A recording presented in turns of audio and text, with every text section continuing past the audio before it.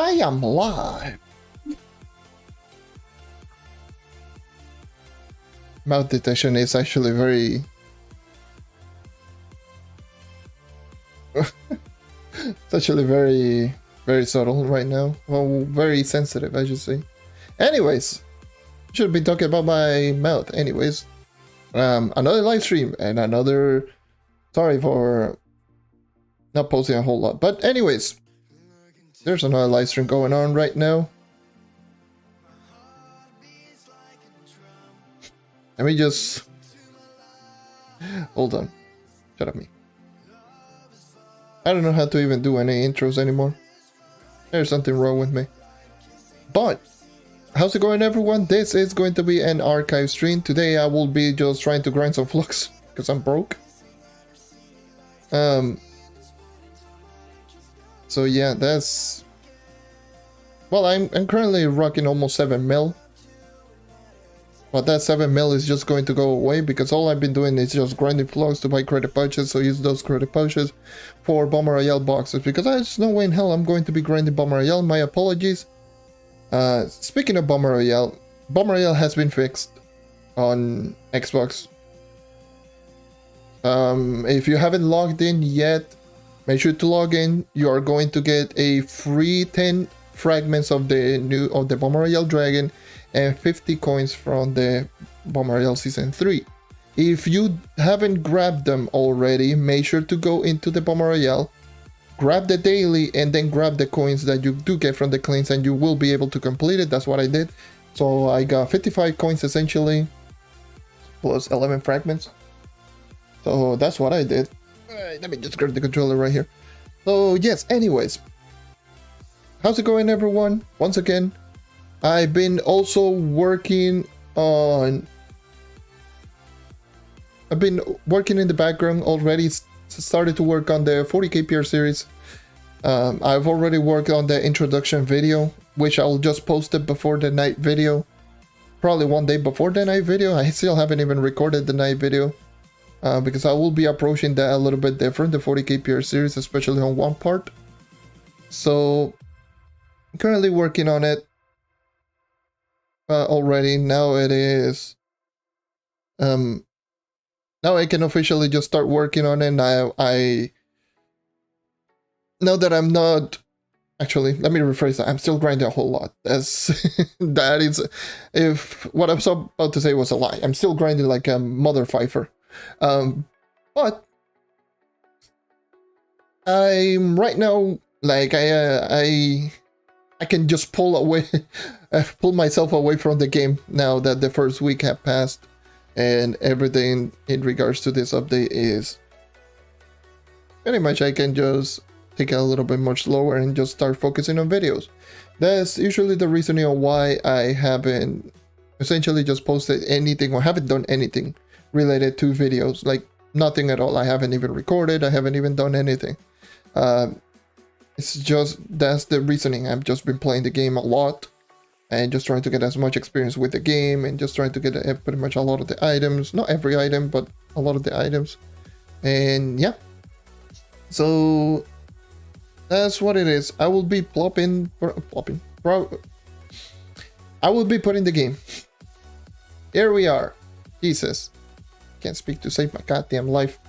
But yeah, how's it going, everyone? Welcome, everyone who's just joining into this stream. Sorry for not streaming or posting as much, but for the most part, I've just been in party chats or just talking to people. We're just grinding nonsense. And that's about it. So, just going to be showcasing some of the stuff that I've already gotten. One other thing is obviously the weapon style that you actually do see on my character. I'm not using the Lunar Ronin weapon style for now. I'm using this. This is actually one of the 2 rare weapon styles that cannot be obtained with super stealth stashes. These are gotten from the rare bosses in the 5-star dungeons. Like, I managed to get both of them, in fact. So this is the weapon style from the Sunder boss. And the one that I'm using on the night is from Watt. Some of the other things that I've gotten a little bit as a rare drop, I actually do have the Sunder Wall trophy. So I can actually craft one of the 2 items from the Thunder boss, either the mount or the ally, which I'll craft the mount. I do have most of the materials. The only thing that I definitely need is just get more unnatural devices and what is it like? Yeah, pretty much just that. I mean, I got everything else, or everything else is super easy to get. Yeah, the unnatural devices and the tickets, that's pretty much it. Because I already got the Phoenix modes, I already got everything else. But yeah, anyways. So yeah, also in the title, like I just mentioned, Bomb Royale Season 3 or the Bomb Royale is fixed, or it should be fixed. So you can just go ahead and try it and see if you can just play a little bit. So just go on that. I will be doing some Flux farming today, and I don't know what specific Flux I will be doing. I might just switch between several different areas. I might just go some ash fern, like sporling farming for a little bit, then maybe some iridium ore, maybe I'll switch into nitro. I'll just go into a lot of places and just grind some of those mats. So another thing that I've also gotten quite a bit, also, yeah, by the way, I'm at 7 million Flux, but that's because I sold so many things today. I remember yesterday I was like at 200k. Which is not even fun. But yeah, this is the sparks that I've also gotten in the background as well. In the last stream, which I do believe was the Unarchived stream, I started to upgrade a lot of my characters. And I do have plenty of other characters, just already starting to prepare them. And yeah, so that's about it. So I'll be going into, I'll probably do Ashfern first, Ashfern Sporling. I want to experiment also with some of the newer areas as well. See how much blocks per hour we can actually make. Considering the current prices on Xbox, they are not bad. So Ashfern. So Ashfern is like 225 to 230, 250 each. Let's see how much we can make. Today is obviously gathering day. I do have the food that actually just grinds me a little bit more, and I actually do have some resource collections tickets.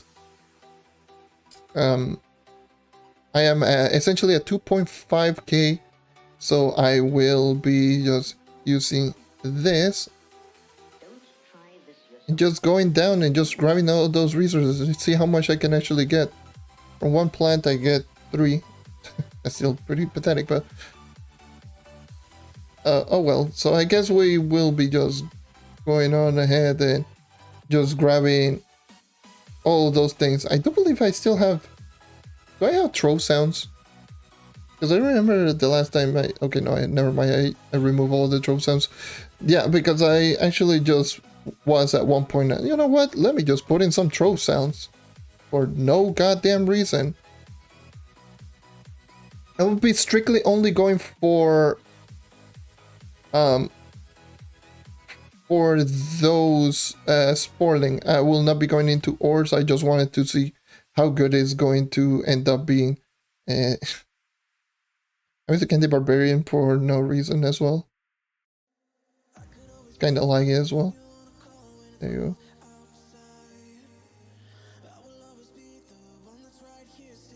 Crystals? What kind of crystals? There's plenty of crystals. Crystal pins, and that's the only one that is tradable. And if that's the case, then yes, not a lot, but yeah, people do buy them.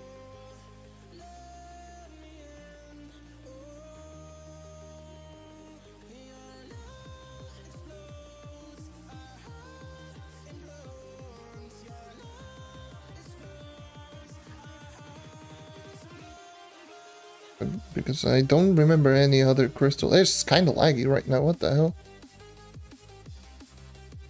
Oh no.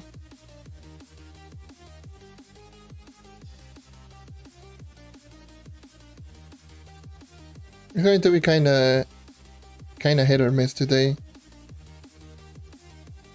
We just got maintenance. I'm pretty sure a lot of people are trying, are doing Bomber Royale right now.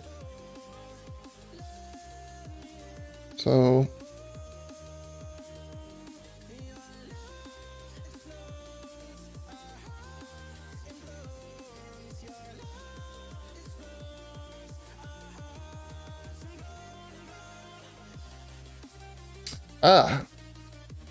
I don't think people do that here on Xbox. If they do the same thing, they do Moonlight Bulbs, and they do like Clubbits, but they never do that with crystals. No, as far as I know, I don't think they do. It is so laggy today. It is so laggy. Maintenance just to lag the game more. Why? I don't know.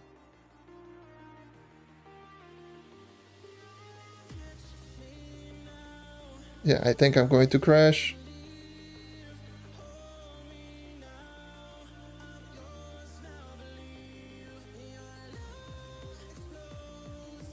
And move away from this U7 because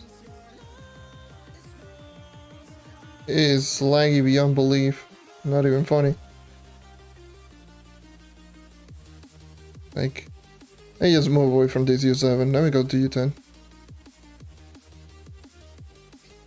But with Crystal, I don't think they do. If they do the same thing, but nah. I do know that they do with Moonlight Bulbs, and I know that they do with as well with yeah, pretty much that thing, the Moonlight Bulbs and the Clubbits, that's it. Yeah, never mind. It's every single world. Holy Jesus. Holy Jesus. That is... Oof. Trove, being Trove, I guess. Woohoo, okay. Why? Okay.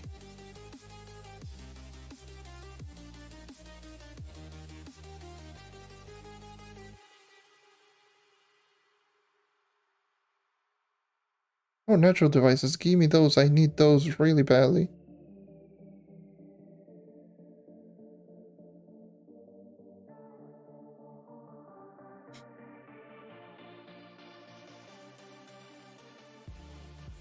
I haven't even played today. This was probably a terrible idea. I should have just stick back to recording and not doing this. God damn.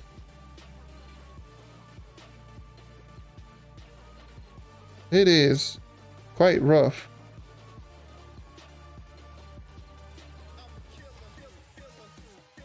You cannot move. This is like PC. Gee.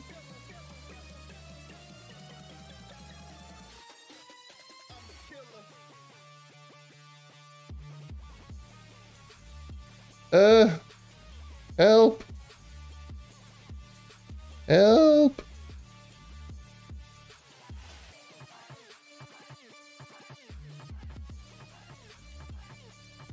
Okay, best way to get gem dust site. If you're a U10, then obviously that's it. Just do U10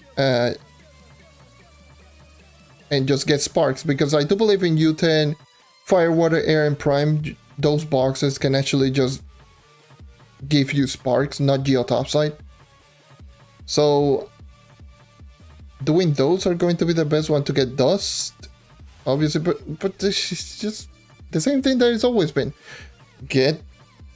Grind a whole lot, and if you want to go even further, level the gems to level 15,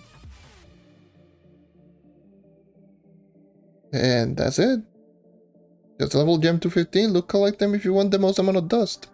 Or just pray to RNG too, so it can actually just drop you some, you know, some sparks from the regular U10. That's it. And Solarian subclass AoE, I'm pretty sure it is, yes. Pretty sure the explosion that you do is AoE. I don't remember what is the radius. I believe it's like maybe a 2x2. Or 2x2 or 3x3, I don't know. It's not a big AoE, but it is an AoE.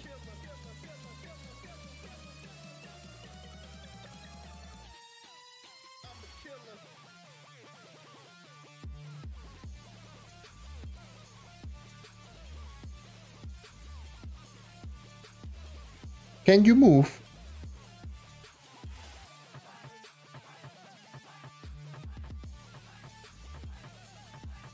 Yeah, how's it going, dude? Oh boy. Oh boy.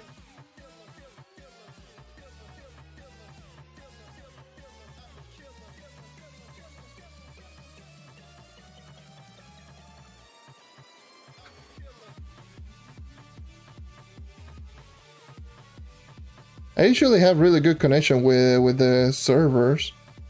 It is actually so ridiculous right now. How much? I don't think there's barely any people in this world anyways. So just after the maintenance, this lag was literally that. It's been super bad.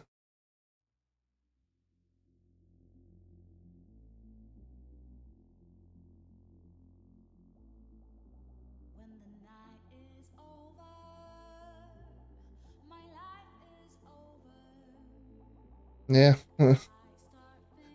The thing that is very cracked is going to be this lag.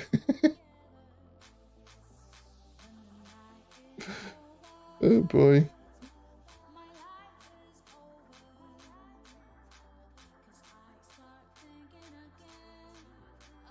It's like it's like huge lag spikes right now.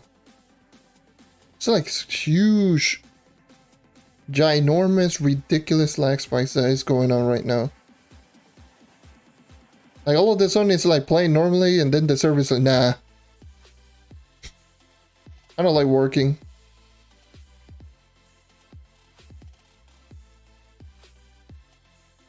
Perhaps it could be the worlds that I'm at. But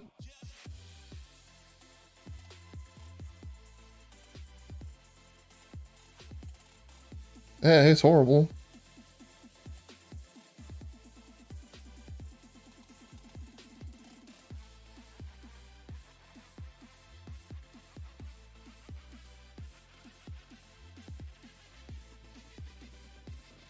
Yeah. Perhaps it could be the worlds that I'm at right now.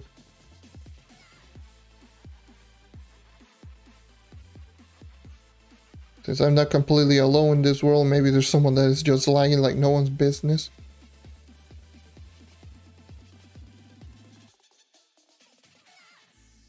Because it's lag spikes. And when it is just heavy lag spike, it's because of that. It's because of someone.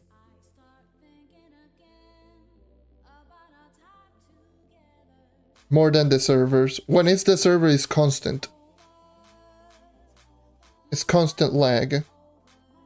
But when it's like someone just lagging like crazy, it's like lag spikes. Yeah, it could be a 5-star group. It could be someone just some people doing 5 stars and someone's just lagging like crazy. Someone got invited in a 5-star. Because like right now is like as you can tell, it's not as constant as he was like a couple of minutes ago. So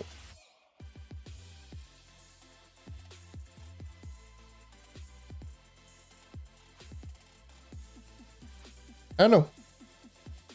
I really don't know.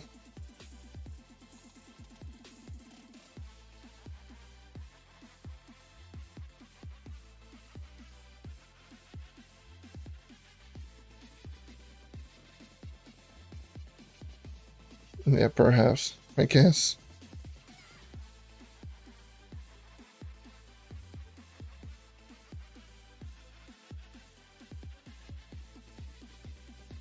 And by the way, speaking of Candy Barbarian, like Candy Barbarian is one of those classes that is literally just flying under the radar.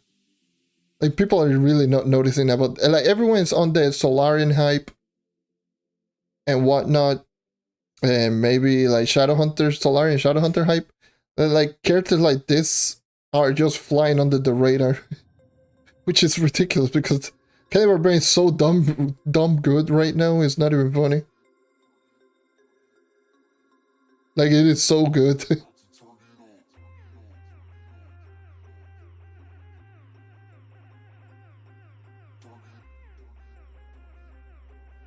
Like right now it's one of the best early game classes out there.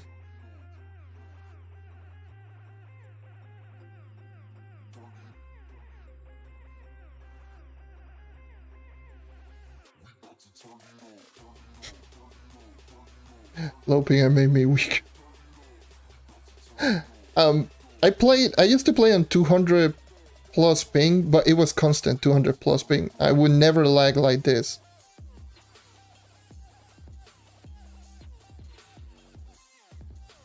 Lag spikes like this, even in Puerto Rico, this wouldn't happen.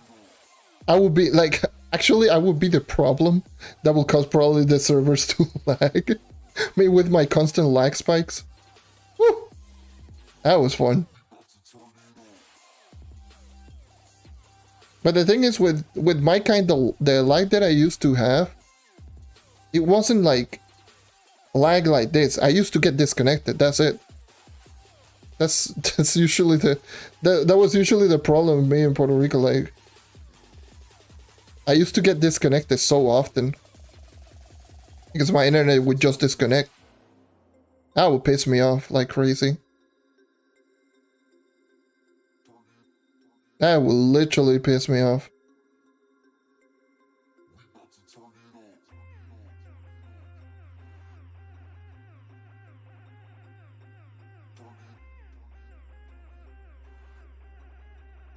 Okay.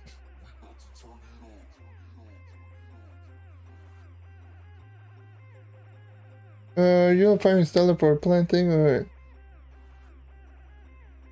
I'm just farming the plant. Just testing out new areas for Flux farming to see if this is actually decent, especially right now. I've already sold plenty of these plants before.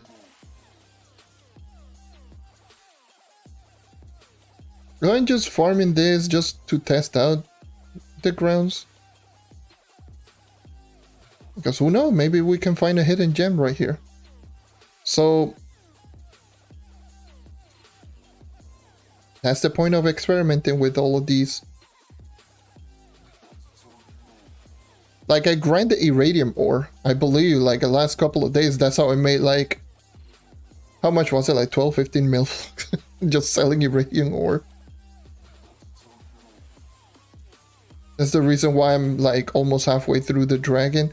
Probably can get halfway through the Bomber Royale dragon already and had no fragments.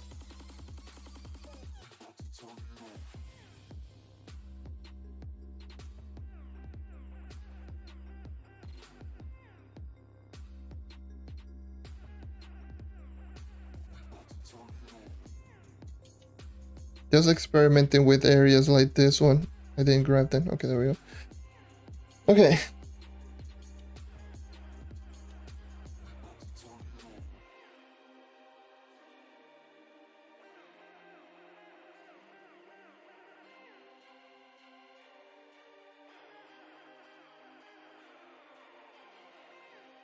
But yeah, just to answer the question on the Prime box, I really don't know.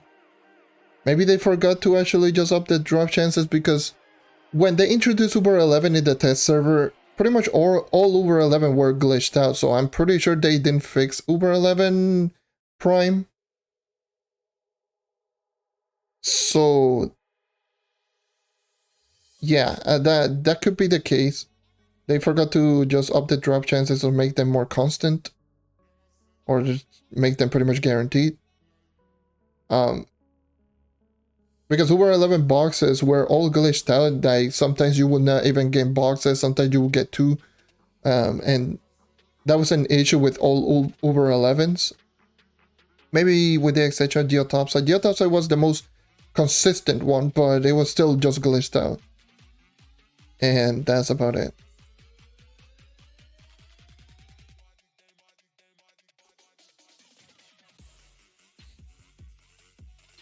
Yeah, same. I also got 3 out of the 5 dragons. Like, I'm halfway through both Bomber Royale and the Stain Dragon, but my god, is it tough to actually get both of them.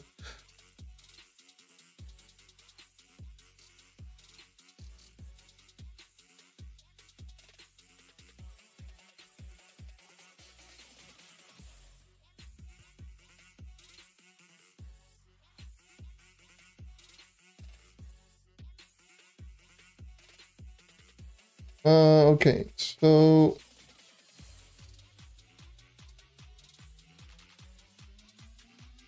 yeah, you cannot get it from the effigy. The Candy Barbarian gives speed with spin to win. If you want to go ahead and give more information, I got a video in regards to the Candy Barbarian hidden FX. But yes, yeah, spin to win, hidden effect, crystal ring ability.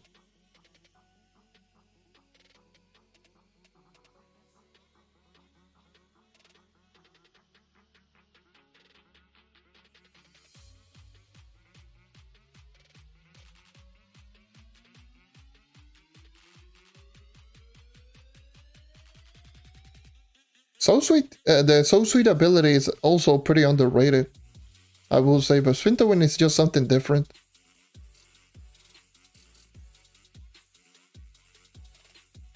Spin to win is just something different.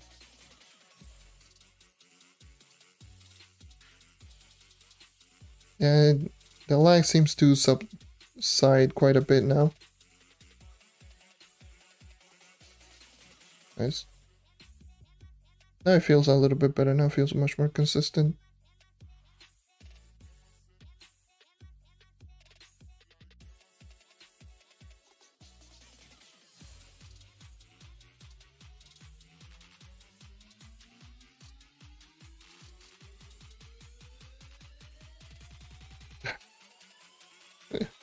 I guess.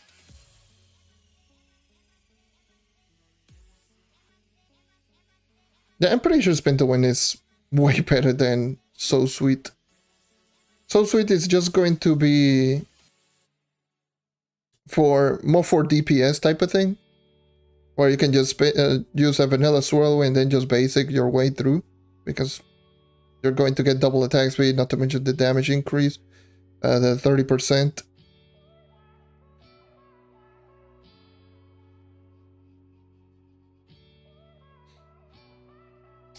You can kill bosses with 2 spins, yes, with Marshall.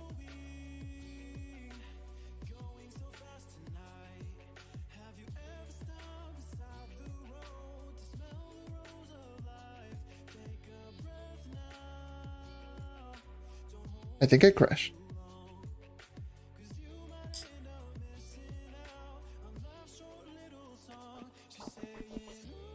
E.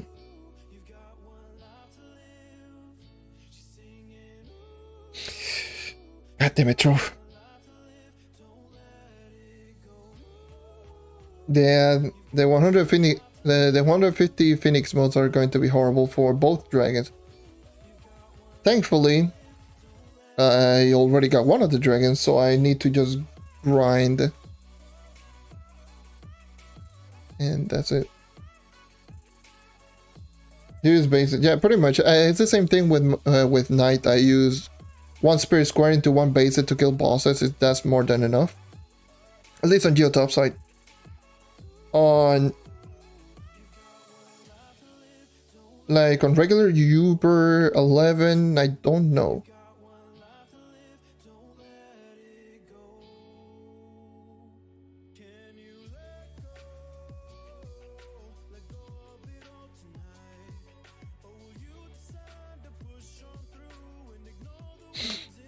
So yeah. So I'm pretty sure it will just do flash, boom, boom, that's it. That's usually how you can just go spin, basic, and probably that will be enough to kill. Because if I do recall correctly, the basic attack now is 3.25. And spin and the vanilla sword one is 7. I don't remember the multipliers now from the top of my head, but I do believe it's 7 and 3.25. Like I just mentioned, both the Knight and the Candy Barbarian received probably the biggest buff out of most characters in the entire game. And those are the two characters that are going flying under the radar right now. It's crazy.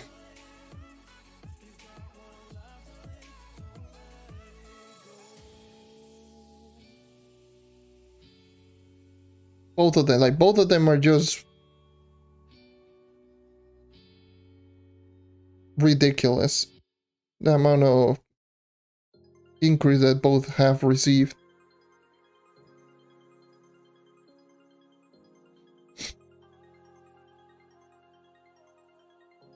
Like Candy Barbarian with pretty much essentially a buff to most everything. The damage increase from passive. The passive being stronger. Like why? What the hell? Basic attack being stronger. Like Vanilla Swirlwind being slightly stronger but less knockback. And the Knight with the broken basic now. Jesus Christ, man, that basic attack is not even funny. After using it for quite a while, my god. It's so disgusting, like, what the hell? Not complaining, but... Damn. I just see him like... Okay, sure.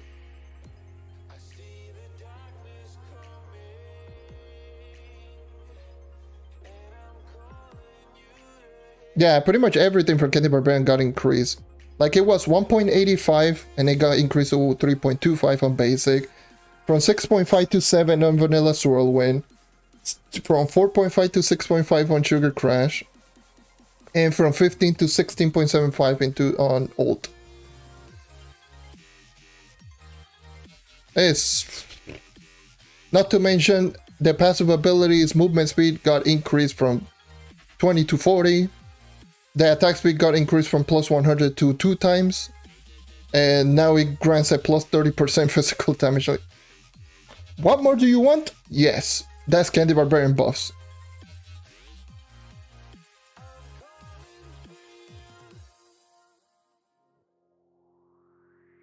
That's like the list is ridiculous.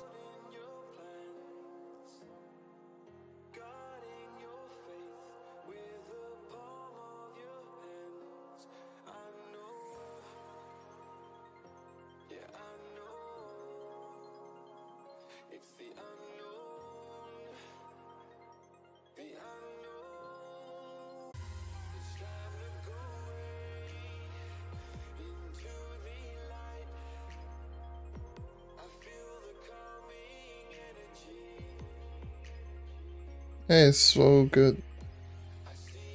But no, but Vanguardian is OP. Have you heard, like, have you seen that like a lot in 32, Vlad? Everyone just going over the hype train of Vanguardian for some reason.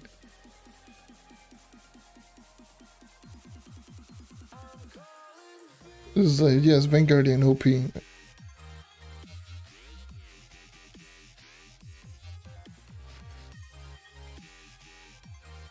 Because you can spam with Cella's emblem, just flash, and just keep going like this. Okay, sure. I mean, that is strong, don't get me wrong, but that is just such a niche situation that really doesn't make the character that insane.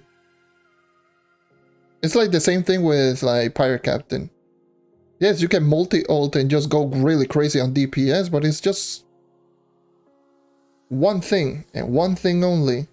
And for me, that doesn't translate into an overpowered character that is just really good.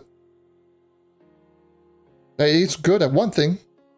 But that's it.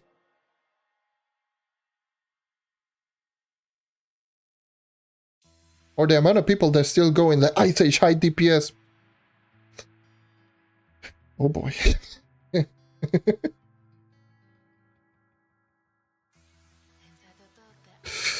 Oh, Jesus.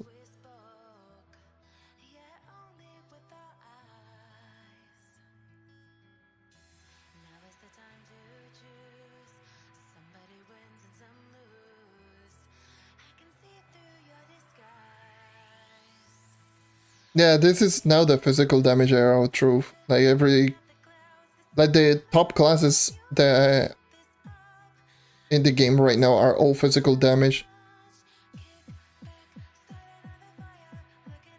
Like magic damage classes, you know, a lot of them are good, but pretty much most of the top is usually physical damage. Shadowhunter, Solarian, those are physical damage. And a lot of the characters that were physical damage pretty much just got bumped out like crazy. I do feel... Yeah, it's... what it is.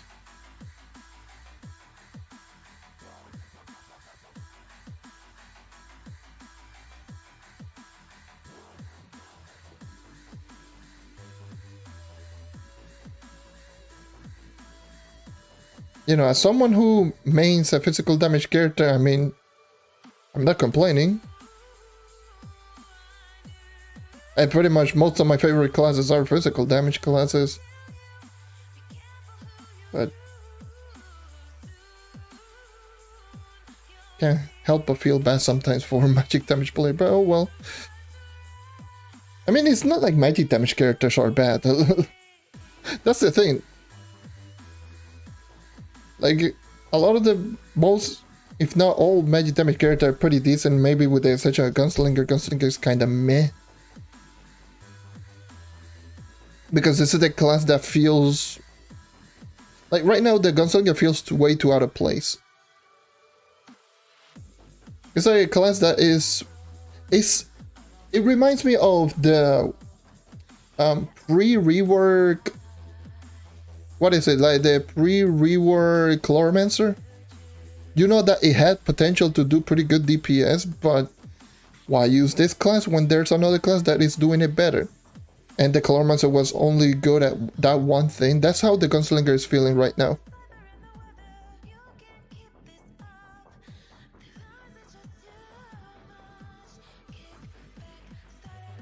Yeah, same with Neon Ninja. Neon Ninja, at the very least, Neon Ninja is... it's just different, the class. That's the thing. Does it make it really good? Not necessarily, but... it plays out a whole lot different. No, because now it's more basic attack, heavily oriented. I mean, it's not bad, but... again, it begs the question, why use that when you can use the Knight? Why use that when you can use Barb?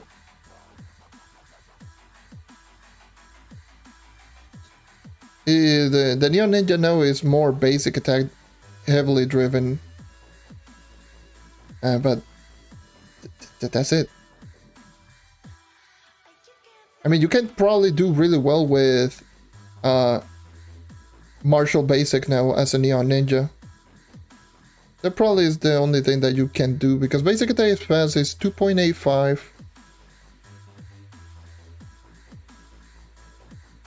I'm pretty sure you can kill somebody fast, but it's not going to one-shot.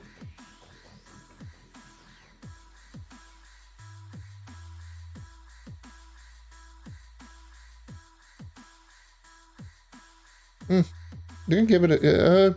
I might give it a whirl later on. Not now, because my Neon Ninja is not built in the slightest.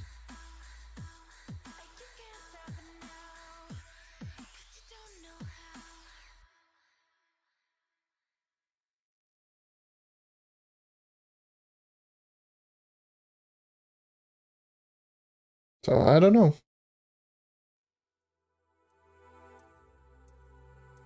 that's why this brings so many interesting little experiments. Like I knew the Neon Ninja might be taking a huge hit because it took a hit on the one-shotting. Like if the Neon Ninja was the same class as before Shadowy Spotlight, like at least in the sense of like the shuriken being the way that it was, then Neon Ninja would definitely still be among the top, if not the top. Because that shuriken is just dumb. But now that he got the critical damage bonus reduced by half,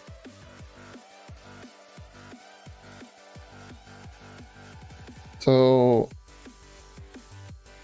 that pretty much just gets rid of what made the Neon Ninja the Neon Ninja.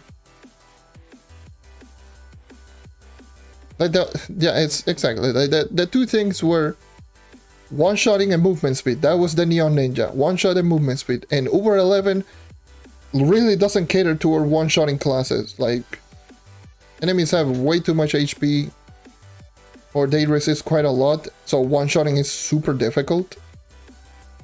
So classes that relied on those one-shots really are going to struggle.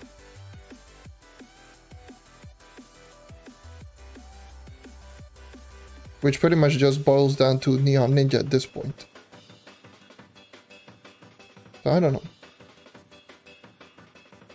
I haven't used Solarian in Uber 11, but I've seen Solarian do pretty well. Like it does so much disgusting damage, so I'm assuming it's going to do well.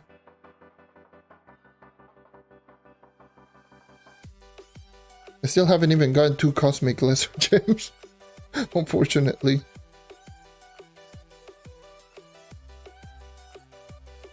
It's been grinding some Geo Topside and still haven't gotten a 3 light roll.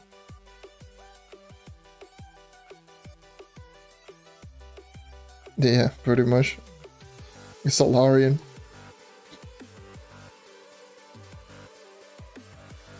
So Solarian is just everything regarding damage, like there's the class. It's a good thing that the class is so strong, honestly. Because most of the classes usually they're not that insane compared to most classes.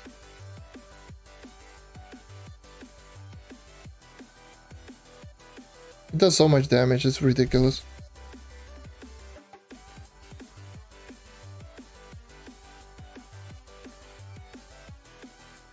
Yeah, pretty much. Like the Gunslinger feels like so outdated.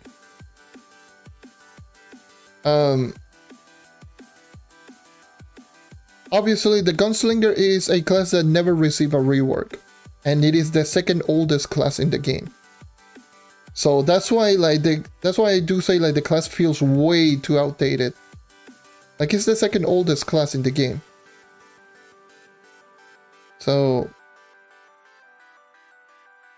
second oldest classes never receive a rework.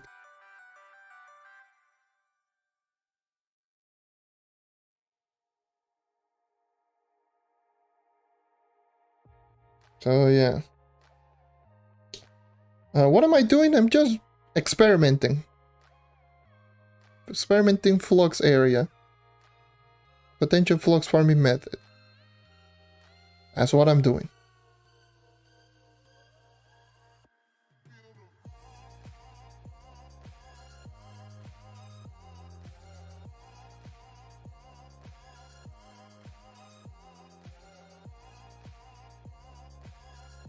Give me those unnatural devices, I need them actually.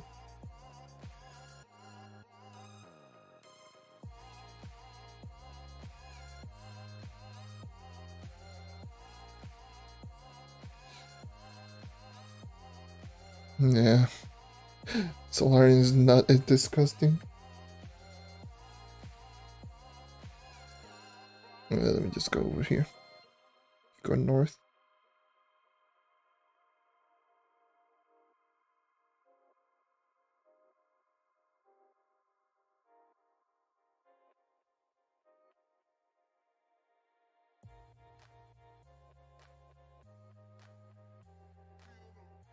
Give me those unnatural devices, please, and thank you.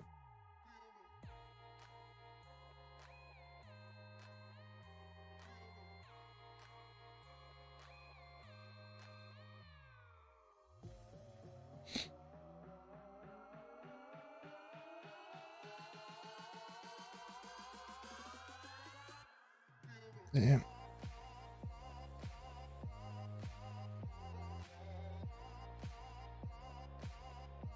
Yeah, Solarian is right now the highest DPS class in the game. It's not even close.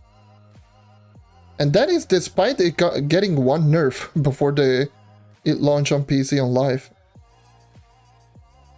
Now the class did get nerfed once, but it was not a huge nerf. Which I didn't even mention that, but yes, that was a thing. Solarian was actually slightly stronger on the test server. Which is just so disgusting to think about.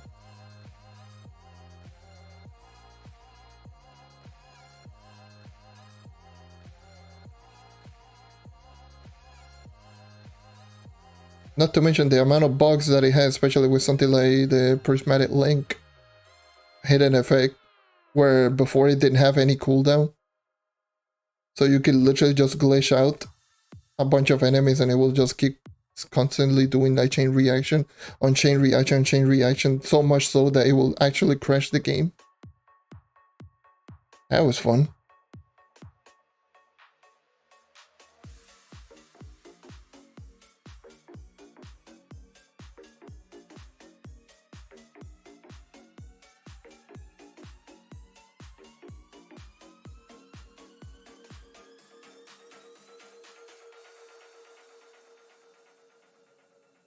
Yeah, I mean, I don't know. I'm in defense of just leave the character the way that it is, because it's not in the same situation as the Shadowhunter when the class launched. Because the Shadowhunter was just good at literally everything, and just high up there before, like not before, above every class in every single bit of aspect. Like Solarian is more so damage output. That's just the way that it is. Solarian is just damage output. It's in the similar round to like Chloromancer, but a little bit better. In terms of how it plays out. Not in terms of damage, obviously it's better in terms of damage. But in terms of how it plays out, it's like Chloromancer, but you can somewhat use it in dungeon grinding. But it's not going to be the best at it. If they tone down, maybe just a small tone down. Don't tone down the DPS too much on the class. But I feel it's just good.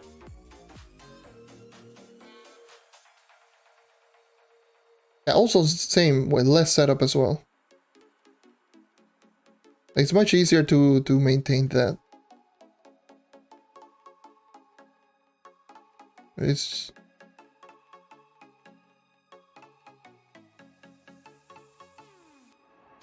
so yeah, that's how I feel.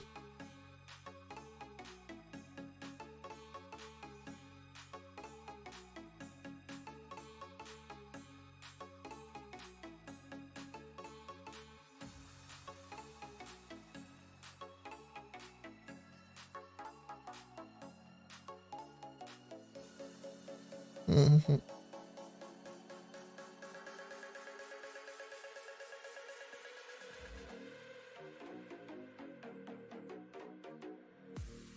It's ridiculous. Ridiculous is just way too good.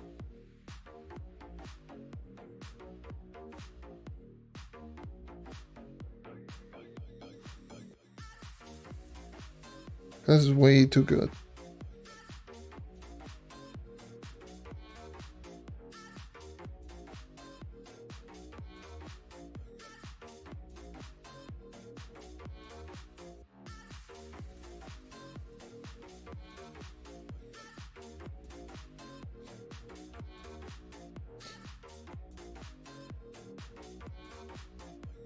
Yeah, especially right now that This is the reason why I asked like a while back when they added 64-bit combat.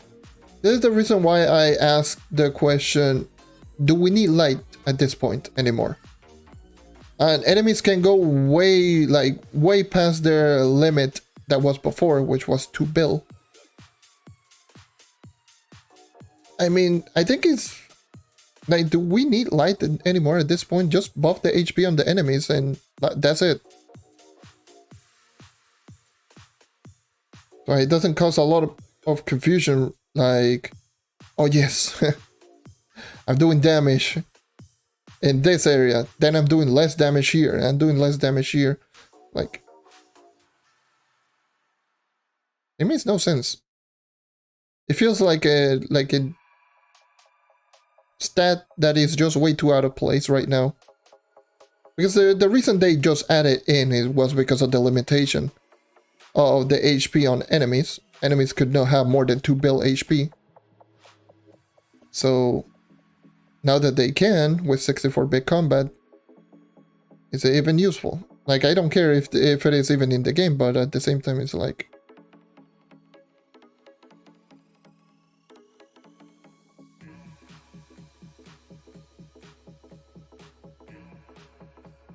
so yeah, I really don't. I'm really just like, eh. If they remove it, I don't care. If they just keep it, I don't care. It's like, it feels like so out of place. Like, I understood before, but right now it's like,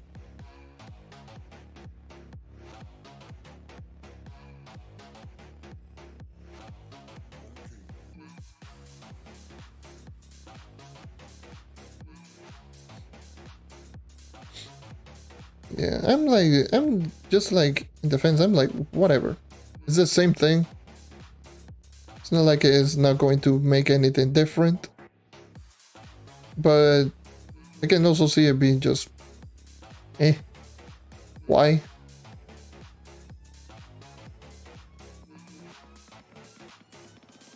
Why you here?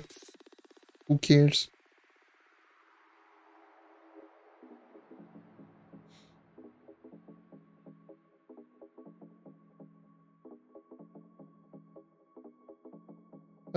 It is what it is.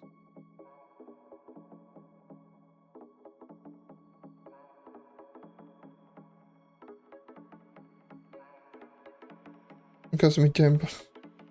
Yeah, imagine if that would be the case, that would be kind of overpowered. Not gonna lie. If you could get like cosmic gem sparks from U10 Geo topside boxes. Like me personally, I'd still have like over 50,000 U10 boxes. I would have so many cosmic gem sparks, it's not even funny. And I can still get them quite a lot with the amount of gem dust that I had. Which I had like 60.5 million gem dust when the update came out. Gotta sneeze.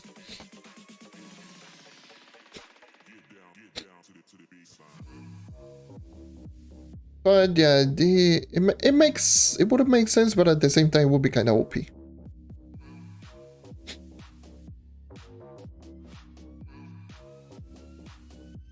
Even still, gem sparks are very easy to obtain anyways.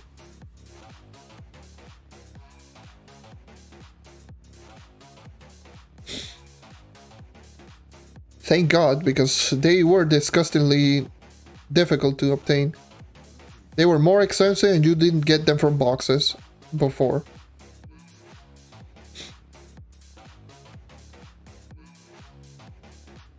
And leveling up crystal gems was just as difficult as leveling up a stellar gem. Especially to level 25. Like, it had the same leveling curve and everything. I was... Whew. Thank God they fixed...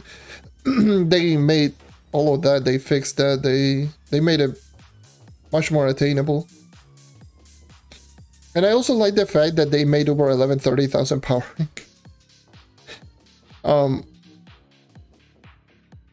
I don't know why, but in Uber 10 with 15,000 power rank, like, in my eyes, it didn't make any sense.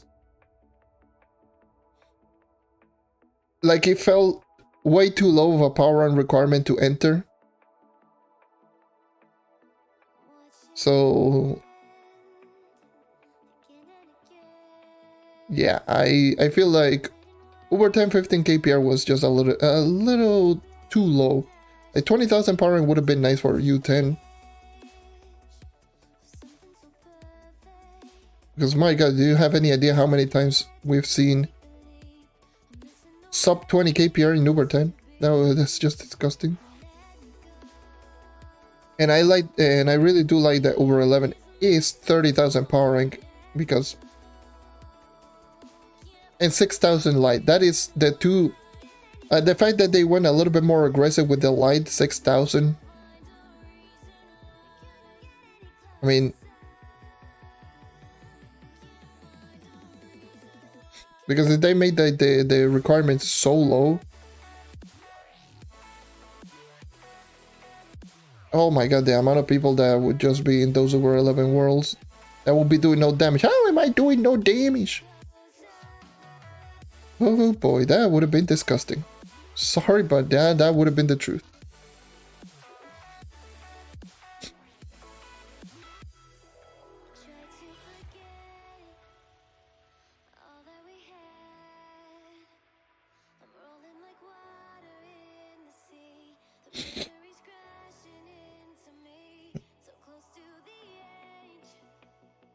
I started off like this.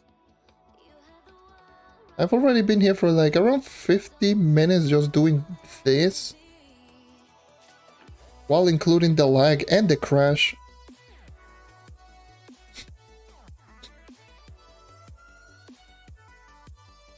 I want to know how much am I getting. Once this thing expires, I will check how much that I actually did get.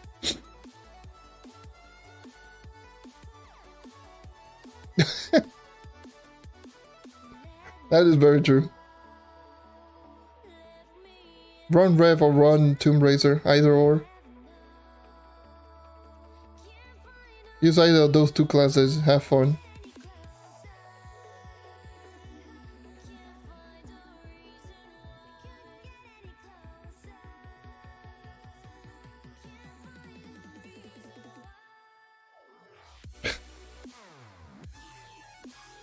Another class that people are not taking into account, Rev. Even though Rev didn't receive that huge of a buff, especially in basic. Like the basic attack, like the Rev basic attack buff, it's one of those head scratchers. Like, could have been better if they just, you know, tuned up the damage a little bit more. Because the buff it felt like very insignificant from 3.9 to 4.2. Still quite a strong basic, but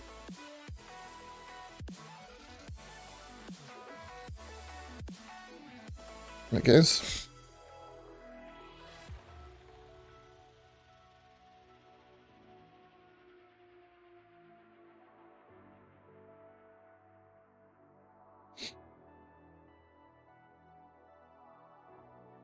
Yeah.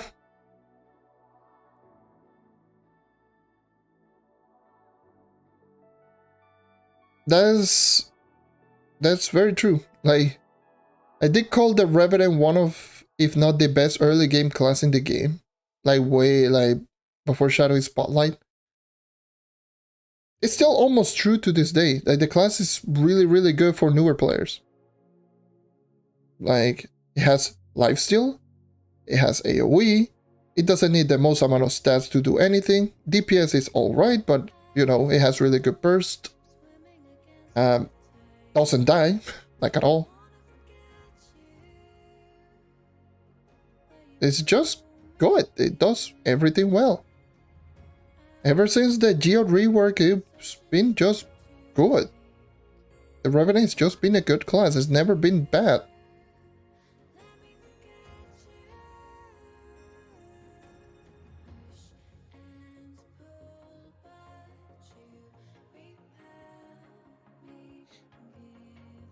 Like, it's just been good, but what is the meta class? Yes, let's go with that class and ignore everything else, even though they might consider just seeing some hidden gems here and there, like, oh my god, this class is really good. That's why I encourage everyone to just use whatever class that you enjoy. Maybe you will do better with that class that is not in the meta, like quote unquote, than the class that is in the meta. Like for example, me with the knife, Vlad with the Candy Barbarian, we both have been using those classes because we like those classes. We don't use the classes because they are the best at anything. So we just stuck with those classes because we like it. And probably, at least, I don't know about Vlad, but at least for me, I use the knife better than I use most of the meta classes. And I can use the knife so well that it feels like the class is much stronger than it really is. Because I've already used it for so long.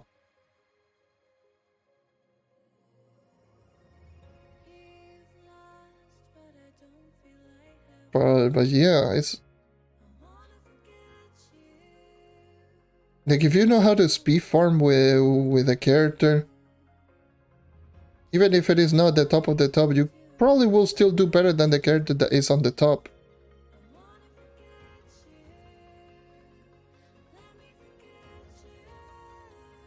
This I needed to mention that because it's just the way that it is.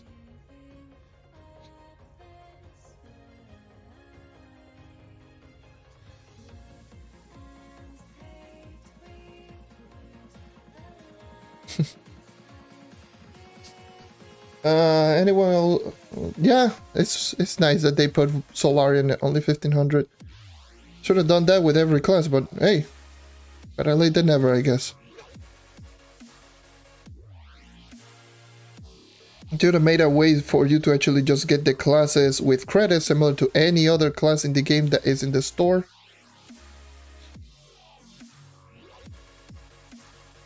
But yeah. So it's pretty good.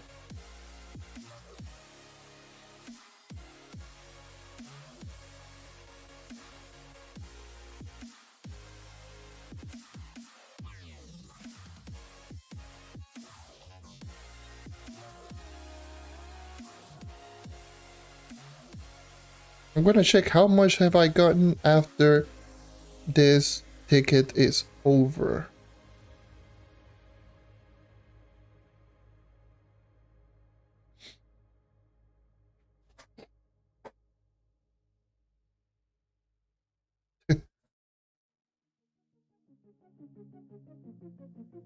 It do be like that.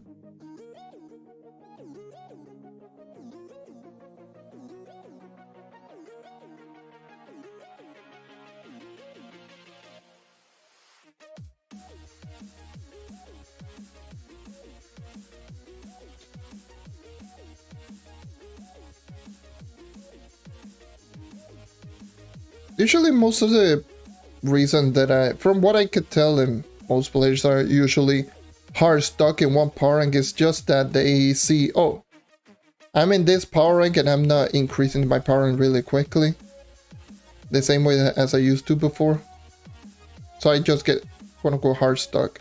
But usually there's going to be something that you can just do in order to improve your power rank. Maybe you're missing some mastery. Do some mastery grind and then you can get some power rank.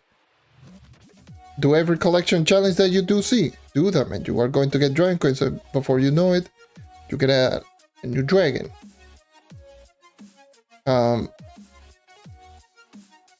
Maybe maybe with stuff like gems as well, maybe you can potentially get a better gem than the one that you have.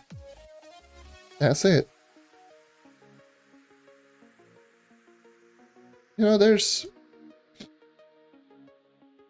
plenty of options.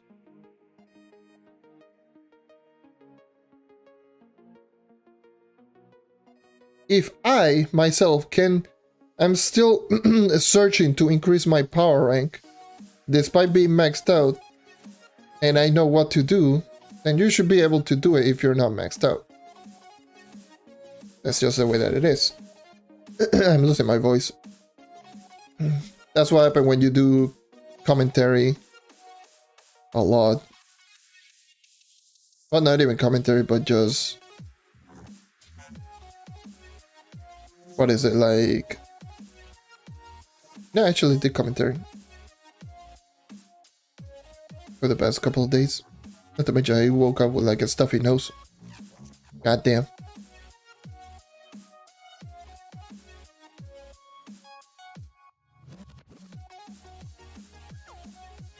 Yeah, you got to 700k total. Nice. It's like, yep, 700k, let's go. I just focus my time and attention getting the night as high as possible, as quick as I can.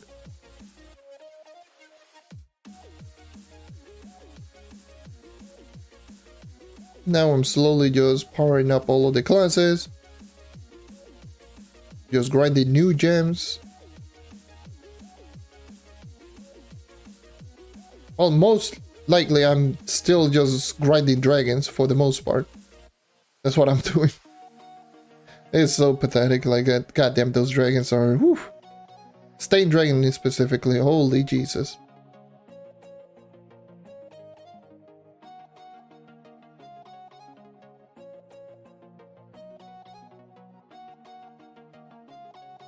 It's crazy.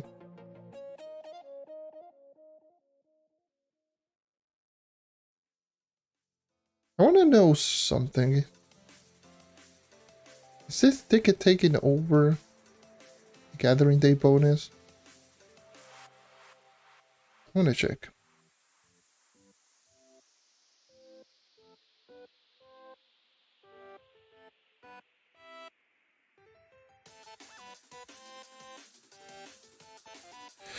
Modes are...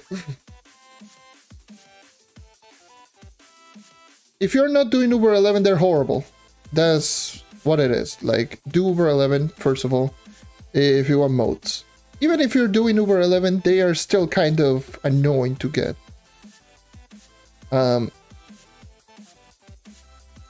You could get lucky and maybe get 3 to 4 in like an hour, or 5, or even 10 if you're very lucky. But for the most part, you maybe only see them like once or twice an hour if you're doing over 11 dungeons. They're bad. But they're just heavily RNG dependent. And you could just be very, very lucky and just get a lot of them. Or you could just be extremely unlucky and just get like 1 an hour. They're bad.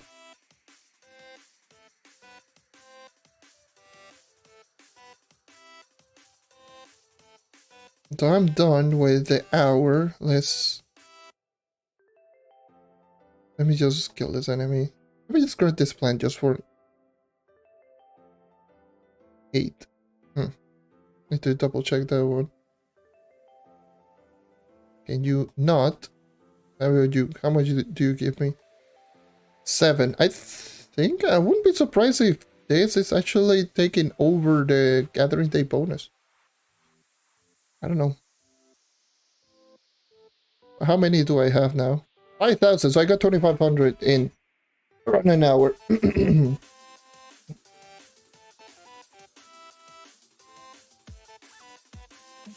With 225 prices each, that's around 500 plus, like around 500k an hour. Now I need to check. I don't no longer have the food, but oh well. Now I had to check something. If you actually get more by doing this. Because I don't know if this one will drop more. I need an unnatural device. That's what I need. This is Gathering Day. And whenever I found unnatural device, I only got like 1. Like most of the time.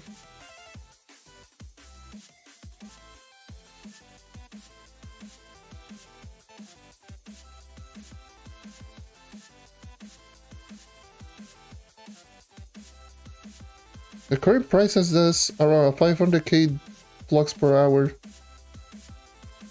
on these.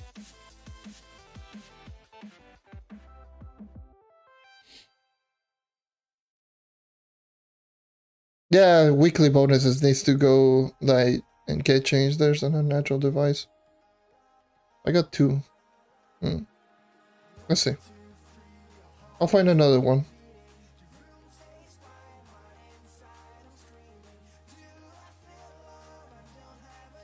I want to check if getting these tickets are worth it on gathering day.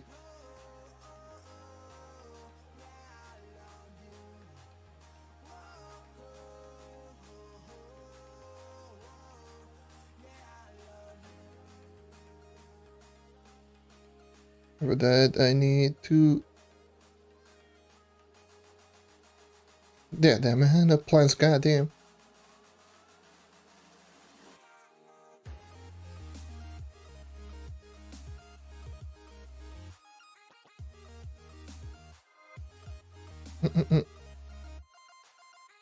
Amount of plants, holy.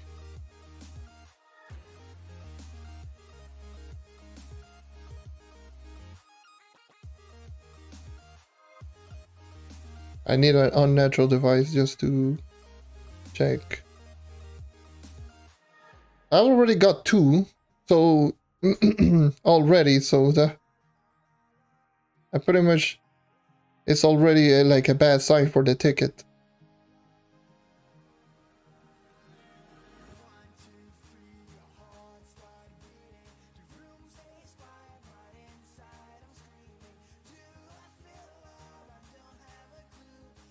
Because the ticket, what it does, it will give you a chance of granting you more. But the thing is, I never got more than 2.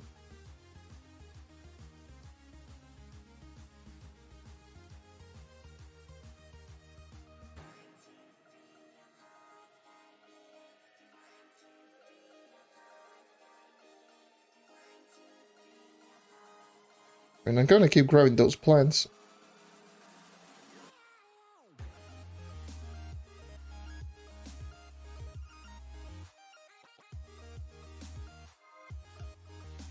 I think I'm doing like a full-on 360 in the middle of nowhere.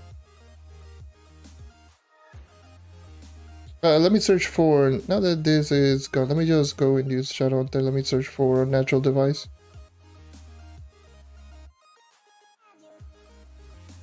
And I miss, of course.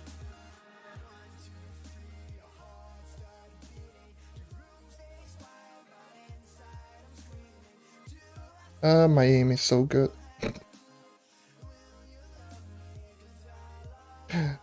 Absolutely horrible.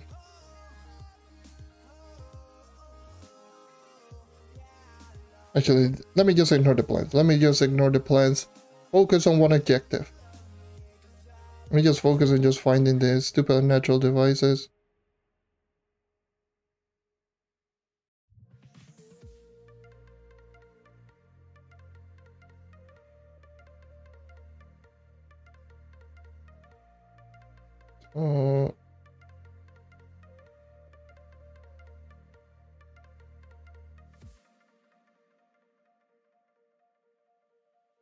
Maybe just ran past one, I don't know. They usually seem to spawn, by the way, on natural devices.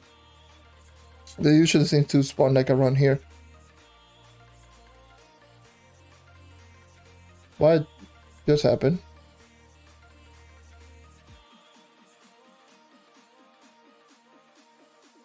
What happened?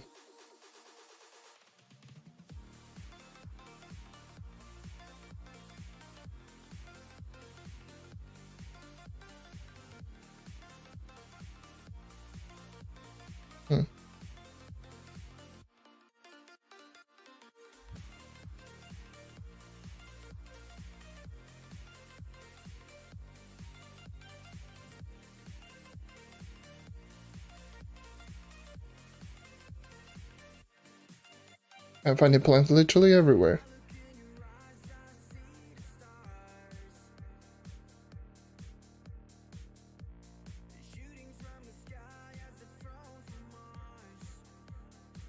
Probably. If you type in swear words on the chat, YouTube is like, nah, we don't allow those.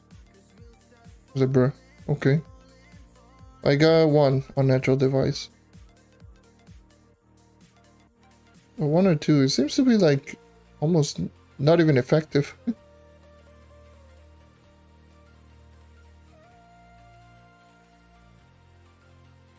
Two unnatural devices, yes.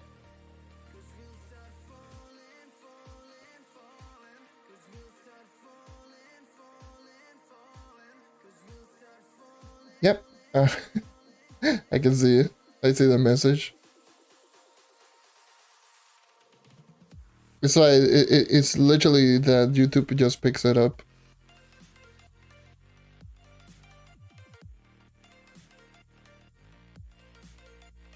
And sometimes they will pick up like not even swear words. It's, like I do believe one time they picked up like someone saying light. Just like why?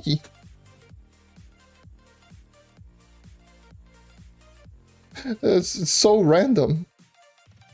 YouTube is so weird.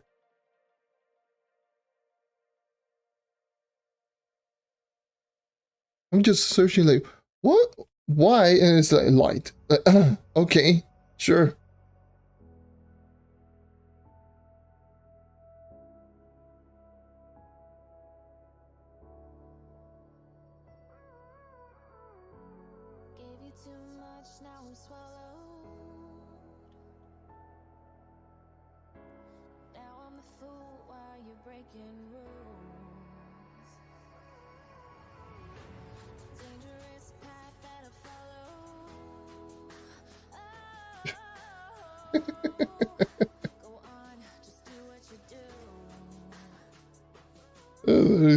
That is so weird.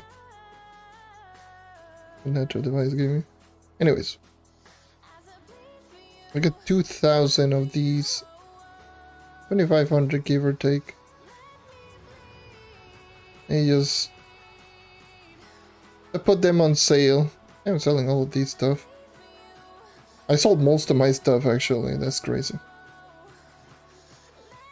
Let me just put them at. How much should I put? 2,500? Yeah, 2,500. Yeah, have fun with them.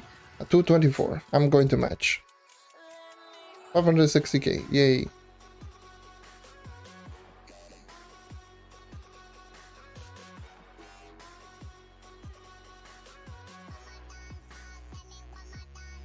Now,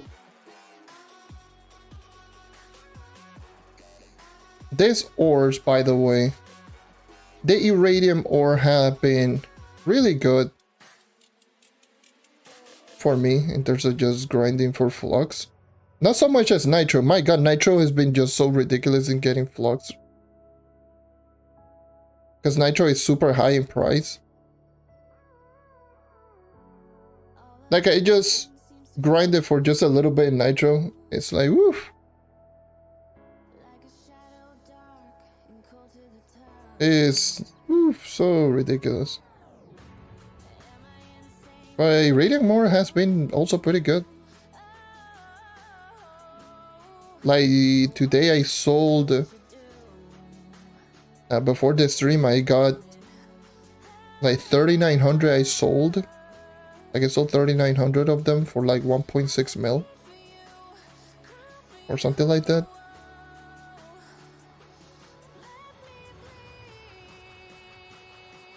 And you can easily get 3,900 in like an hour.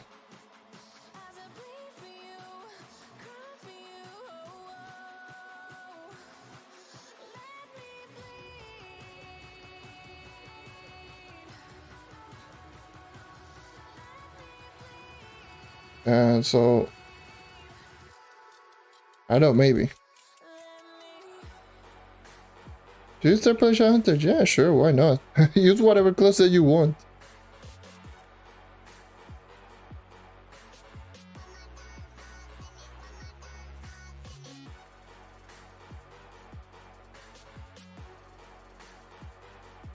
Use whatever class that you like. If you like it and you enjoy it, use it. No matter which class it is, but just use it.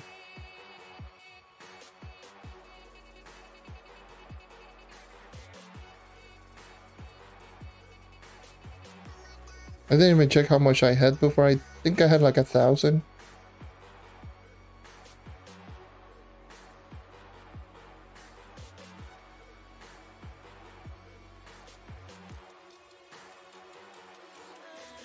I believe I had like 1,000.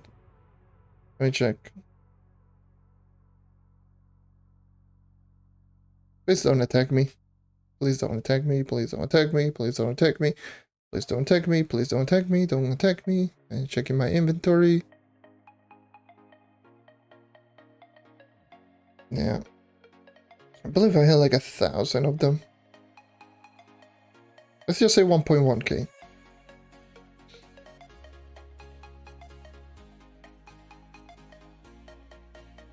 These don't sell as frequently as, for example, like Nitro. But they can be quite decent.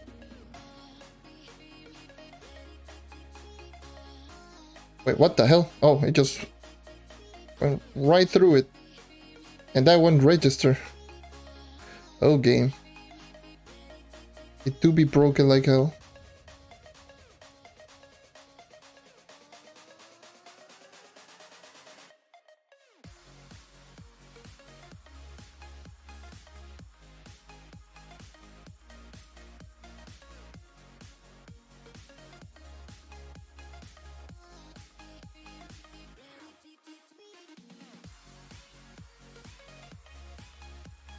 Oh, they knocked back.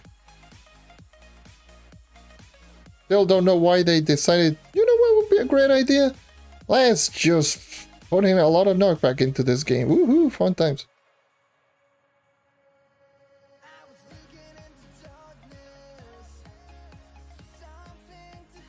Like, it's not going to make stability that much more important.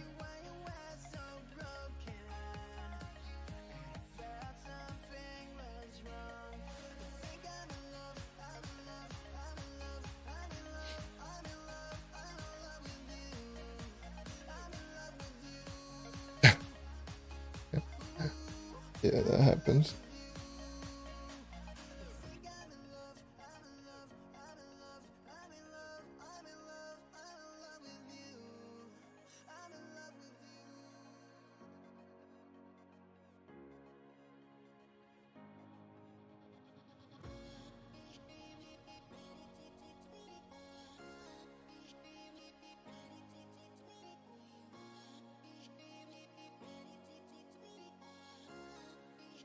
I missed so bad.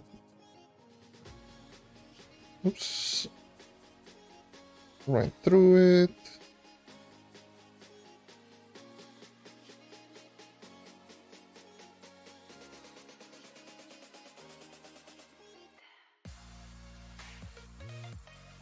Oh yeah, Volatile Bound, they're still loving this mount. But I can easily tell that it's very frame rate dependent as well, like outside of obviously very susceptible to lag. My god, I also noticed that, whew, like if your frame rate is like none, and GG.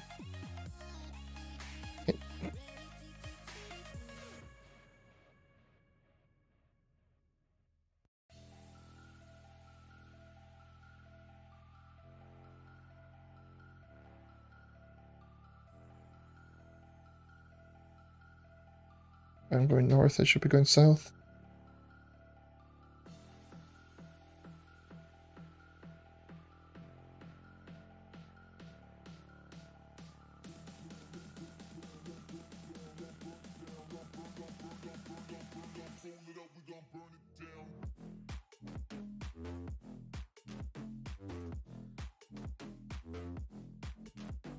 I don't one-click those enemies.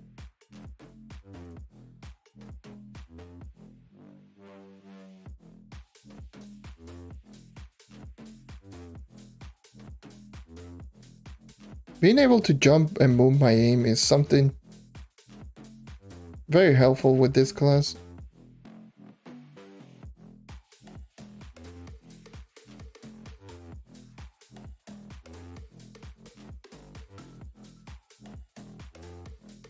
I am a poor bastard. Pretty much all of the vlogs that I'm going to make here is everything going into credit pushes. Unfortunately.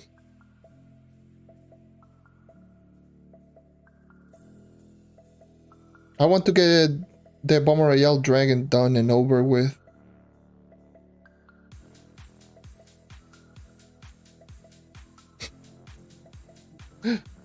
I've already spent like well over 20 plus, like I believe I spent 24 mil already over the past like 2 days, 2 or 3 days. Just buying credit pouches.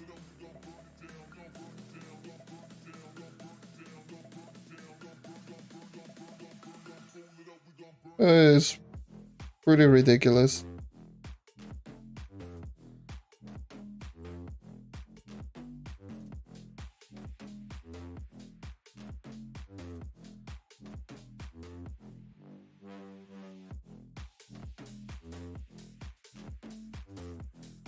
Yeah.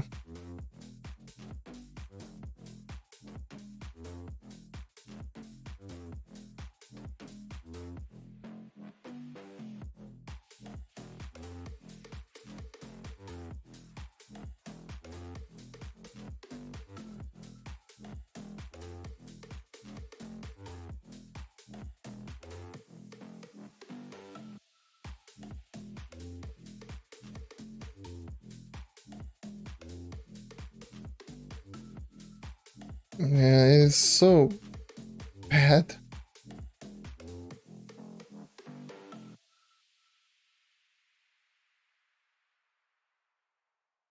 Especially like right now, Bomber Royale Season 3.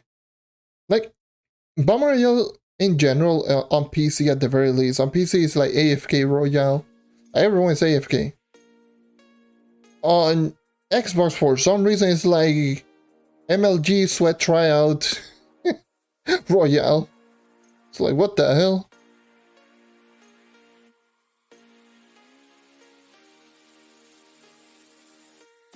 Everyone's...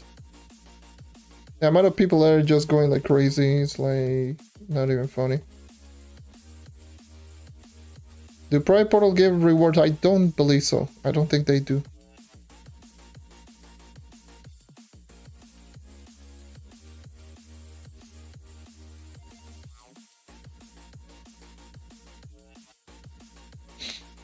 They're kind of meh.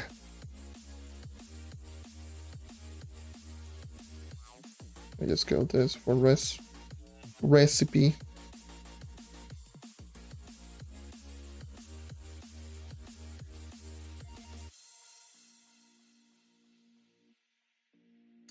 Yeah.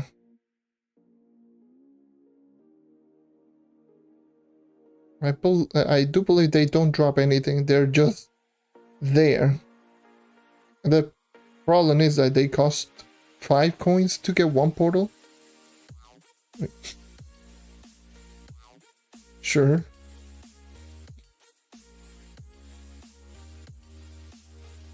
I don't know what the hell, who thought it was a great idea.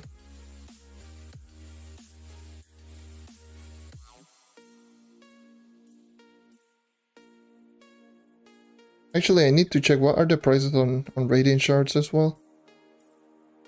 Because they've been going up again in price for no reason, but yeah. I do believe they're back at like 17 to 19 flux each. I'm not even going to tap it in the keyboard, whatever. Yep, they're going back up.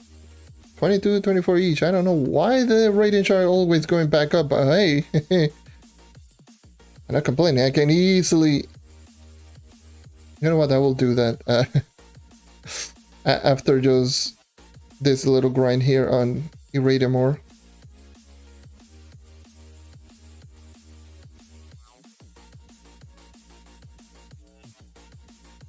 Because I haven't done a Radiant Shard farming with post-patch Shadow Hunter. I think I did it but on PC, but not here on Xbox. Wait, really? They're back at 900k? That's actually really nice. Now PC players cannot complain anymore. Probably they will still complain at 900k, but hey, a PC player managed to endure 2 million Flux credit pouches.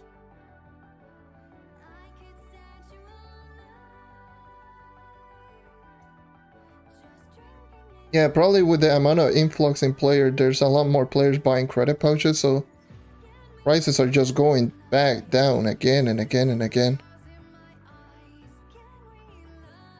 On Xbox, it was the same thing. Like, I saw credit pouches on Xbox as low as 380 again. Sure, I mean, we take those. I do believe, like, who was it? I don't know who told me that got, like, credit pouches at, like, 250. Like, where? Can I get some?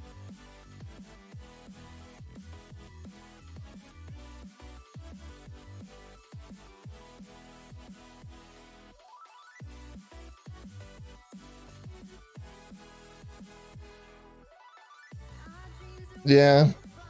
Damn, I also need to get 3,000 at least for both this event store pack,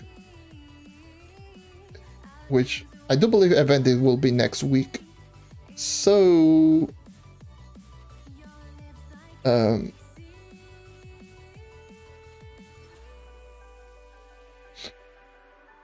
next Tuesday will be Lunar Plunge.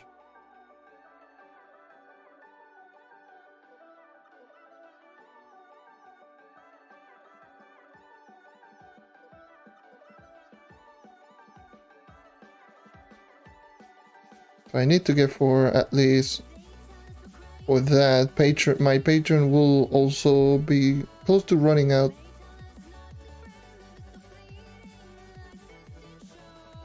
So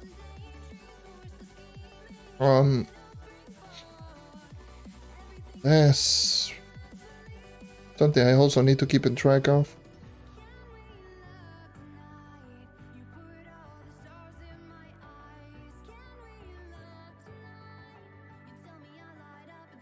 That is something. Ah, boy.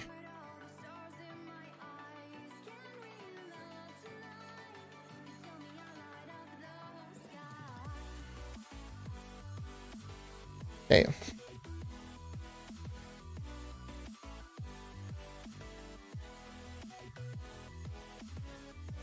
I'm going back. Should be going here.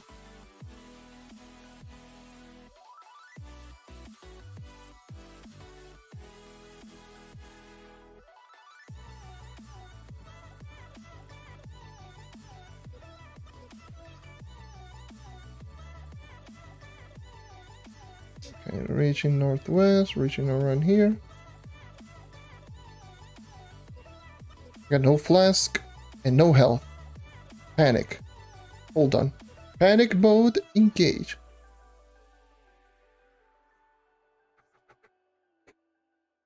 Woo! There we go.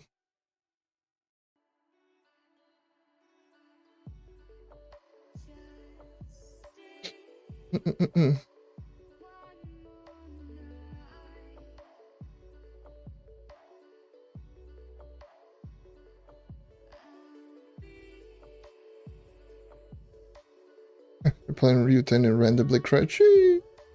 That's just Trove. Trove being Trove.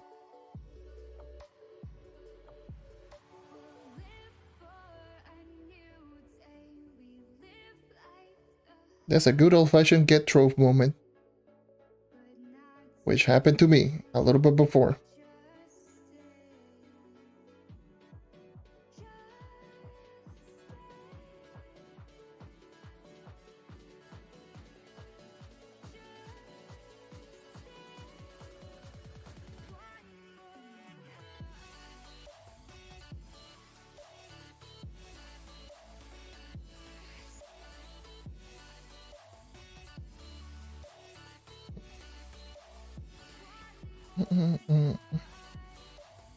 My bag should be going here.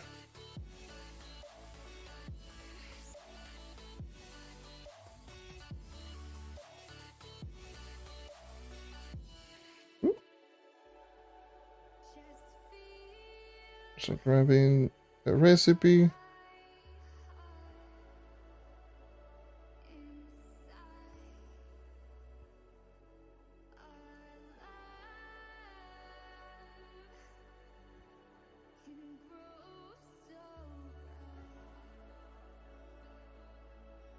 I don't know for how long have I been just going into Irradium ore. Probably around 20 minutes, give or take. I would probably say around 20 minutes, give or take, because I've been seeing the clock, and yeah, it should be around 20 minutes that I'm currently doing Irradium. How much have I gone in 20 minutes? Like I mentioned, I was around 1.1 when I started off. Hopefully I don't get deleted. I'm at 2.8. Damn. That's not bad. 2.8. 20 minutes. That's like... yeah, 1.7 to 1.6 or 7. Like roughly, give or take. In 20 minutes. That is... if I keep out this pace... we're talking potential 4.8 to 5.4 K Irradium more an hour. At current prices, that's a lot. That's crazy. Only problem is that they take quite a bit to sell. They don't sell quite quickly. There's a potential. This is a potential good place to grind Flux.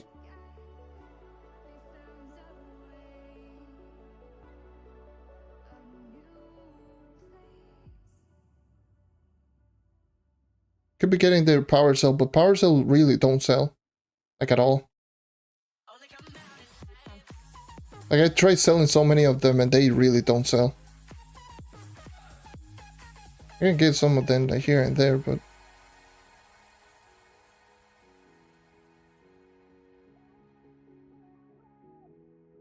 they're just pretty rough.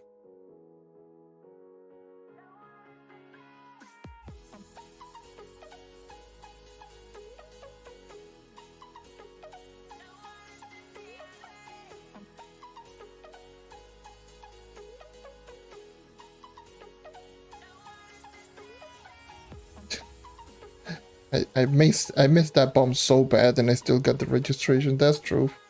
Trove being Trove.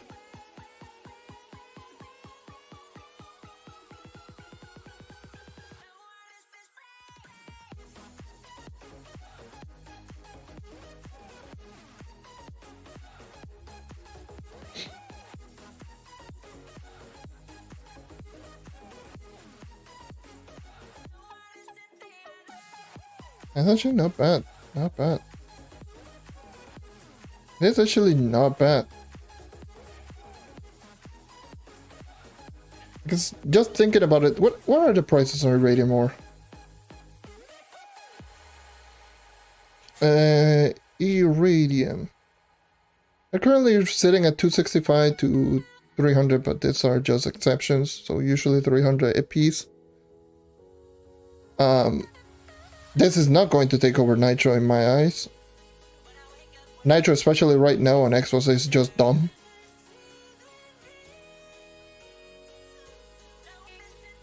So, but this is a good alternative.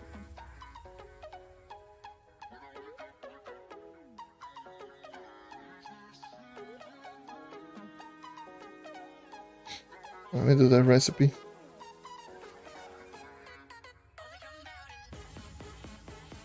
Oh.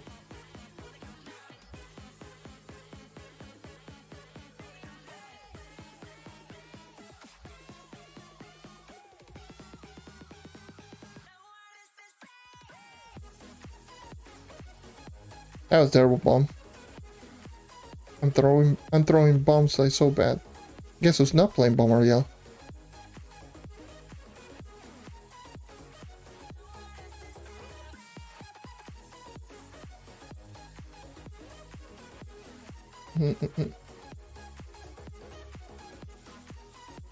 Also, another thing is, speaking of resources, like one of the resources here on Xbox that for some reason spiked in price like crazy was Builderite.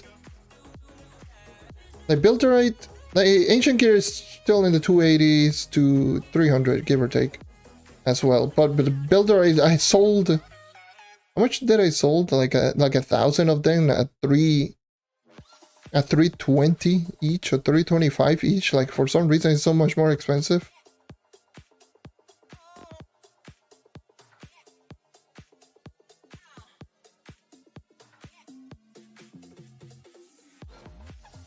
Oof.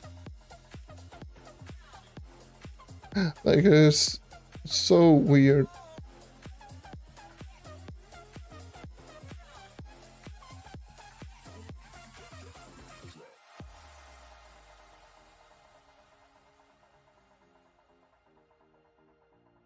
Okay, let me just go north. I'm going in circles. I completed this? No, I didn't complete this. Let me just do that. Can I kill it? Can I kill it? Oh, there we go.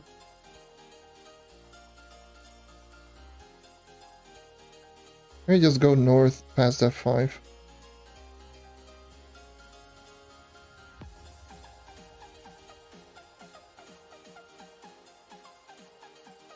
Okay.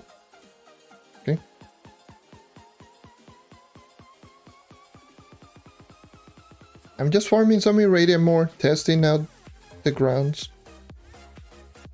Literally just went through. Just checking. How much flux per hour would I even make with current prices?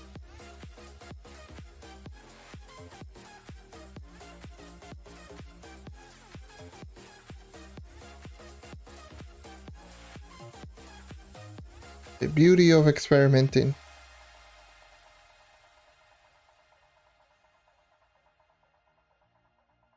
I'm going north, north, north. Let me get the compass. Just wash on the compass. God damn. North. Compass. Whatever the hell is thing up there.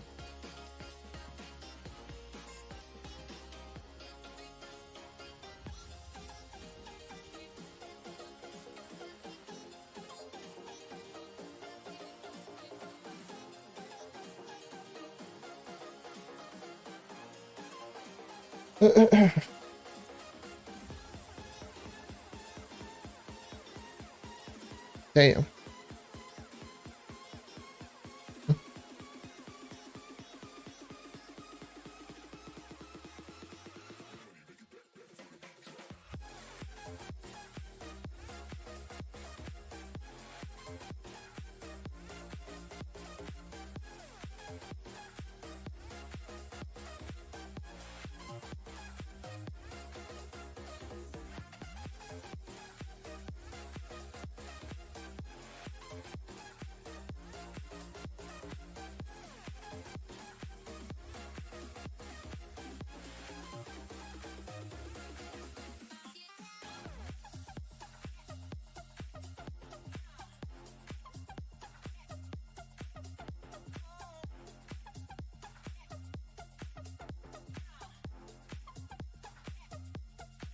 Okay.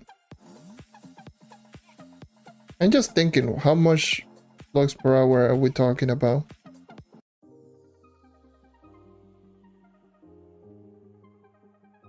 Because if let's just say if I got 4,500, so if I sell them at 270 each, how much would that be?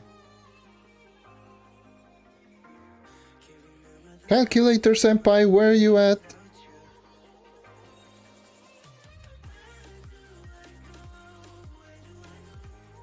There's no way in hell I'm going to even try to attempt that. Calc. So 4,500, multiply that by, let's just say, that's 370, that's not 270. So if I get around 4,500 in 1 hour, I will make 1.2 mil flux every hour. That's not bad. So roughly around 1.2 mil flux at 270 a pop.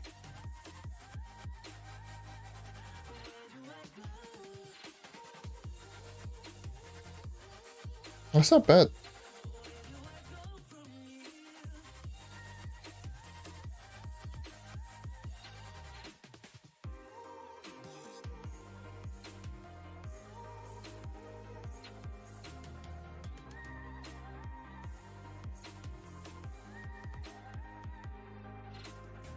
Well, this is really pretty good.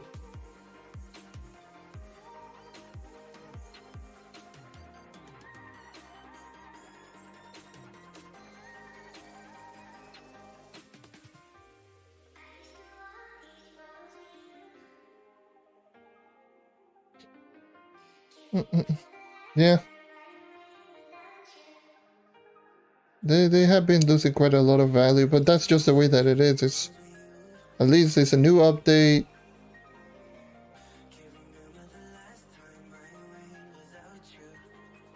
So since it's a new update, all the resources are going to go up and down. I wouldn't be...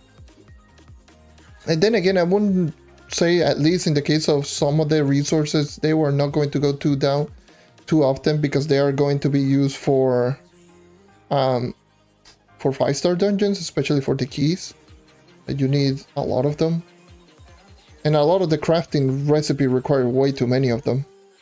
So I'm pretty sure they, at least in the case of the ores, they are going to stay relatively good price.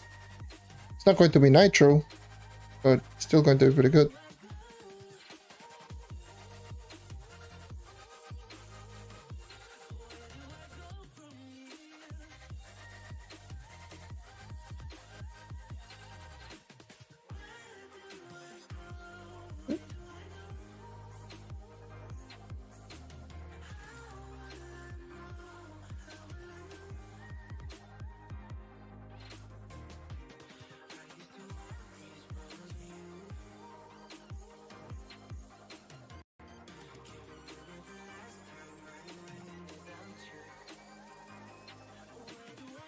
Mm-hmm.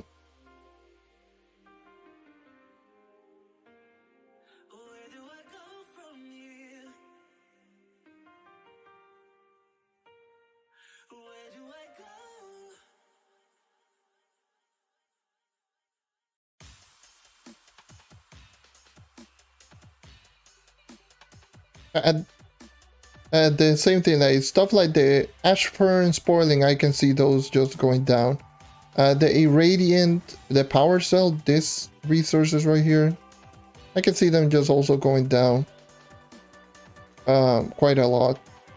The unnatural devices, hell no, those things are not going down in price no matter how much you put them. They are extremely difficult to actually obtain, and you need a lot.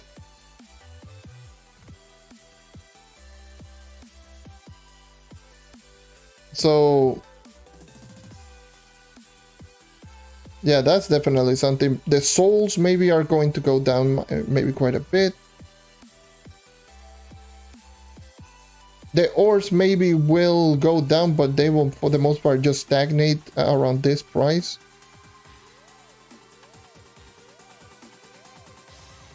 Maybe slightly lower, so they're going to be a pretty alright resource. Consider the amount that you need, and obviously keys for those who want drops, like Crystal 4 and 5 stars on their own plans. Are also the allied draws potentially for opening chests.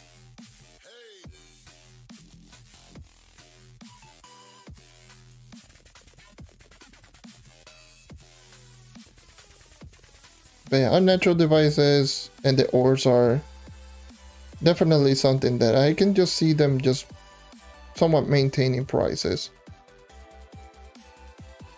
Because my god, like you need so much like unnatural devices for one dragon. And there's going to be a lot of people constantly just trying to get that dragon. 500 of them to say the least, and you and getting them is not easy. So unnatural devices is definitely the one that I can just see At least the price is just being constantly good because of the fact that you do need them not only for crafting, but also you need them for dragons, so.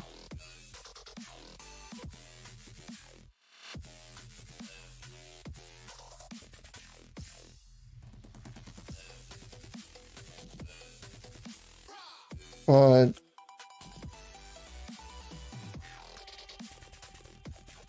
definitely some of the other, like I just mentioned with the ash fern, like you get them super easily, like the sporling.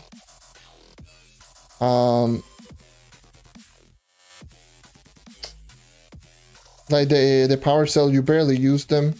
Like if you use them, they're still somewhat pretty easy to get.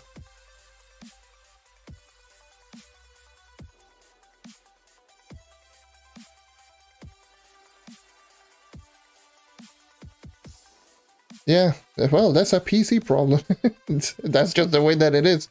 PC has a lot of problem with bots and the people with alts.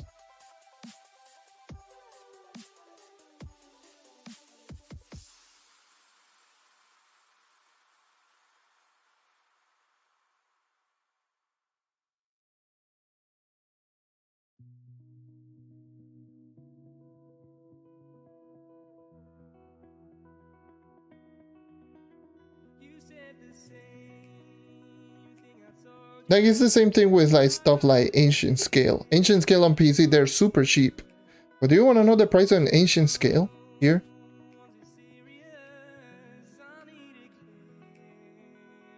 They're 90 to 100k each. So resources that are usually very difficult, they will stay up in price on console. So Ancient Scale, they are disgusting. And there are very many, like these are all of them in the market. Like there's not any, like, that's all. So same with the unnatural devices, like the unnatural devices, they're currently sitting at 10,000 to 11,000. They are more expensive than they were in day one. Usually day one resources, they're more expensive. They usually are very overly expensive. But no, they went more, like they went higher in price after a week has passed. So there's resources, especially on console, that just go really, really high depending on how much, like how rare it actually is.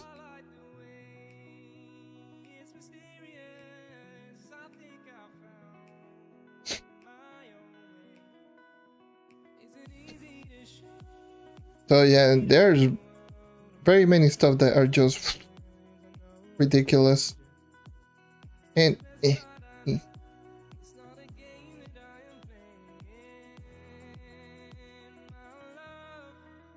yeah, the thing is with the Nitro bots, I've seen some of them and they're just so bad. This is how they actually play. Just a lot of bots just running around. Stop it. Stop it. Just going like this.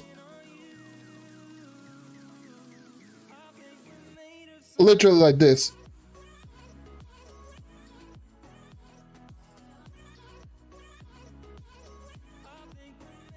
And as soon as they find, let's just say, a Nitro, one of them just steps on one Nitro block, everyone just joining, destroy everything around it. And then just everyone back again into their chair, just...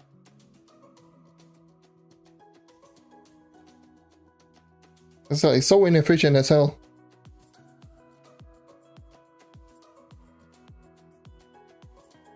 That's why, like, Nitro, I don't think it's just going to plummet in price. Considering first, like, the bots are just so bad. And secondly, like, you need so much Nitro. Like, the amount of Nitro that you do need is way too much. It's disgusting.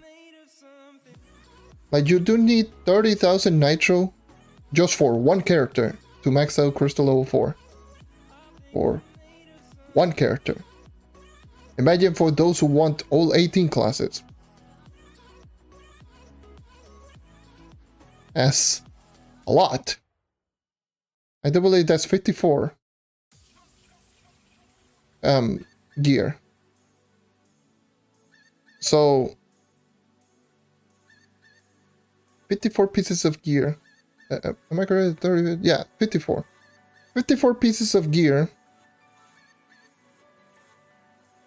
which is 540,000 nitro for one player that wants all characters maxed out with full crystal level 4.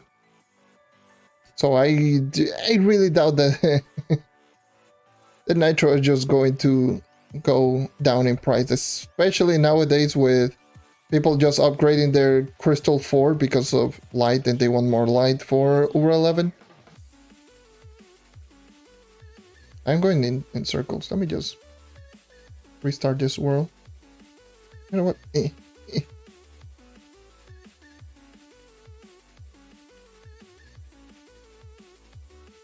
And all this area has not been rediscovered.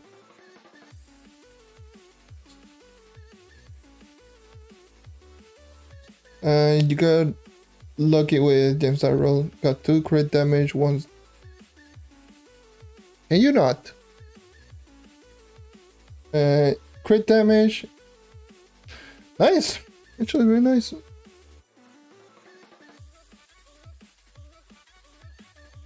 Imagine Geo boss, imagine. That would be crazy.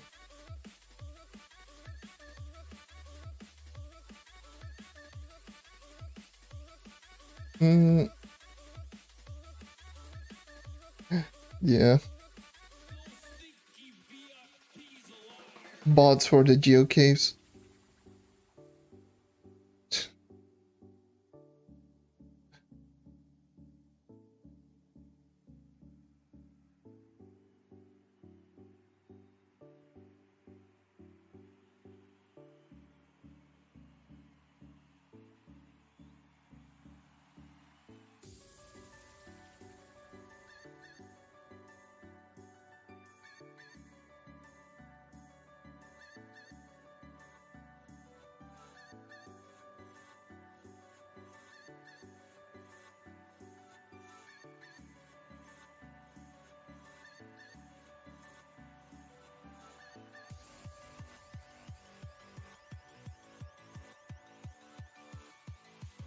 Okay, already just...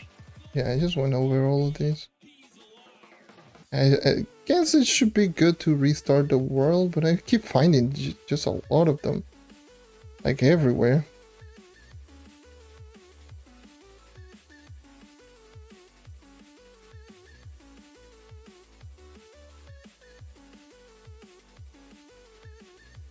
Look at that. I keep finding them a lot.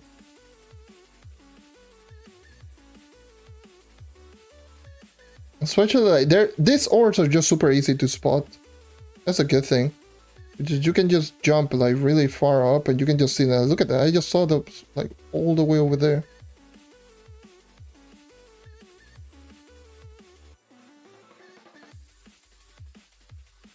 I'll put all of this on sale later.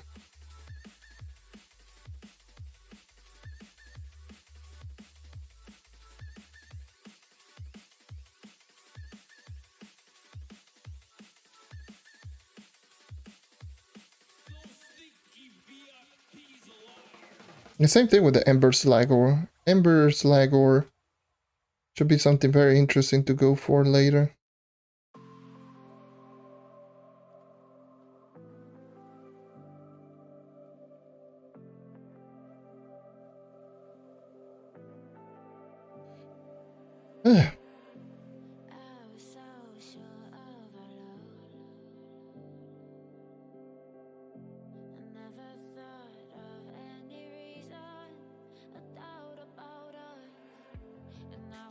No, I don't want to do that.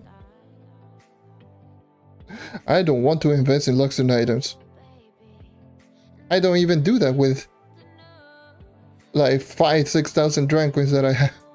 I got 5,000 Dragon Coins. I don't even do that. I like just as a little reminder on how Xbox price or how the Xbox marketplace works. Stuff like that don't sell. Stuff like that don't sell. they really don't sell.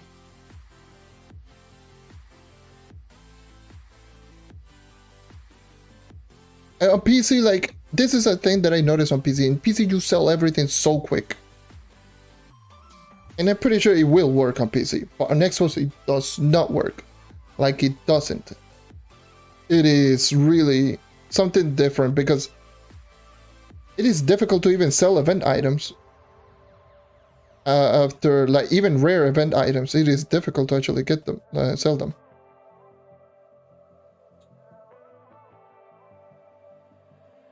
Like, a lot of people usually don't search on those, like, mastery items. Like, if they don't get it, they don't care, usually. They're just like, eh, whatever, screw it. And if the prices are low, they are going to keep it low every single time. They're stingy as hell, but... like, they don't sell.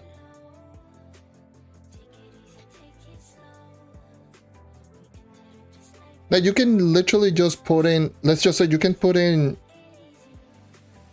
get an item. And that item, let's just say, costs 100k Flux. And maybe 2 months down the line, it will be like 120k. It's like, people are not going to buy it. Or if they buy it, they just buy it and it's around the same price as it was back when, you know, Luxem was there. That's why, like, I was super surprised on stuff like the wings, these wings on PC being super expensive. Like, on PC, like, these wings are just super expensive. When I saw them, like, damn, like, why? It's like on Xbox, once they actually reach a certain price, it just stagnates. It doesn't go up. It just maintains that price.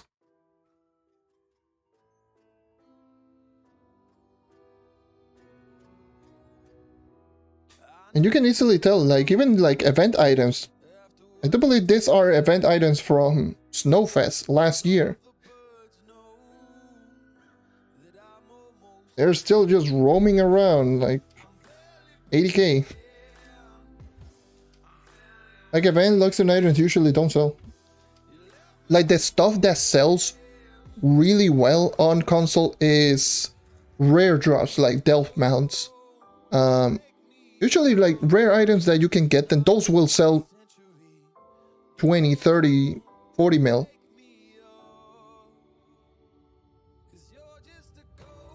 Like, let me check the prices at least on Celis, if anyone is selling Celis. Celis is the only one that is selling pretty expensive. And there's only two. Unyielding, which was very recent that they dropped one. Unyielding still it's not going up. Still in the 340s.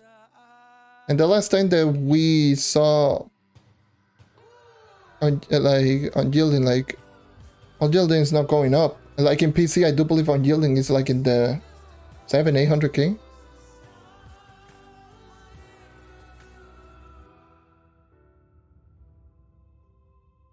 Let's just say, for example, if I put in this, there's 15 mil. You know, a trophy for a boss. Like, rare items like this one will cost a lot. I can just sell this for 15 mil. So yeah, usually stuff like that are the expensive things. Those are how you make, like, the big bucks or the big chunk in Flux and console. That's from what I could tell.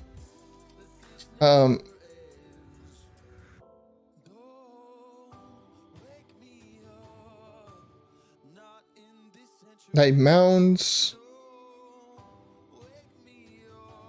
because that's usually what a lot of people are grinding for anyway, so they are going to be like, oh yes, if you get it, I'll buy it.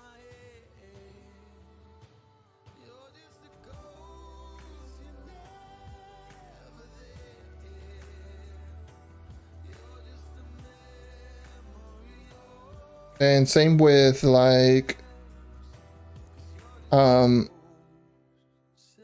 yeah, Delph mounts. I do believe I saw someone like 2 days ago, I believe it was, Someone sold a Fey throne mount. You know, a mount from the Fey biome at 30 mil. So,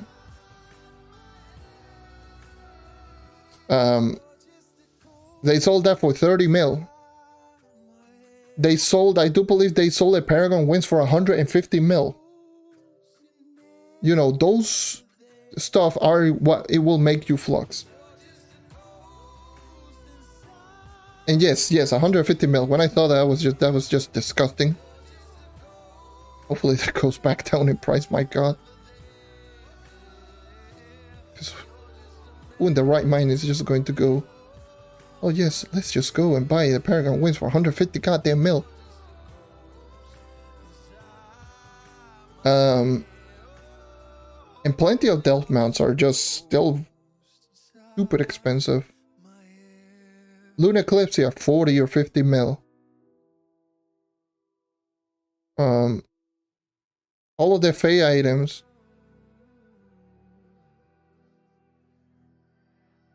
Easily 25, 30 mil each drop. And that's how you're going to make the big bucks. That's how you're going to make the big chunk in Flux. If you're lucky and you just get one of those drops, then you're good to go. That or common resources. Jesus Christ, 210 mil, holy Jesus. That is so disgusting. That is not even funny. That is so wrong.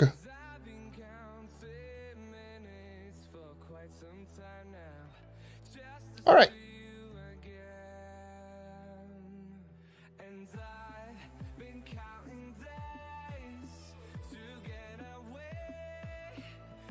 I already got 4,800. Just derping around over there in the Irradium.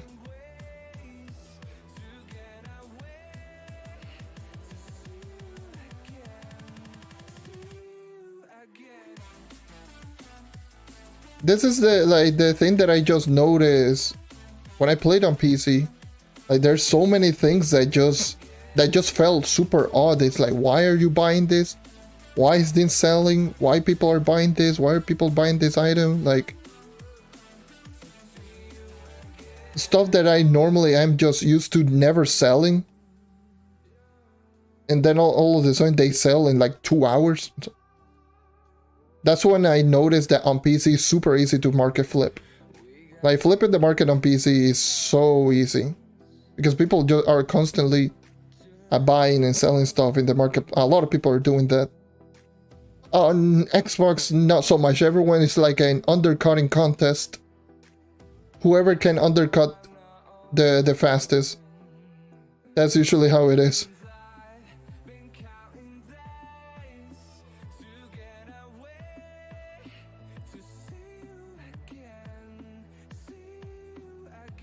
Oh, this world feels so good. Hold on. Like, I only had 1,000 radiant shards, by the way, when I started off, because I sold all of them.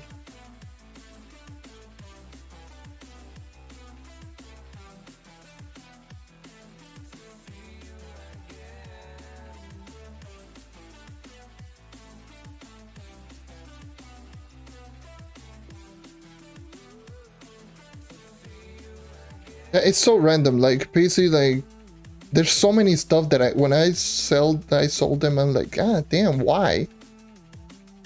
And they sell really quickly. Like, I'm still very surprised when I sold the Diamond Dragonite pouch for like 1 mil. I'm like, okay.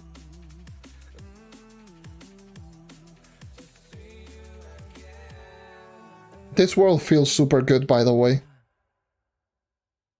I don't know what to tell you, but this world feels super good. Look at how fast they're dying. Look at, do you see how fast, like, it registers my shots?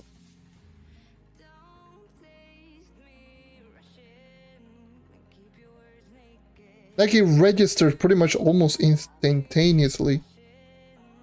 And I'm noticing whenever I just do this with Volatile Bounder, Like I can do an immediate quick swap, just this, which I normally cannot do.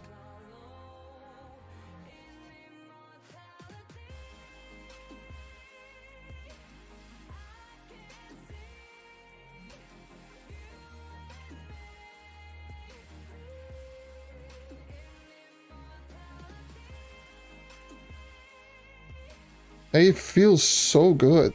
What the hell?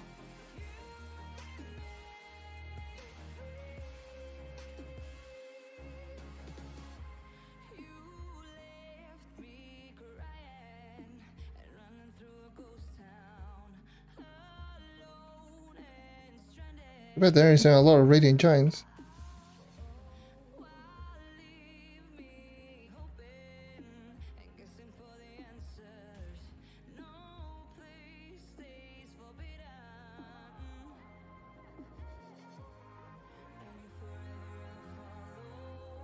Look at that, I can easily just do that. If I didn't grab loot, if there was like auto loot in this game, I could have literally just done this all the time and just kill enemies this quick without having to go and just grab the stellar drops.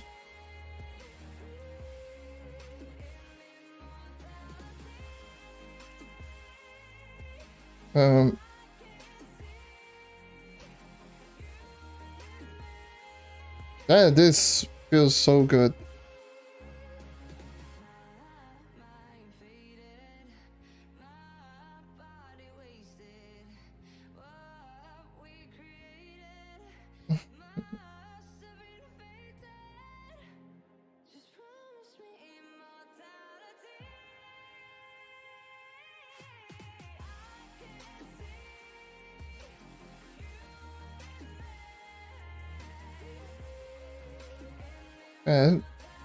You know what? You know what? Allow me to concentrate a little bit more. See how fast I can actually just get them.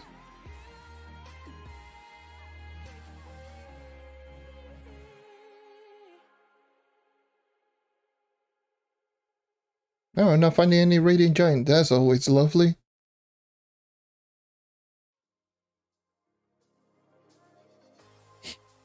Oh well. Guess I'm not finding any of them, so let me just go and look.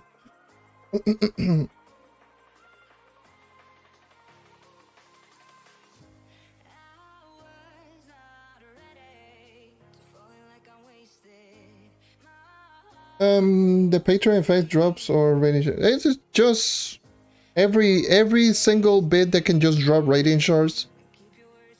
Pretty much any type of resource is affected by the gathering day, so it's affected by patron as well.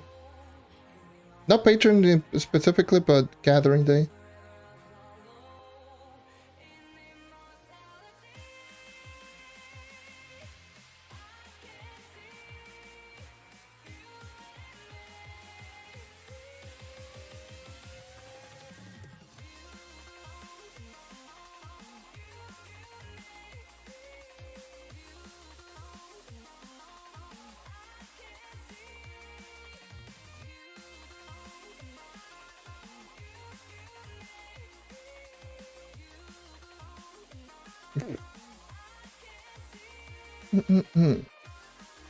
I want to check something.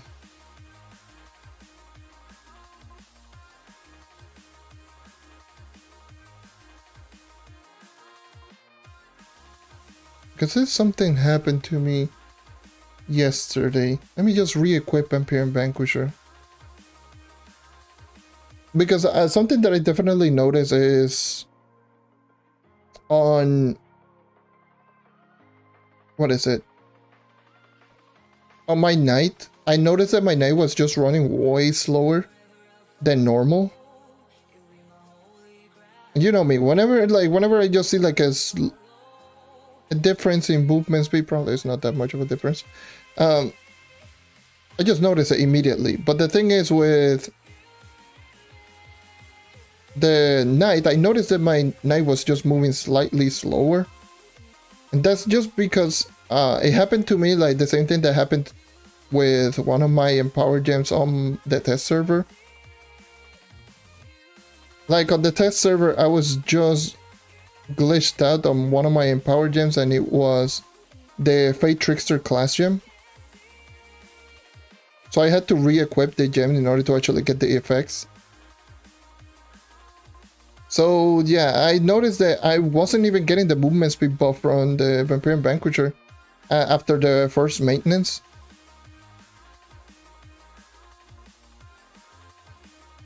It was like, because I was doing U10, no U10, U11 in Geotop. I noticed that my movement speed was it felt slower. It felt a lot slower. It felt like I didn't have even overcharge, but I had it. Then I went into Dells to do my weeklies. And again, same thing. I felt much slower. I was like, you know what? Let me just re-equip my Vampirian Vanquisher because I'm only seeing like 2 movement speed buff, like the Ally and the Trailblazing. That's the only 2 things that I'm seeing. Like, I'm only seeing constantly 2 movement speed buffs. And then I re-equip like Vampirian Vanquisher and all this, and I just noticed the 3 movement speed buff. Like, bruh. Well, that happened.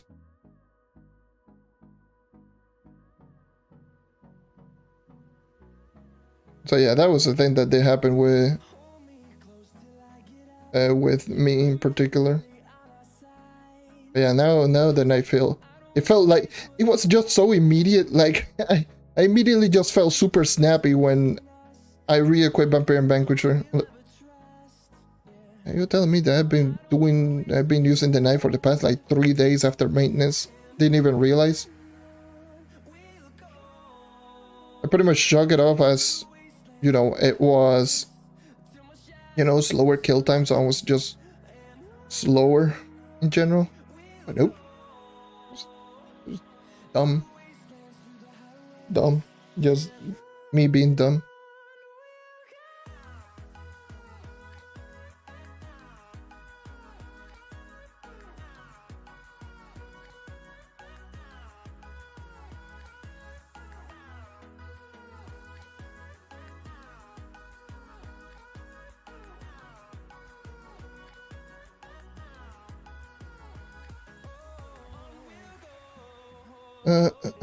So let's go over here.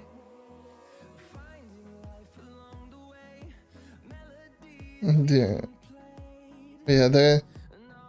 I didn't do that's the thing actually, just now that you're talking about the Hackbox event, I didn't do that a whole lot on my PC account.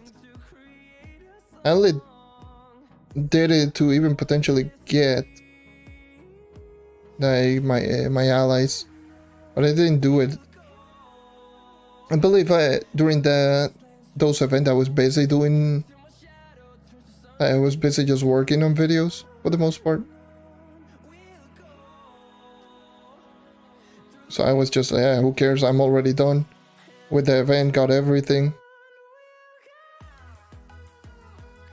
Might as well just focus my time and attention into making videos. Which is what happens a lot of cases.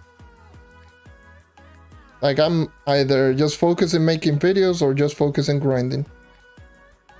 Which is usually what happens a lot. That's why, like, you don't see me just posting video a whole lot. It's because I'm playing the game. That's just it. Just playing the game.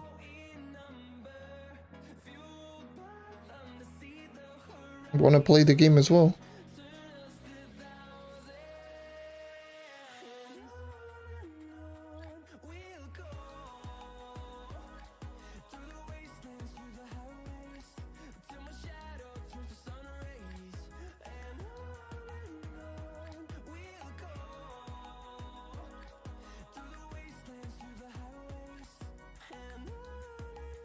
Yeah, I mean, I do believe like on console that event in terms of Flux making wasn't necessarily great, and also I didn't even care. At that moment, like pretty much at that point I was already maxed out. So I was like, eh.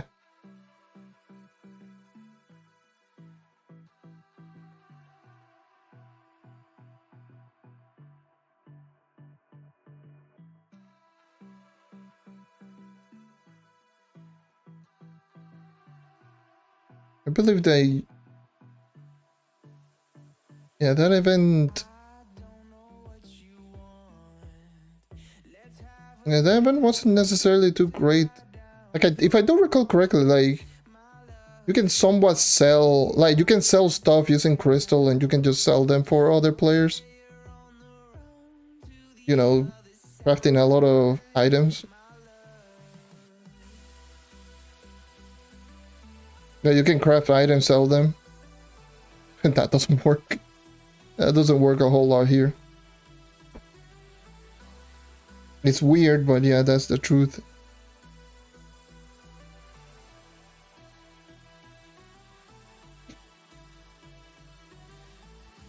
That's why it's usually best to sell the resources rather than just getting the... and selling the item itself.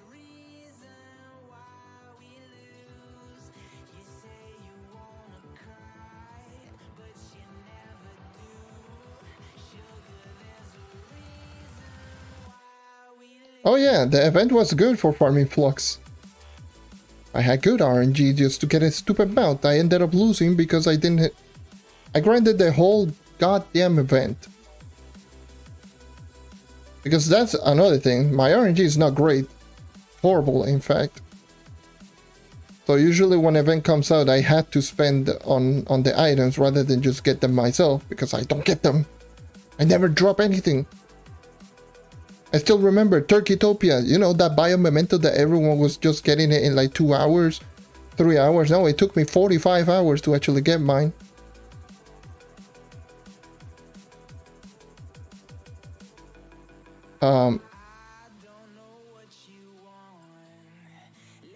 My RNG is just horrible. Like, I don't know. Like, I always... Like, whenever I talk to, like... To the people that I know, it's like, one of these days, one of this event is just going to be my event. Where I'm going to make huge flux. It just be very lucky. But no, I'm usually, like, on the short end of the stick. I don't know what the hell happened. Why is my luck so bad? I got no clue. And it's not like I don't grind. Like, I believe on the last event I grinded... How much was it? 35 hours on Dells. Never got the mount as a drop. I grinded 30 hours on Crystallized Clouds. And with all of the boxes that I opened, never got the mount. I had to buy it for 25 mil. So GG.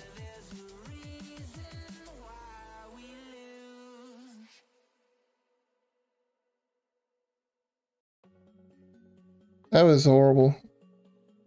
And then Bombfest, another thing. Oh yes, let me just grind the Bombfest stupid thing, like the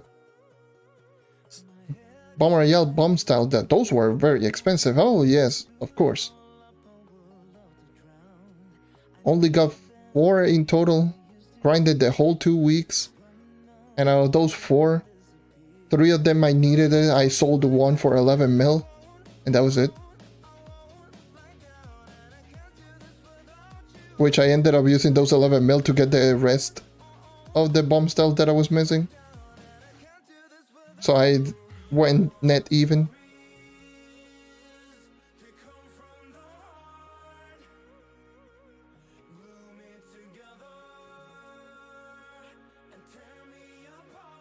Yeah, I mean, that's the thing. At least in my case, I get them because Mastery Farmer right here. You know, sitting at 13, I'm still missing 2 dragons. If I get both dragons, I will go like around 9.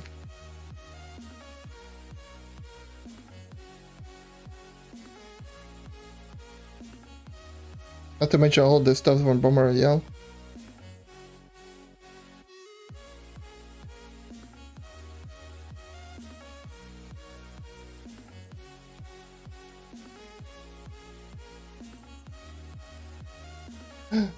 Yeah, that doesn't happen. That didn't happen here. On Xbox, it remained 25 mil throughout the whole 2 weeks. Like that amount. Never went down.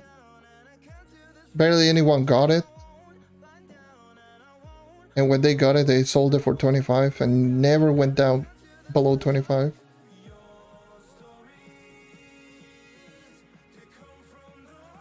Oh, you snipe. Gee! Ah, boy. Ah, boy, that boy got lucky. Sniping a Sunder trophy for 700k. Damn.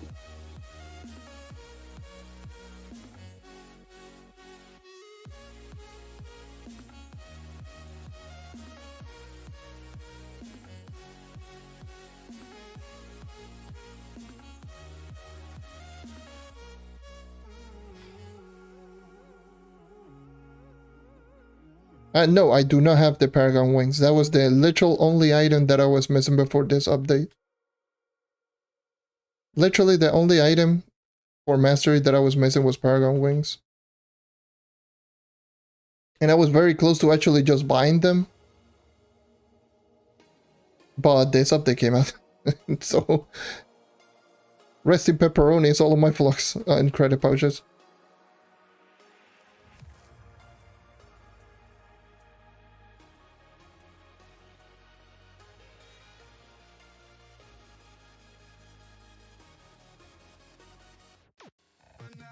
Which was like 80 mil down the drain, by the way.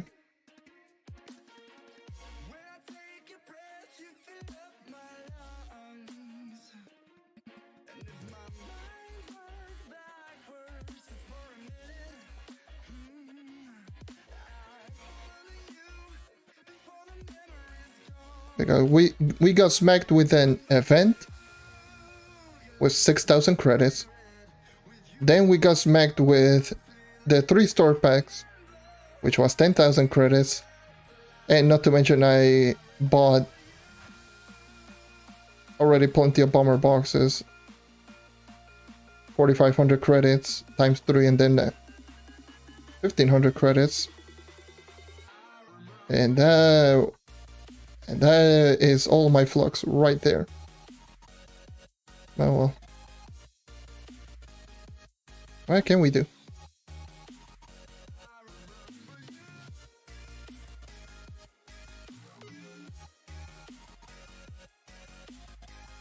What can we do?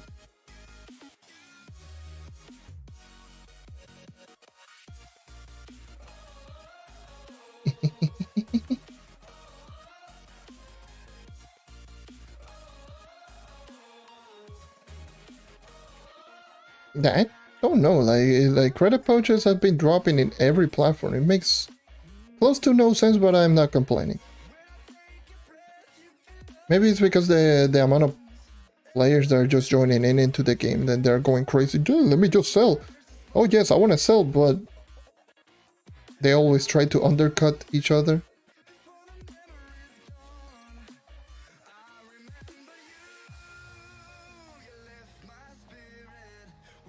I don't know. Like, there's a lot of players. Let me just undercut. No, I want to undercut you. I want to undercut. I want to be generous, and let me just drop it in for like 200k. Okay. You're being generous, so I'm going to be even more generous than you. 100k less. And it kept going down and down and down in price, and here we go. Sub 1 mil on PC, and like 400k on Xbox.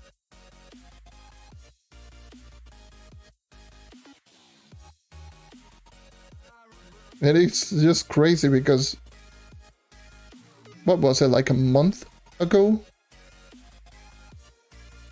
They were trending like what, like 800k on, 750 to 800k here on Xbox.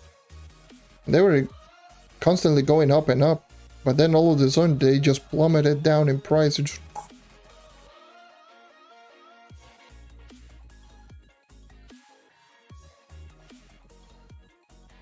I don't know.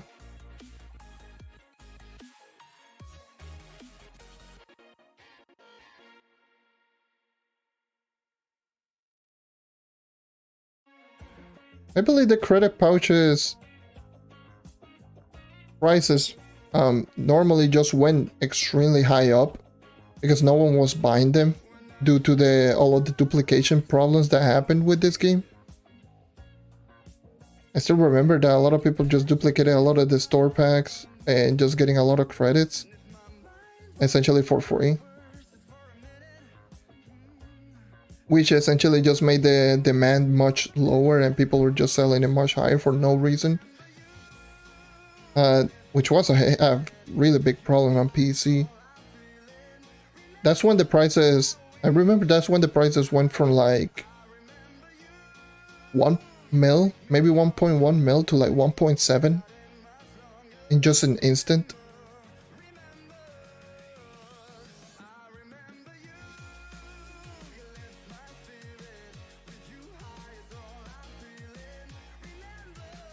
I remember those.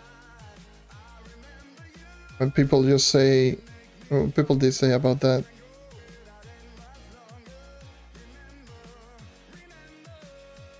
Yeah, it happened, I do believe it happened last year.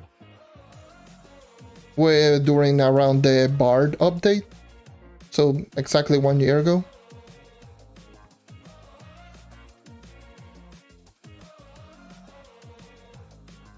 It happened, and also it happened here on Xbox. You could essentially just get the Bard pack for free. Now you can't, but you could. And with that Bard pack, you actually got like the 18,000 credits that it was granted on that pack, and you could get it for free. And I do believe it happened on every single platform. And that's when credit pouches just spiked in price like crazy on all platforms. But even like it was a worse problem on PC because it lasted for a longer period of time. Like it was there for longer because the Bard update was on PC for 1 month longer than it was on console. And that thing lasted for a little while. It lasted for a month or so on console. So credit pouches just spiked in prices because the demand was much lower. Everyone had thousands and thousands upon thousands of credits just for free.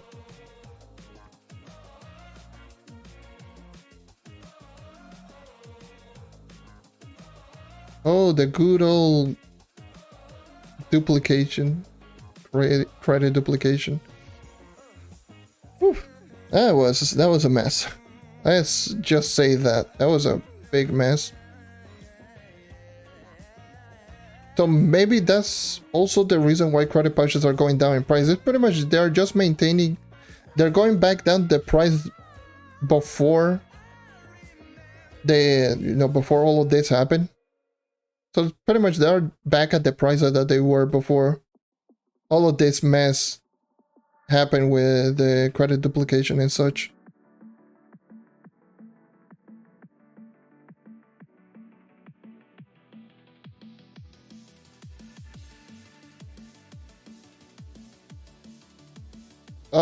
They do drop on higher Uber more often, yes. So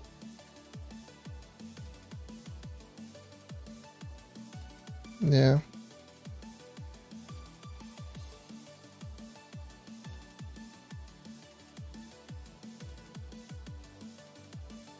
What have I been?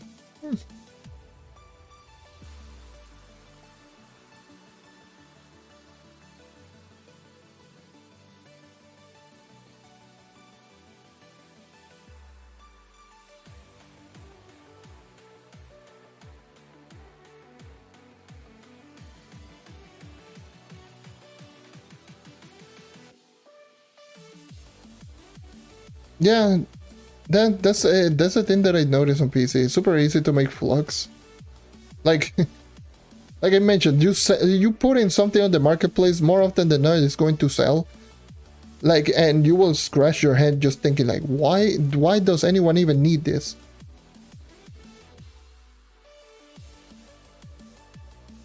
It is super weird. Like, I sold a Panda Talisman for like 350k. I'm like, damn. I remember when they were like 20k because of the Sunfest event 2 years ago. Everyone was getting those Panda Talisman because of the golden ticket boxes.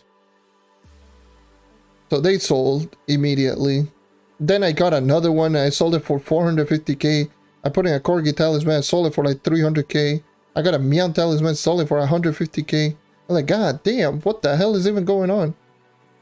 And then, not to mention, I got the Piñata mount, the old Shadow Tower Piñata mount. Sold it for like a mil. Got the Crystalline Darter, which is a rare ally from the Glowing Crystal Caches. Sold that for 9 mil.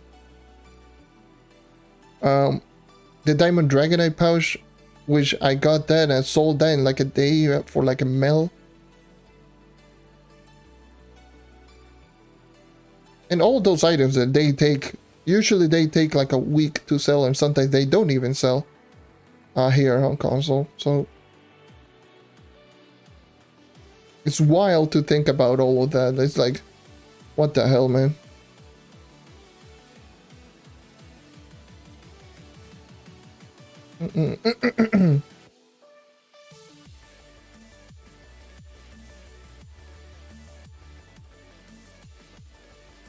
Yeah, it is. Oh, Expo's app is lagging.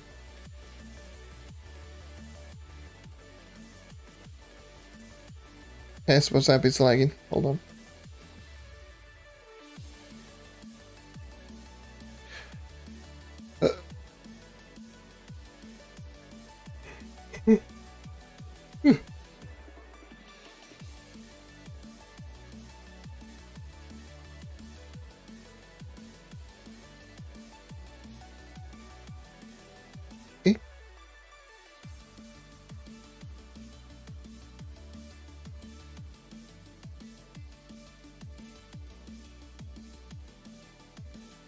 So I've been, let's just say I've been doing this for around half an hour. So let's see how much did I made in around half an hour. That's a stellar. No, that's a legendary. All right.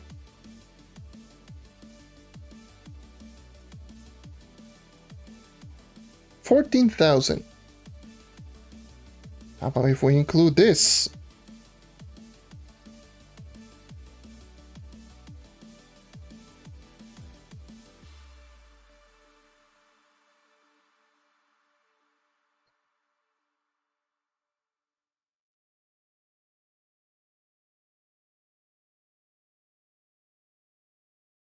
$42,000. Half an hour. So my pace is like 80. So I got 41,000 essentially in like half an hour.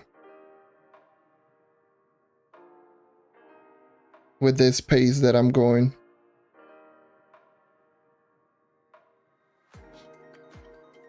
Let me check how much would that be.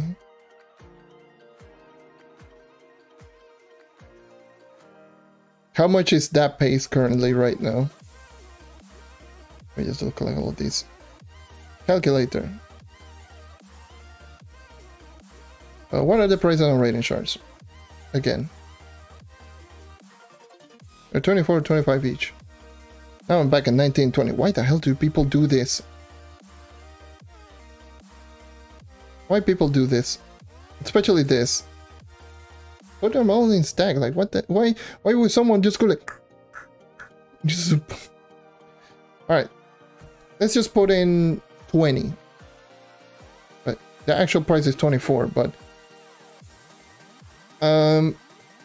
that's 24 times 41. That's almost a mil in half an hour. There you go. That's almost a mil in half an hour. That's a pace of like 2 million Flux an hour. That's ridiculous. something that I would probably not say that it's not worth just do this for the entire day, because it will take you like 7 years to sell everything. But maybe 1 to 2 hours running around like this doesn't sound so bad.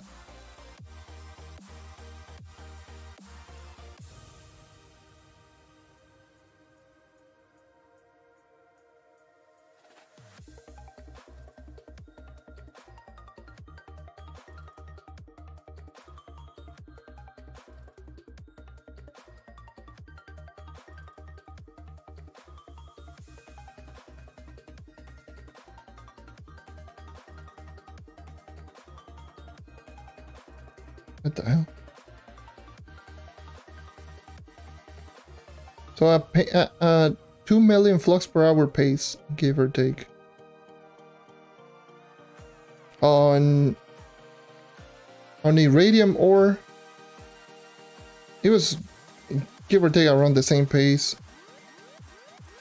Probably Nitro is still higher, actually, just thinking about it. That's just crazy to think about.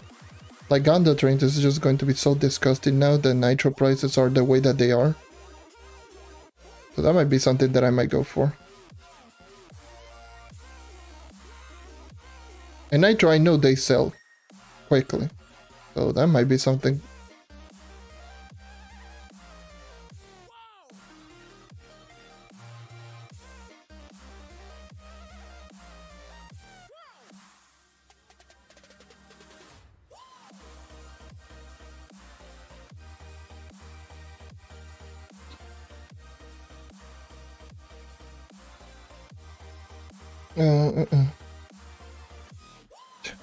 Yeah.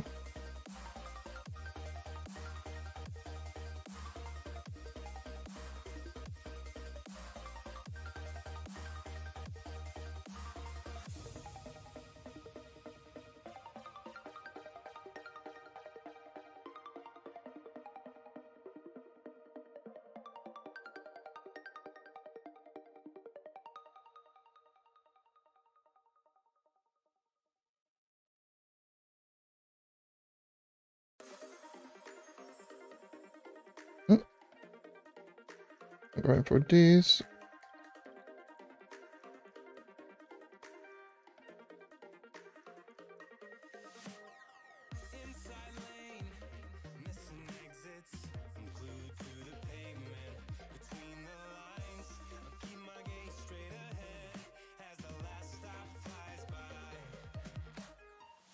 Yeah, this is just crazy. Especially just making Flux now. Even despite this, for solo grind, pacing of 2 mil an hour, still probably not as good as Nitro is. That's just wild. Gonda trains is not even a joke. They barely, like, I don't see a lot of people doing tier 5 runs anymore.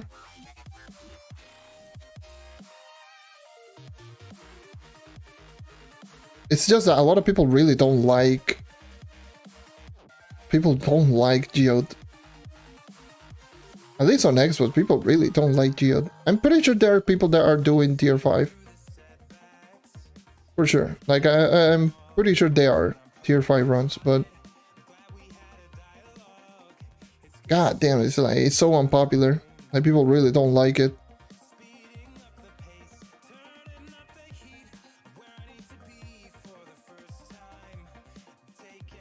Especially with a lot of players, it can be a laggy mess.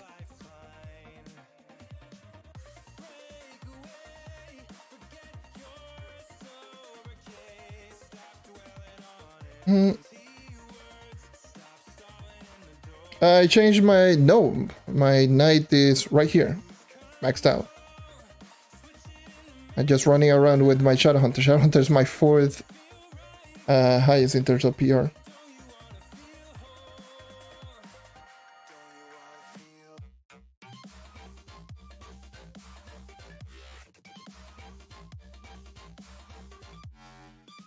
Lunar event should be next Tuesday. It should be. Lunar plunge should be next Tuesday.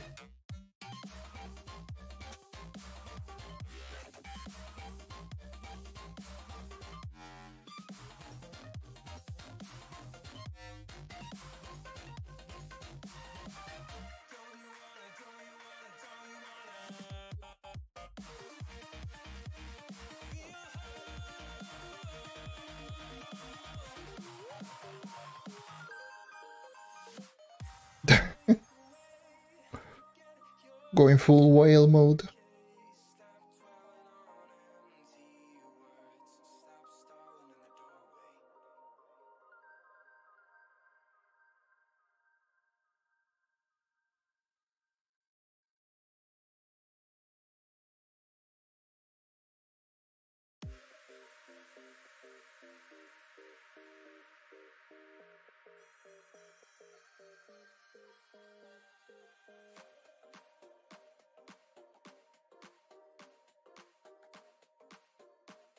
Thanks of again, yeah.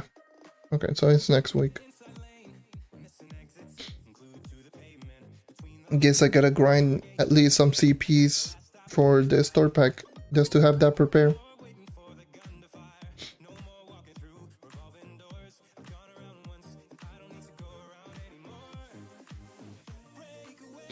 It could be that could be one day. Just one day it will take me. I mean, how much are we talking about? 3,000 credits is 12 credit pouches at current prices. That's pretty easy. Should be around like 5 mil at most.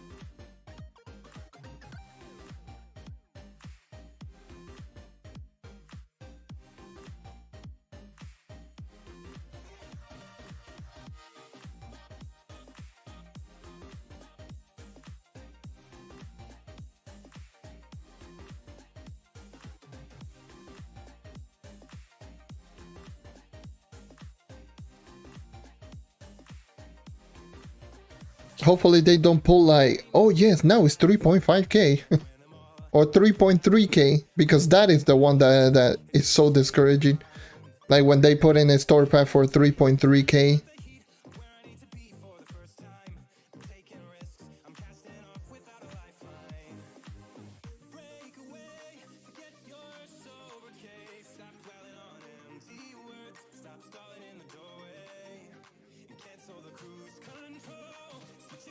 It's like, it's not 13 credit pouches, it's 14, it's the same as 35.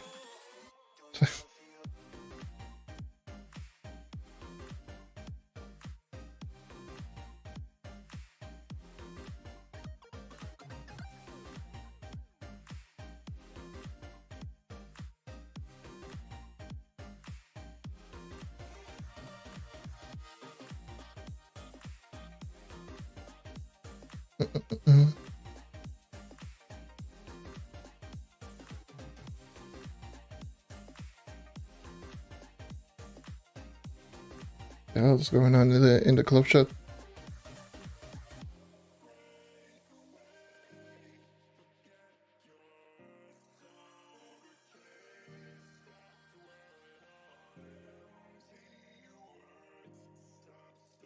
Everyone's going to buy the pack called... Oh yeah, Lunar Void. Yeah, I do have it. I've gotten... Thus far I've gotten every store pack from events.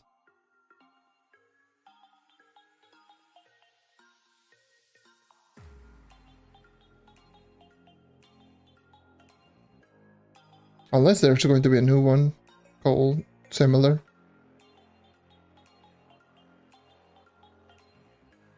Yeah, Lunar Void, it was from last year, if I do recall. Yeah, it was from last year. That was the one that actually had the the glitched out Bard costume, because they dropped that costume for the Bard before actually dropping the Bard on console. And you could equip that Bard on, like, the Bard costume on the knight and just make the knight invisible. That was fun.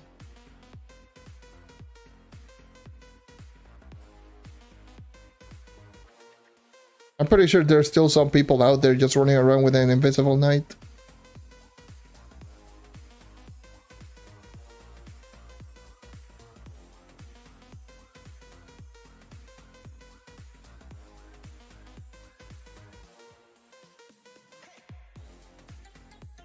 Yeah, it was pretty funny. Like, I believe I made the video that I made on the Lunar Void store pack, I showcased that. It was hilarious.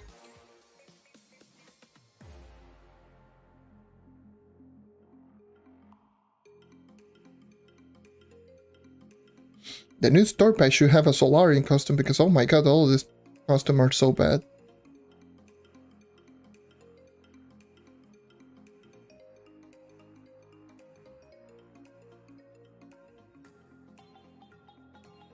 I'm actually pretty excited for it, by the way, yes, for the Halloween, because usually they drop in on Halloween store packs.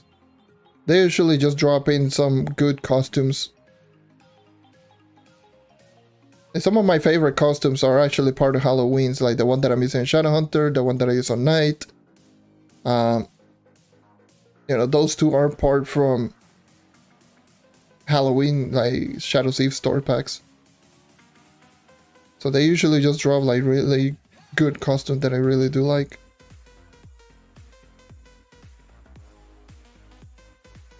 Like characters, let me see. Characters that actually do need, I don't know why. They do need a costume.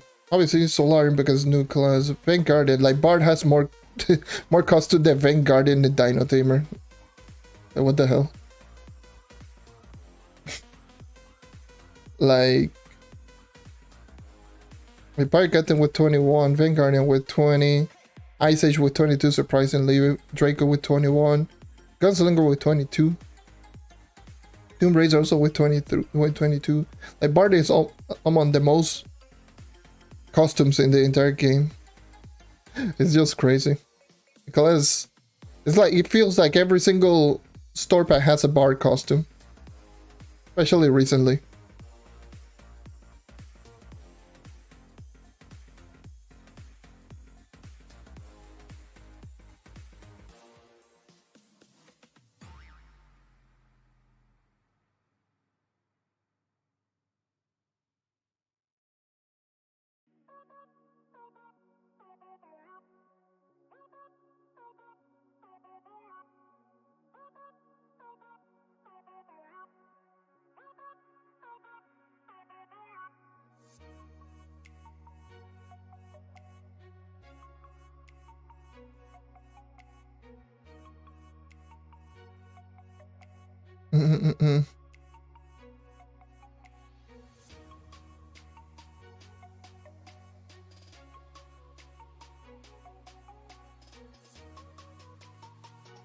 Oh.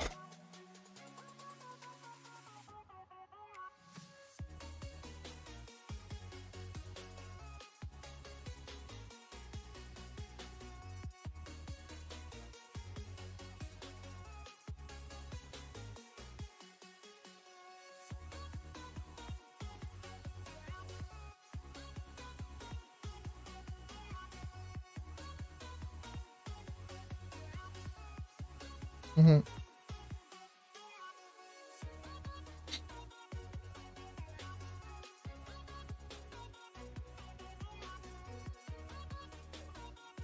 I mean, okay. I mean, technically all classes have level up costumes, so we need to take away 3 or 4 of them with every single class that started and all 10, 20, and 30, so that's 4 costume out for every class. But yeah.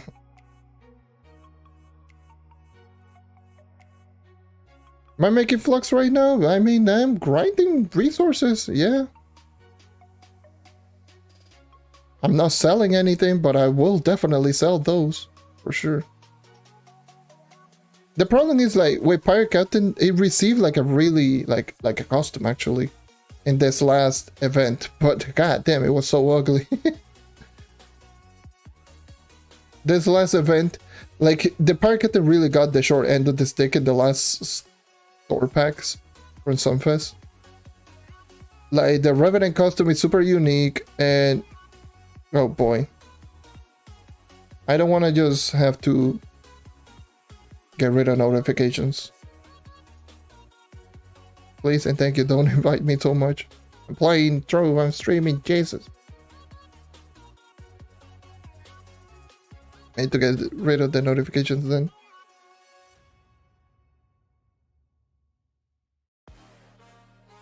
I still haven't played multiverses, by the way. It's weird.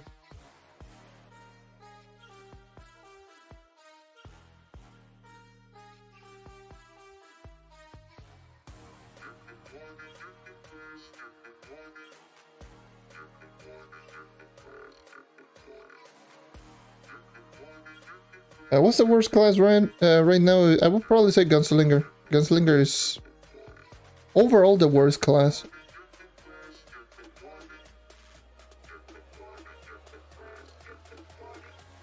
It feels outdated. It still can do like damage and it still can delete, but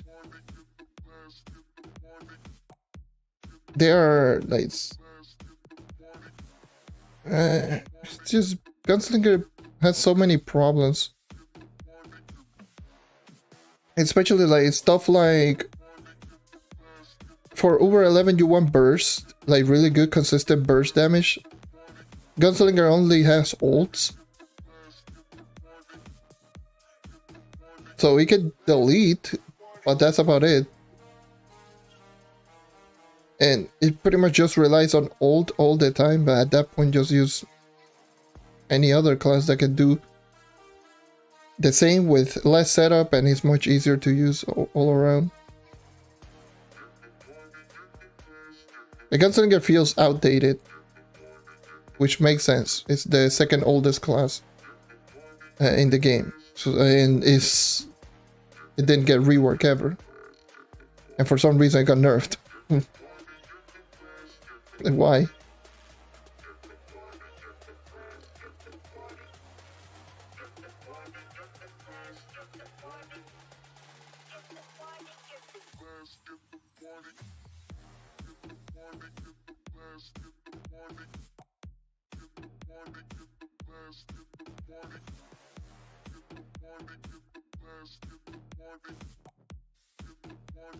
Paragon not custom for 100, that'd be nice.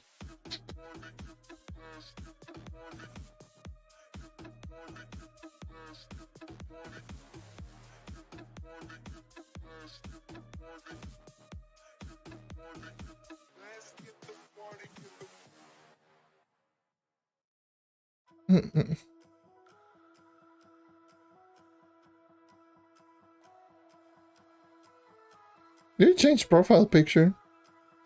I just noticed that right now. Like, literally just changed profile picture on my chat. Sheesh.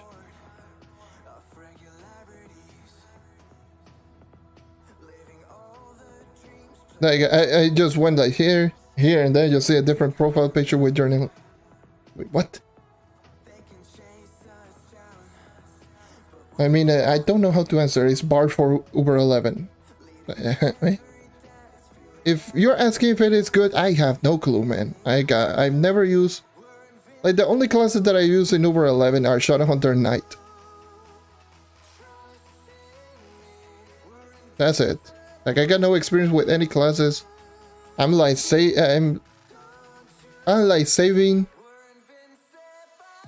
my time on using a character in Uber 11 when I do the 40k on that class. So I got it for 40k PR just for subclass, and that's it. So that's the way that it is. Like, I'm not going to just say if it is good or bad or whatever.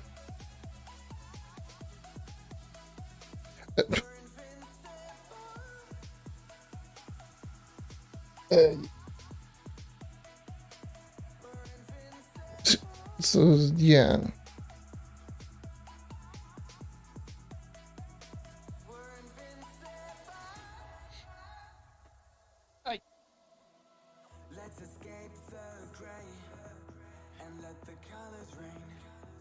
Oh.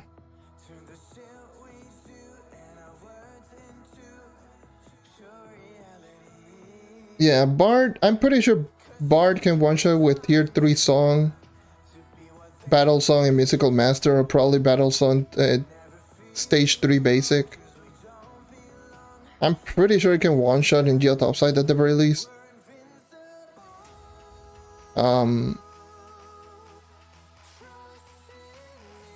But musical master, maybe you can start one-shotting stage 3 battle song, musical master, just start one-shotting enemies in the regular Uber 11, and then in Thunder Uplands, No Way in Hell. Like, probably the only class that I can just imagine one-shotting Thunder Uplands is Seekers on Shadowhunter. Maybe ult on Barb. But definitely Seekers on Shadowhunter, that's probably the only thing. But what, like, the Seekers one-shots literally everything, anything in your in the planet, so...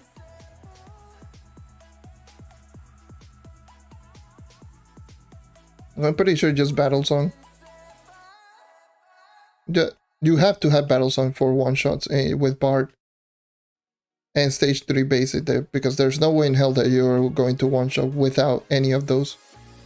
Because stage 3 basic does less than Spirit Square, and Spirit Square doesn't one-shot.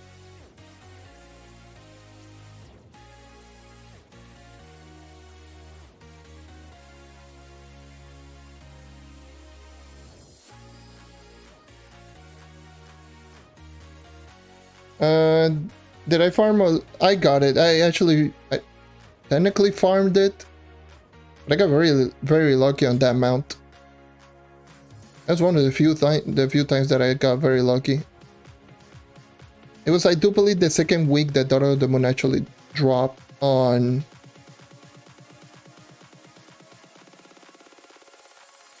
yeah, Daughter of the Moon dropped on Challenge Delves. It was in 147, and I was just like grinding. I was like, yeah, you know what, I'm going to stay here all week just to see if I can get any of the 3 mounts, because I was missing all 3 mounts literally on my 12th attempt, and I got it. I got Lunar Eclipse in. Oh, I actually still have the clip of me getting it. Let me see if I can just showcase it. Oh, it's right here. So recent captures.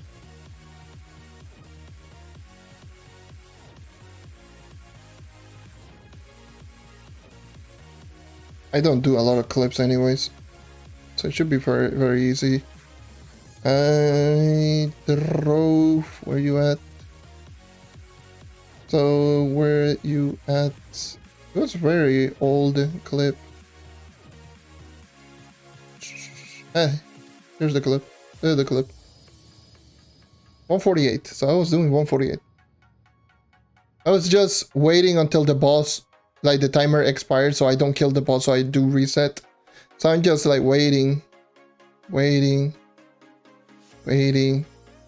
Alright, timer expires. Let's go. Down.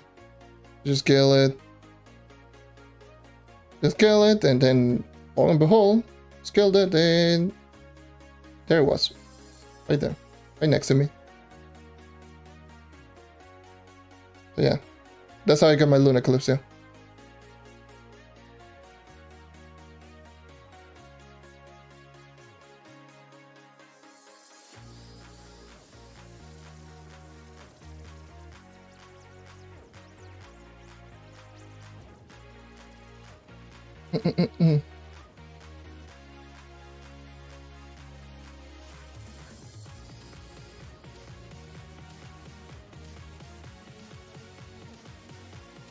Yeah.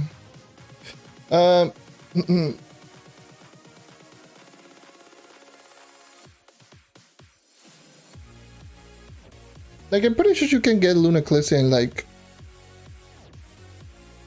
all of those depth, like 120, 130. Pretty sure you can get them. But That's just the way that it is. You have to get a lot of, like, if you do have a lot of alt accounts, just get yourself a lot of alt accounts and go for it. Yeah, by the way, that is very true.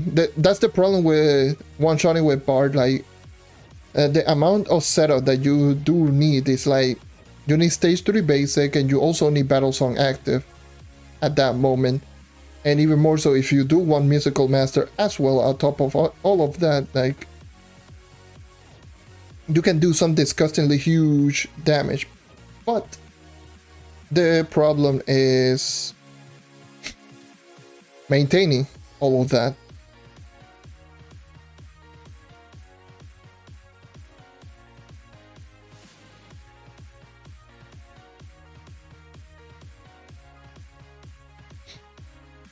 Maintaining is going to be a pain in the ass. I know that for a fact.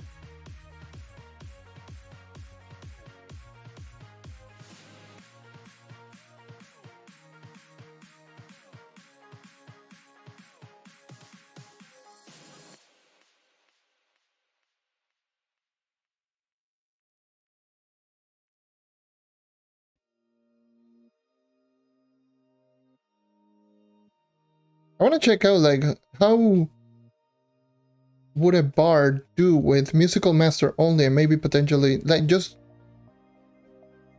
battle song, musical master, not even battle song, just musical master, jubilant, maybe stage 1, stage 2 basic. How would it do? I'm pretty sure it can still do pretty decently. Not as good as Uber 10, because Uber 10 bard musical master is just disgusting. It's not even funny. Like, Uber 10 bard musical master with jubilant is, whew. Like, I showcase a 345 dungeon pace per hour with that combination in Uber 10. That is not even funny.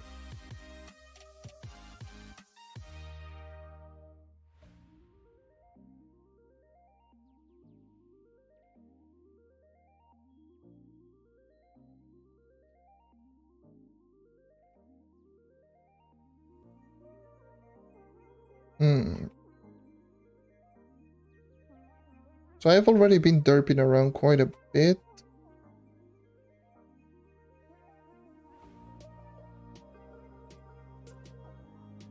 How much do I got? Let me just open up these.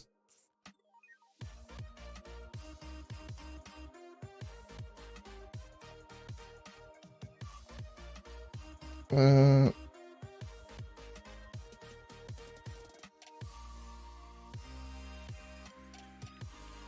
76,000. Yeah, I'll leave it at that. 76k in like an hour. It's just so dumb. Just derping around. How much is that? That's approximately 75k times 24. 1.8 mil. Yeah, at 2024, that's 1.8 mil. In that span that I just was derping around in Radiant Shirt, that was 1.8 mil. Let's go to the next area that I wanted to check. Let me just look like these. Let me just grab my Nitro Chaser, and I will be doing some Nitro shenanigans. I'll put it right here. Alright. Let's go. I'll go Geotops. Does it even really matter? I don't think it does.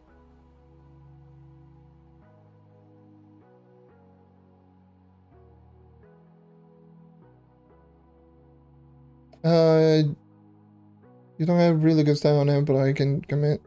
So you can comment, but I imagine if you want sellers to keep it a musical master, so I mean, maybe, like, when I used it in Uber 10, I didn't use sellers. I use Trail Arcane combo. Like, I didn't need sellers. The energy, I use energy regeneration on my ring, so that was more than enough for me to maintain Musical Master.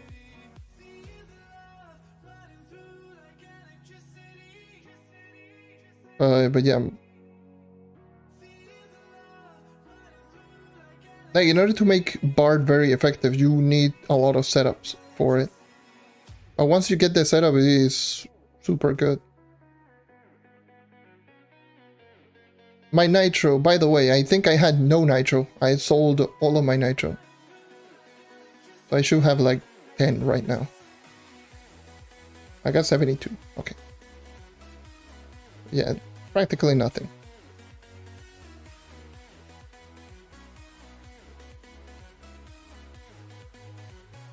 And it's not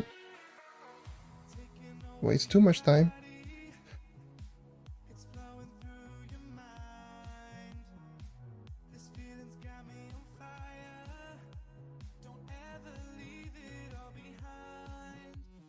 One piece.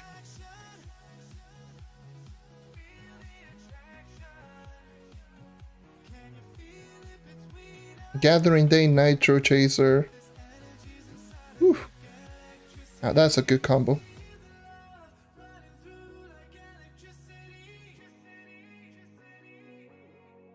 And Nitro is so disgustingly good. So around... I will... Okay. We don't talk about those bombs. Let's move on. Yeah, you're going to see a lot of bombs just being thrown at miss.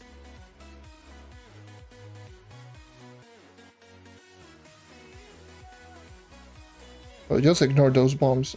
That's all I gotta say.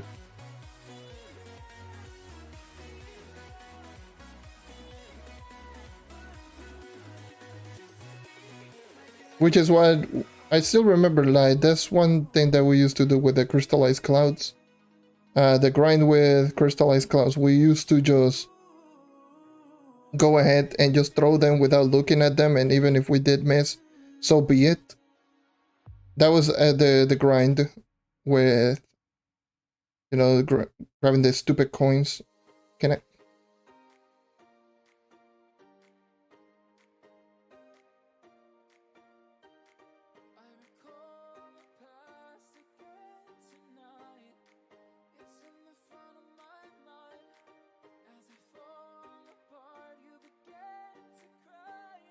I should be going to over here. Oh, eh. Okay, never mind. Screw that bomb.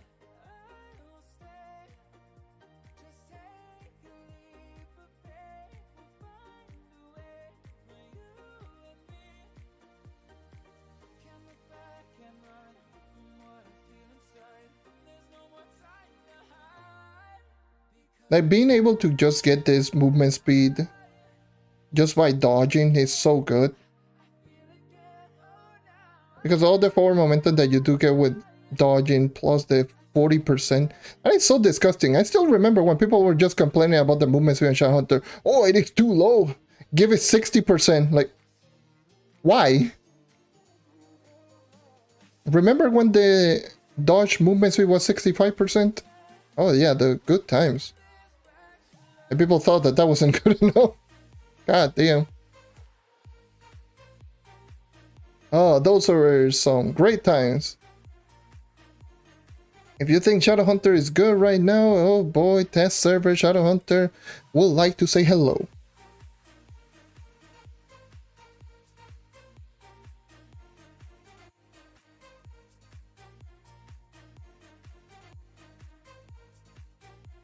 Test server Shadowhunter was...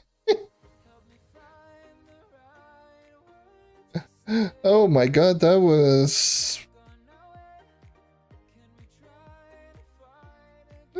That character made no sense. Thank god it got nerfed 4 times, because holy Jesus.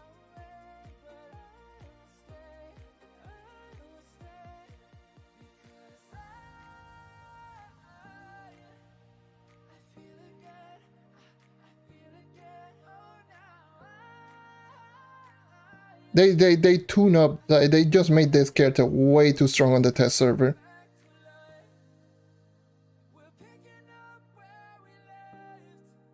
It's like, oh yes, a 3.25 basic attack. All right. A 2.5 explosion from the passive ability. All right. A 15% increase to damage in general against a Shadow Mark enemy. All right. A 60 to 65% movement speed increase. 65%. Sure. Ultimate ability that tick twice as fast and dealt more damage. 7.5 and 5.5 per tick. Alright, sure. Shadow Seekers, dealing a potential 55 times damage multiplier. Sure, let us continue. What more do you want?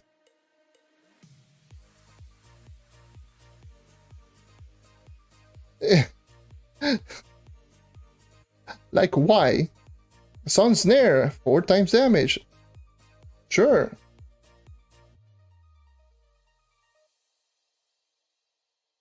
And that Shadow Hunter was, to some people, alright.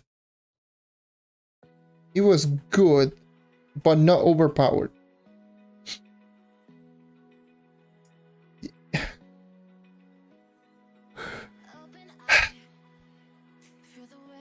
So you're telling me a Shadow Hunter shooting at 12 attacks per second, doing the same damage as a Candy Barbarian, running faster than a Neon Ninja, much faster in fact,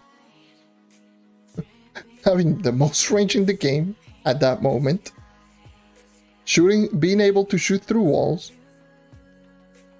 having the strongest buff for a damage buff for a character, and with the ultimate ability that had the potential of the highest DPS in the game, and it wasn't even close. It was like twice or 3 times the DPS on the comparable to the second highest, which was the Chloromancer at that moment. That class made no sense.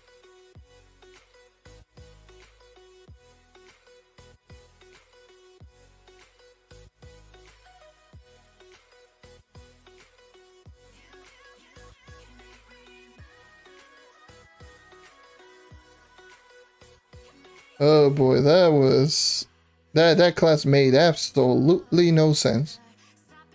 Whew. There's so many things that you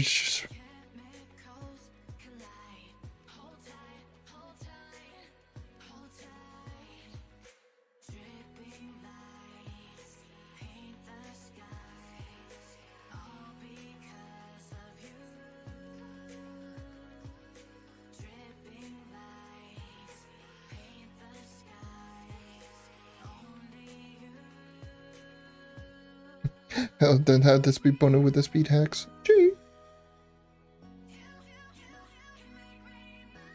1K movement through. And just imagine just that lawnmower and just deleting everything.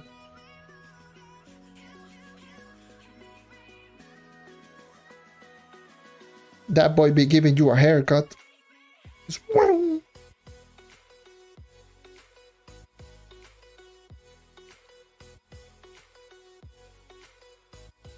I mean, you can technically, by the way, you can technically get a 75% movement speed increase on every class without the speed hacks.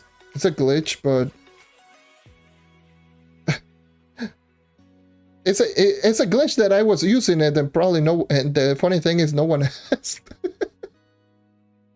There were so many people watching me grind over 11. No one asked, and I was just using the glitch essentially. That was so funny.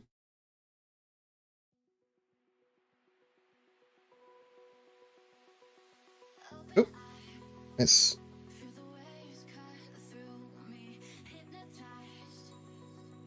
And I'm not gonna say it right now because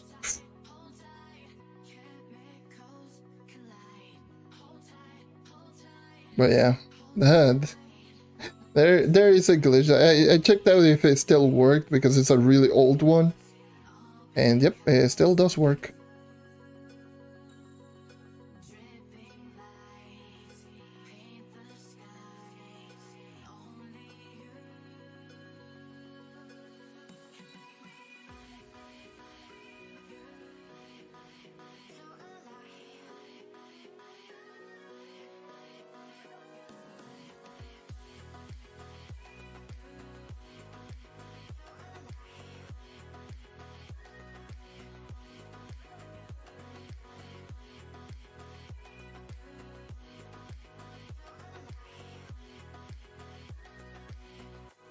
Got mono nitro everywhere. God damn.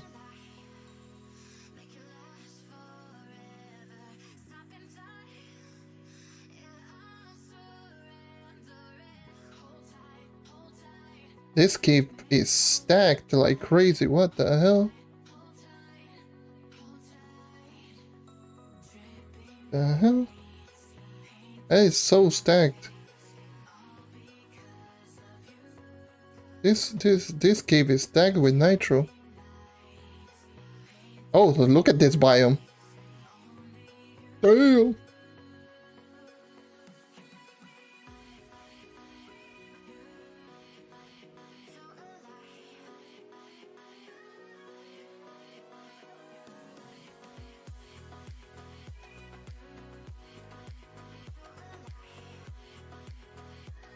Okay. Imagine red, yeah, imagine. That would be crazy. Shadowhunter stats, they're not perfect, still 140% critical hit, you know, like a pro. But yeah, those are my stats. 533, 2393, still 8.8k light with no food. I want 40% crit hit because I still haven't rerolled the crit hit into max health. I don't feel like doing so right now.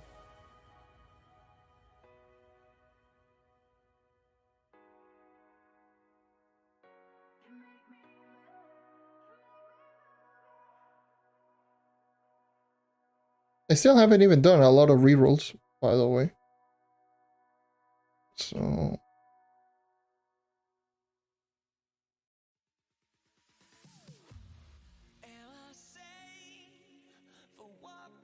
I don't know how much physical damage you should have at 40k. Considering it's very heavily dependent on your mastery as well.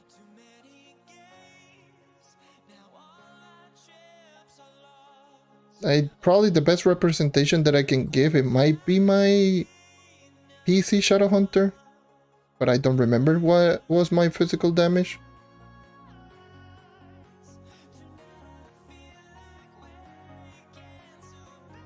And it also depends on which class you're rocking, because obviously there are certain classes with physical damage bonuses like Solarian, Boomeranger,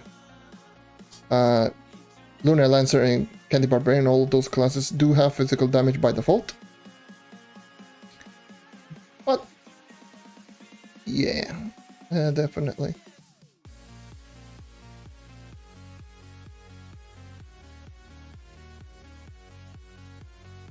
Ow. Ow. 44.8, 600 KPD, opponent boost on or 30414. Oh, nice.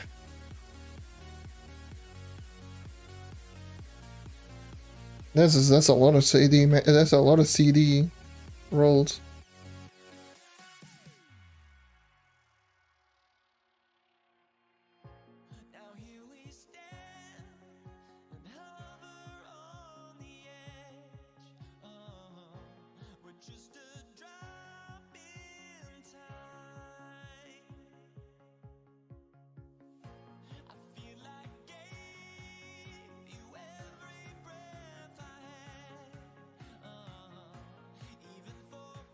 Moonlight Temper. Damn, Moonlight Temper at that price. Jesus Christ.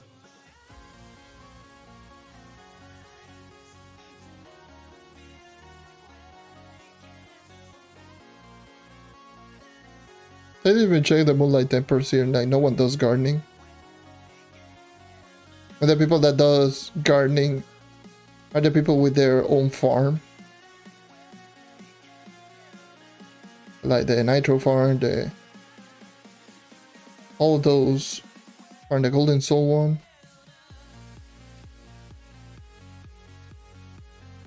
Maybe they could be like pretty high in price because there's still people that do the gardening thing with like the allies.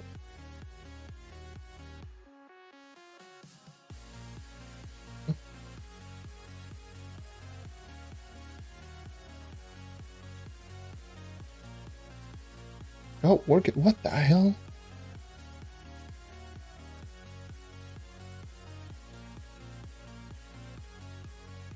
That is so wild. What the hell?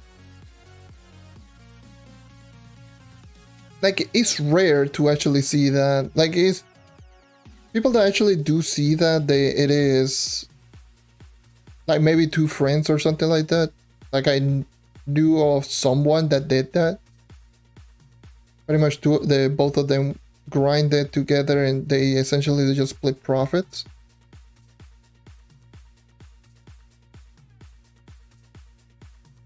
But someone just like working for gardening doesn't happen here. If you tell that to someone, they will tell you to to F off because they're not doing gardening.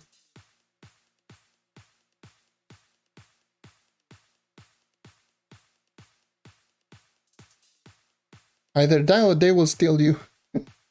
That happens so often. Getting scammed, that's a common thing. Yeah, people barely trust anyone.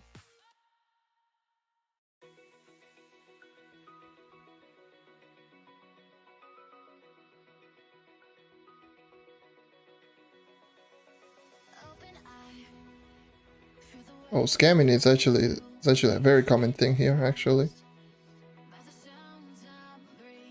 No, yeah, like gardening, everything related to gardening, it pays ridiculously well.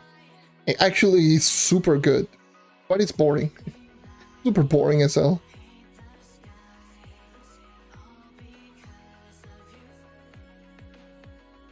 Like, it is boring as hell because it's grinding moonlight bulbs and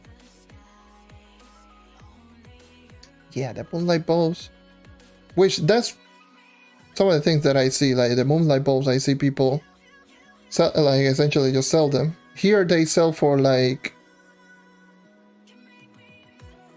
how much? Like 1 or 2k?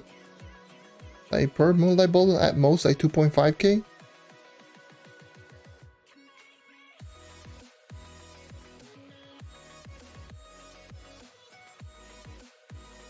But more often than not, you're going to see like 1k.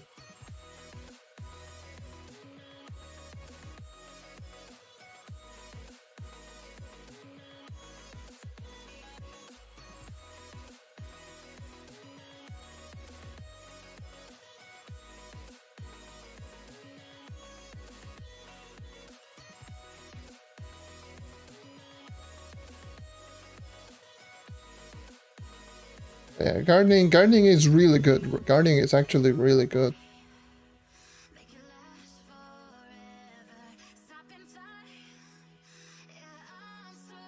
Especially if you know how to just maintain like all of the gardening. With all of the resources needed.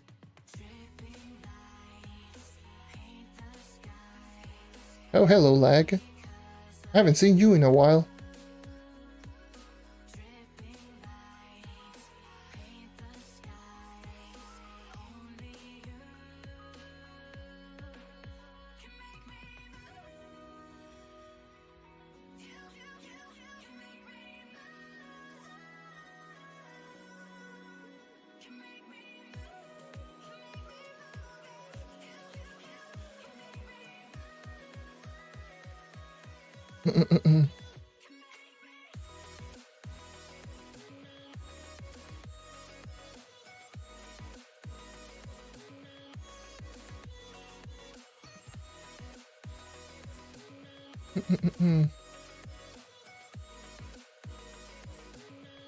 Ow.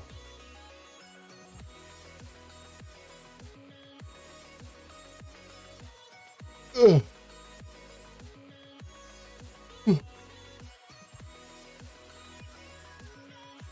Yeah, wasn't it just to plant all those plants just before the harvest day? You just put them before harvest day, just harvest them immediately without having to waste one time, and then just harvest them 4 more times. Um, the yeah, I used to do that a lot when I did my gardening, my nitro farm back then. I used to have like a little nitro farm, which thanks to that nitro farm is how I was able to finish up all of my delft mounts. And how was also I was able to max out some of my crystal 4.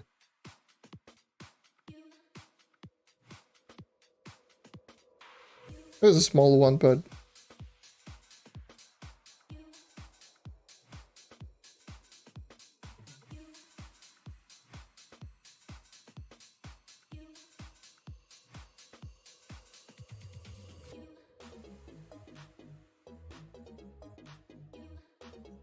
getting hungry, getting hungry, getting starving.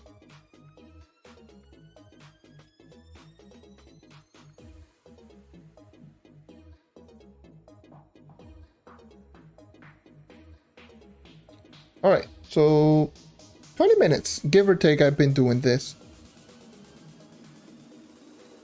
20 minutes.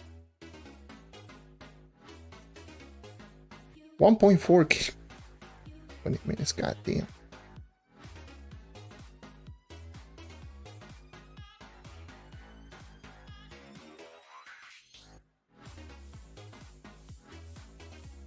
Okay.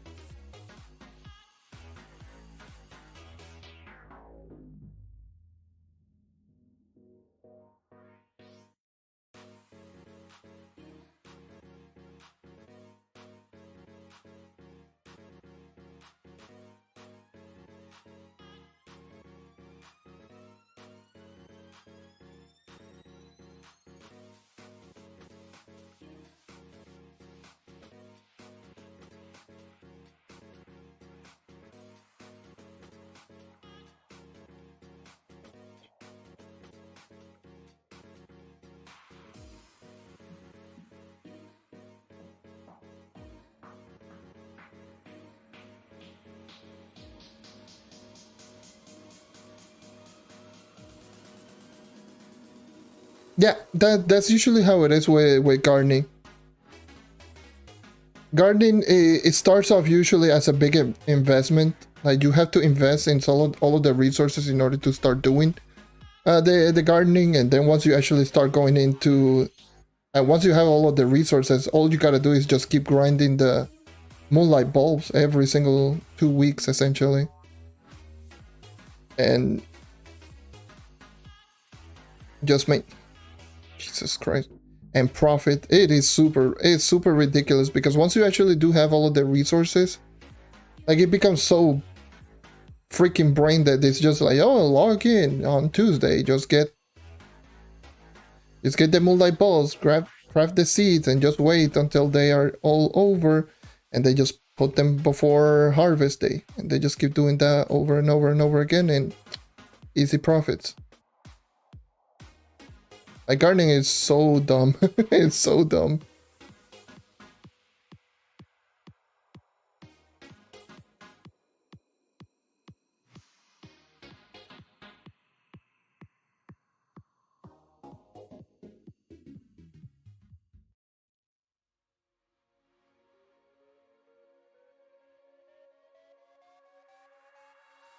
That's gardening. And I'm laggy sometimes, goddamn.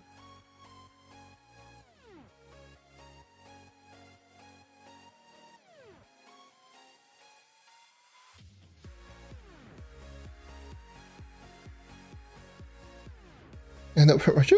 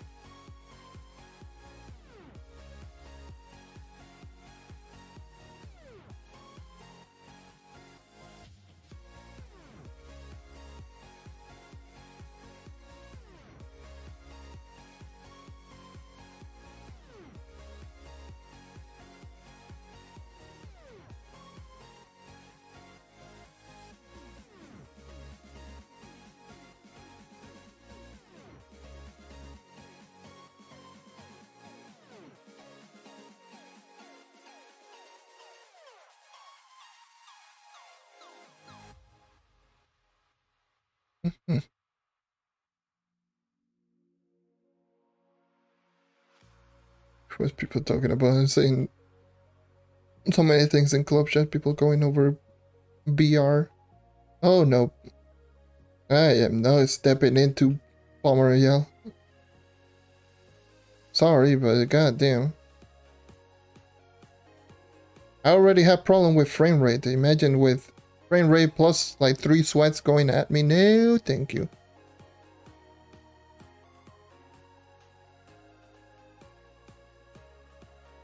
And no, thank you.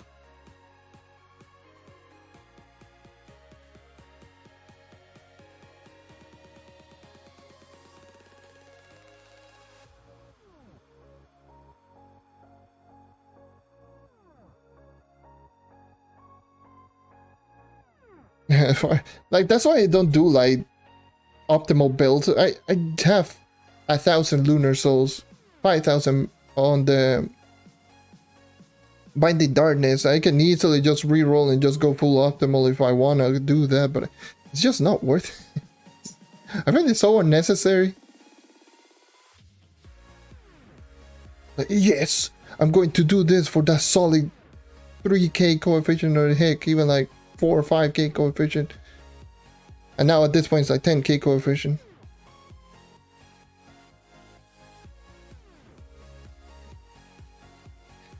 I don't find it too necessary.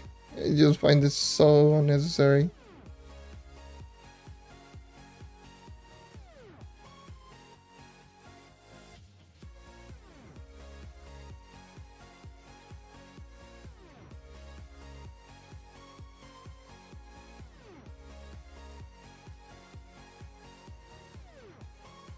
How much are eyes? Don't know. Probably, yeah, 12, 13, 14 each.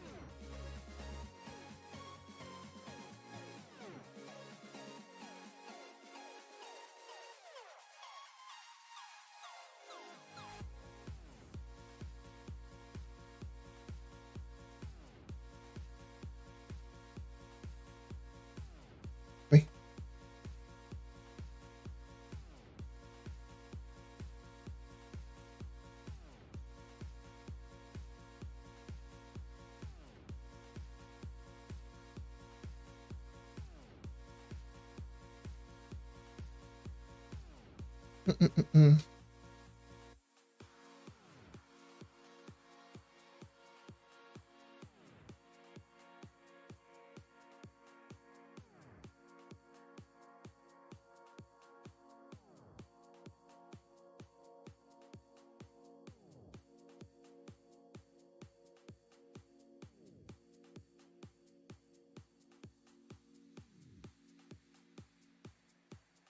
Perhaps for me, but I just find it too boring. I don't know why, I just don't like gardening. I really don't. The prices are really high, but I really just don't like gardening. Especially considering that I do videos sometimes, and there are some days that I'm just not paying attention. And I might lose a harvest here and there, which happened a lot during my time on Nitro, with the Nitro farm. Like, especially if I'm in the grind of just making videos or something like that, I will lose a couple of days here and there. Might just log in, okay, sure, that's it, but That's about it.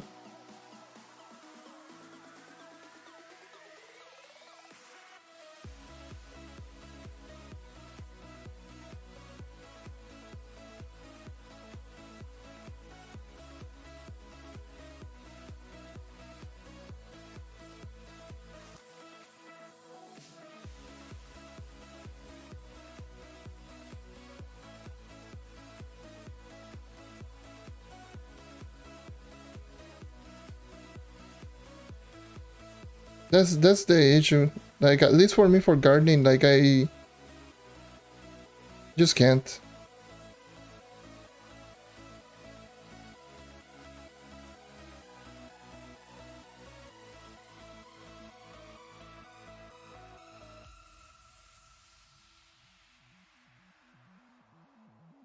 Like, I know it is good, by the way. I know it is ridiculously good. I know it will benefit me like no one's business, but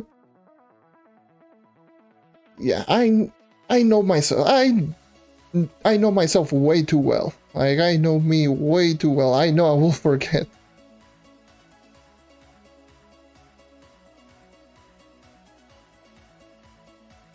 And yeah, it's not that big of a deal. Like 20 plus, like 20 mil, something like that. I can make that in like probably 2 or 3 days. So again, even though I put in the title and stuff like broken, I can make the flux really easily, so it's not that big of a deal.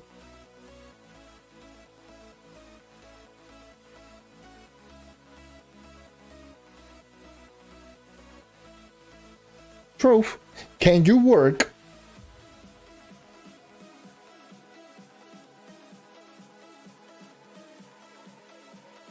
And this is also something that I had to agree with a friend of mine.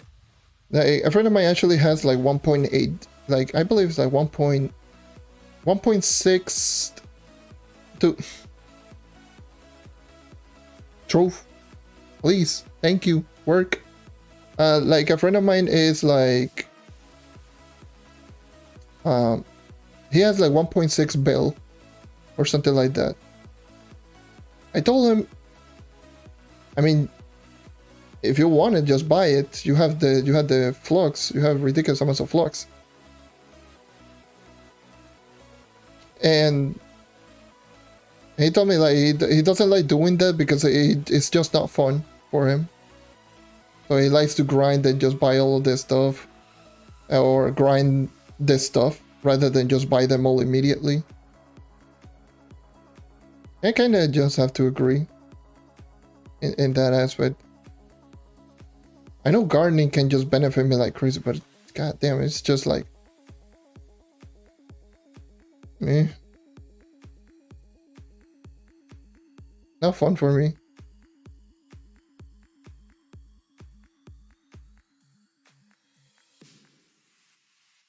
I don't know why. I'm just weird.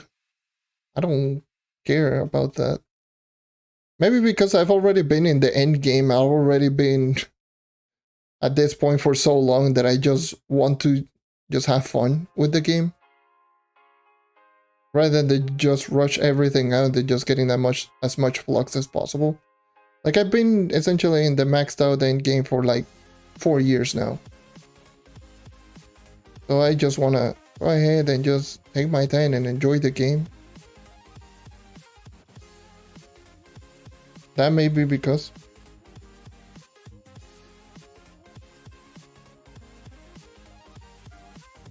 but yeah. Have I seen what is about the optimal build? Not really.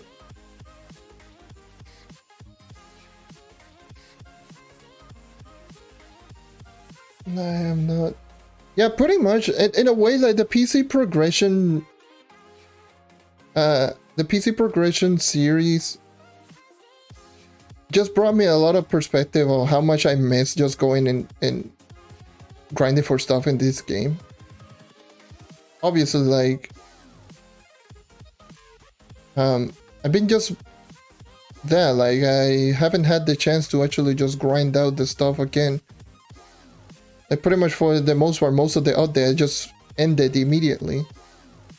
I'm like, with this, it just brings me a whole new perspective. That's why, like, I didn't started opening all of my boxes and only use like 9th life to level up my gems to level 30. That's why I grinded for all of my gems. Even though despite me having over 109th life. That could be the case. Like, I just like finally grinding for a purpose, I guess. Rather than just grinding electrolyte crystal for banner style for 1 mastery point.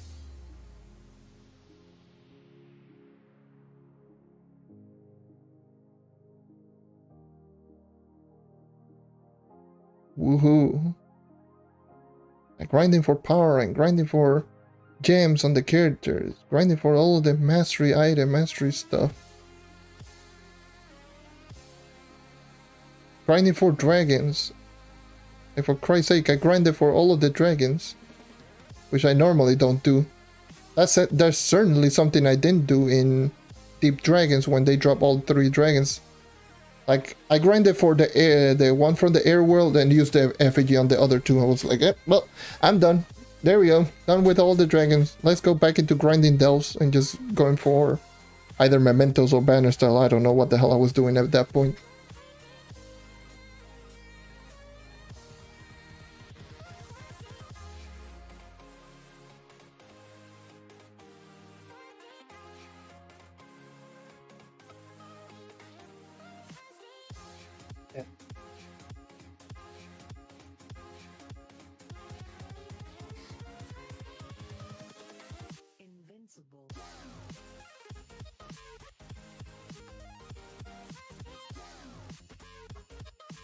That's the thing. That's usually the thing that I'm at. Like, it's got to a certain point that I'm like, I just want to play the game. I just want to enjoy it. You know, I could be going around every single day, just going geotopside non-stop every single day, just grinding probably a couple of mil, just doing dungeons, and then just going for that. But it's like, at the same time, like, why? Not enjoyable. That's why I didn't do that in Uber 10. Like, I didn't care. I just didn't want to do anything because I wasn't having fun. I wasn't enjoying it a whole lot. I could do daily, but that was about it.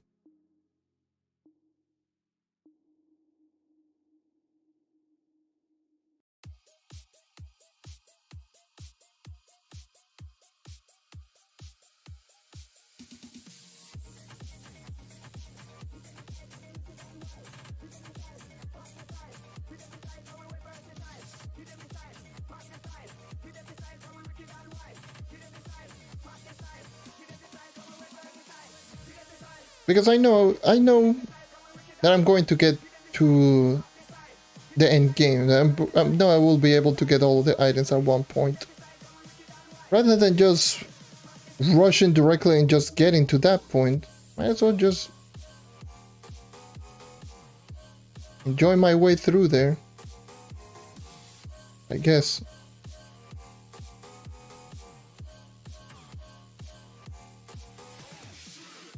And for Christ's sake, I'm grinding Nitro again.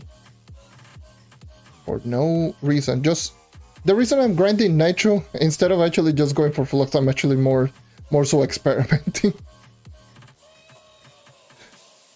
Like, how much Flux per hour can I make in this Nitro? Because I am curious. And there I am. This thing is more of curiosity of how much I can make in an hour. That's why I just keep jumping in from Radiant Shard, Radiant Ore, for all of those areas. Speaking of which, I have been here for around 40 minutes, give or take, on Nitro. It's pretty interesting.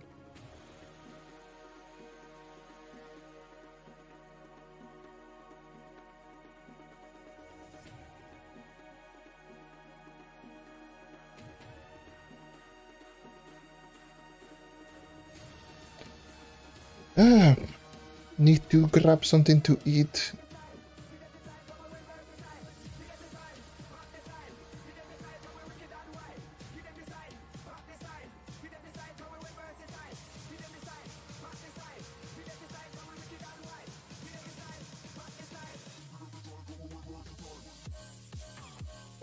Range are actually profitable.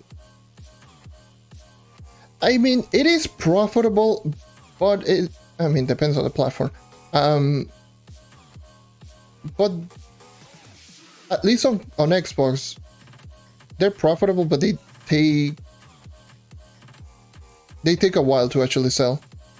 That's why I don't go for like 3, 4, 5 hours and just grinding for them, because good luck in selling all of them.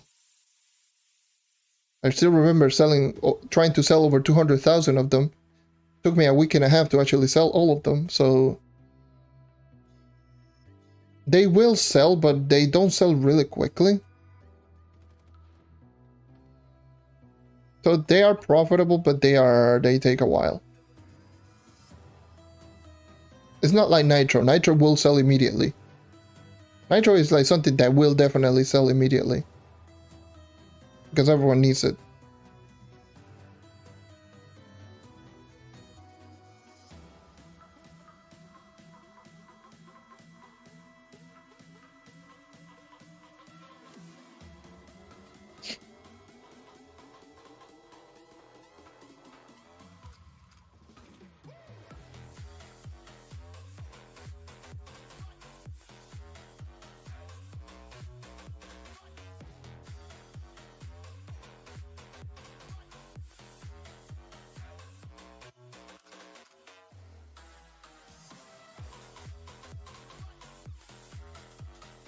Okay. Damn, I should have just. Whew.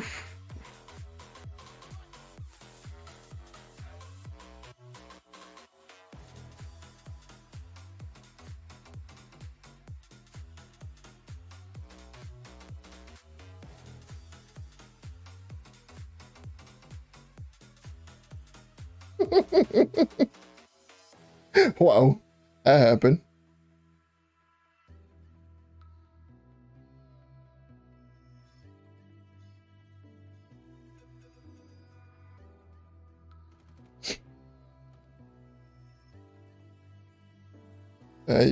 Yeah, crystal and power gem boxes are so bad. Like, it's much better leveling up a gem 225 and just convert it. That's it. For empower gems, that's just the way that it is.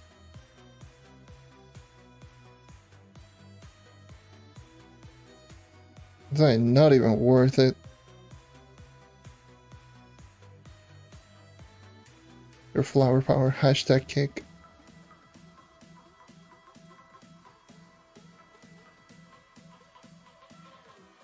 Damn.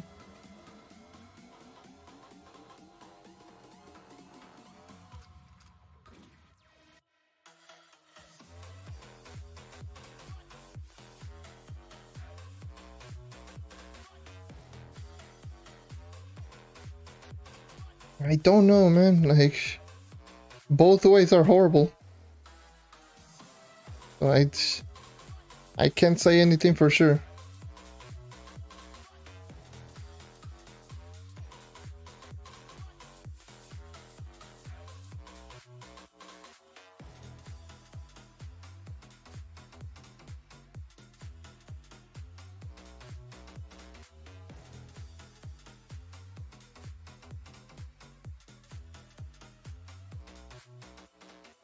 Both ways are horrible. You need what?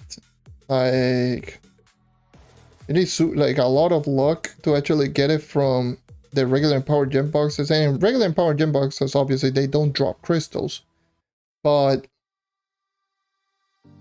even still, like, still getting a 3-star stellar from empowered gem boxes is still rough, and from stellar empowered gem boxes themselves, again, also pretty rough to actually get them.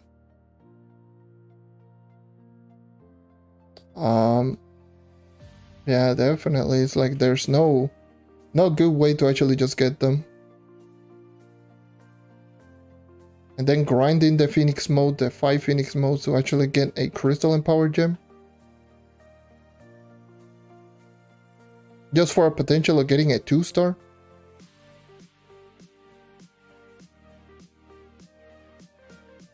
I would probably just say if you have the chance, then maybe go for the Crystal and Power Gem. Because there's higher chances of actually getting that one. The Professor Battler, because you can open a Crystal, Cosmic, and Power Gem. But even still, like, there's chances of actually just getting a not 3-star and not even a good ability. So it's pretty risky. But it is up to you.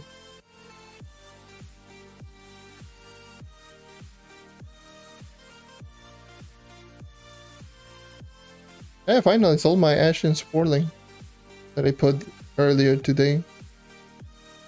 506k, yay! The one that I got in the hour, in 1 hour.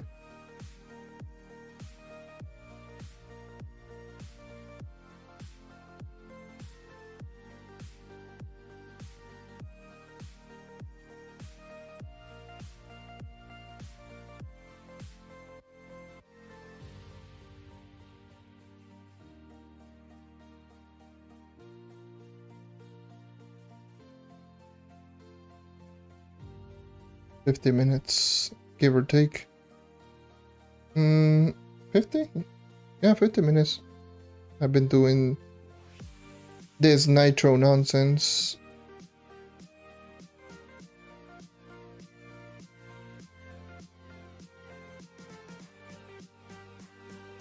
That was terrible bomb.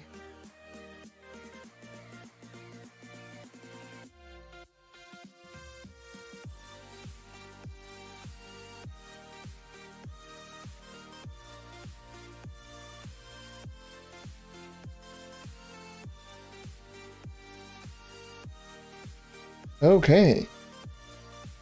There's the bot. Oh yeah, I forgot to put in subscription only. I mean, it doesn't matter, honestly.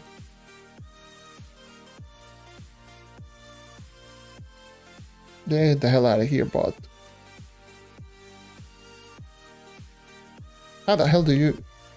Okay, sure, whatever.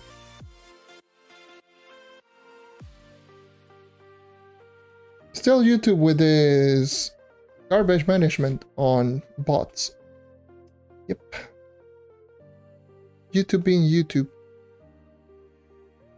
And the thing is, it's not like they send one message, like the bots send one message, just like constant spam, spam, spam.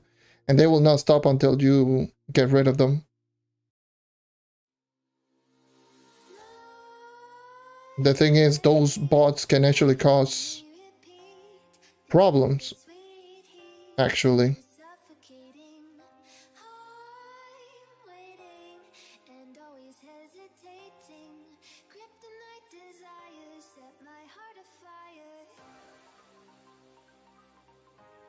So yeah, you have to get rid of them like immediately. If you leave them... Woo.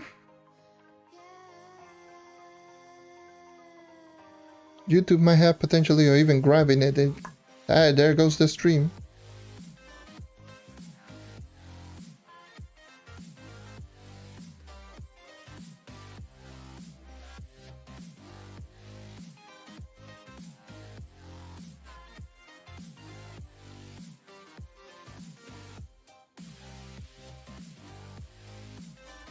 Terrible management on YouTube.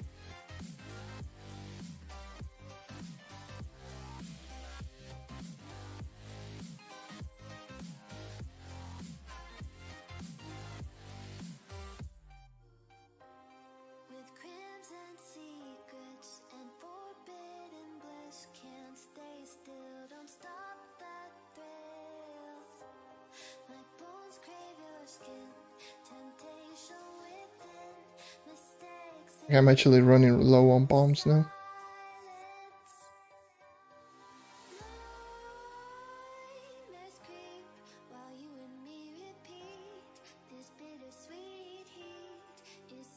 Eh. That's so bad. Oh, jeez. I should be also heading back because I am planning to do...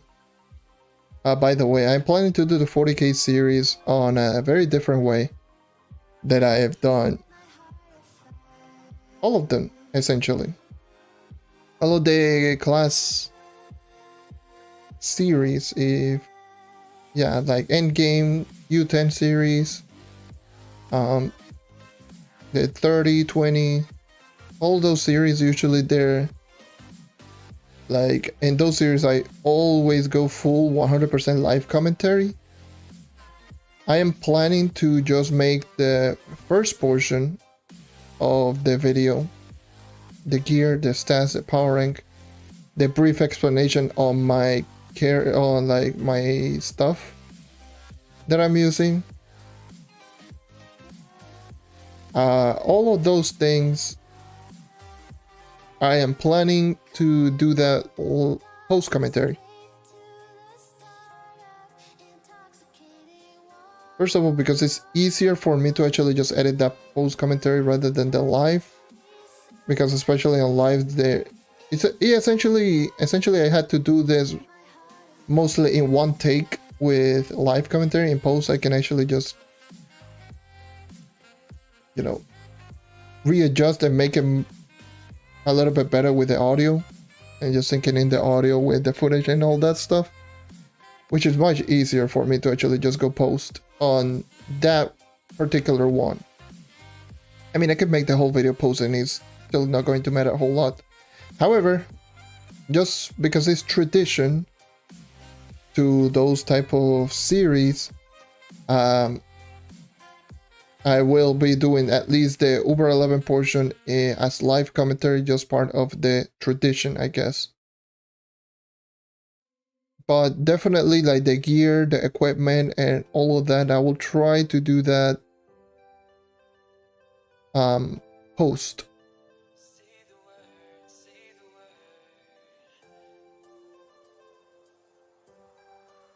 And also I would like to just keep it live commentary as well, because I don't know why, it always happens whenever I'm doing live commentary, something stupid happens.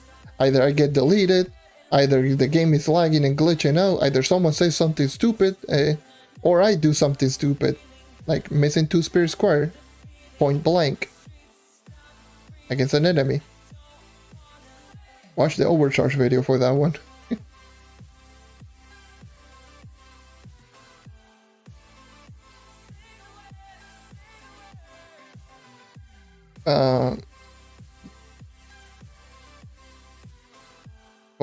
But yeah, stupid stuff like that does happen quite often, and it's always whenever I'm recording. Like whenever I'm not recording or streaming, like, it doesn't happen too often. But as soon as I hit the record, it's just like, yep, there we go. There's the dumb thing that keeps happening. So I want to keep the live commentary portion for that. But the problem is with live commentary, for me, rather than post, is that with post commentary, I can just concise all of the information really like into a much shorter video and much better in terms of like maintaining all of the audio and just maintaining audio footage and all of that. Like I can actually just give a post commentary and then just showcase the character, how does it work in like Uber 11.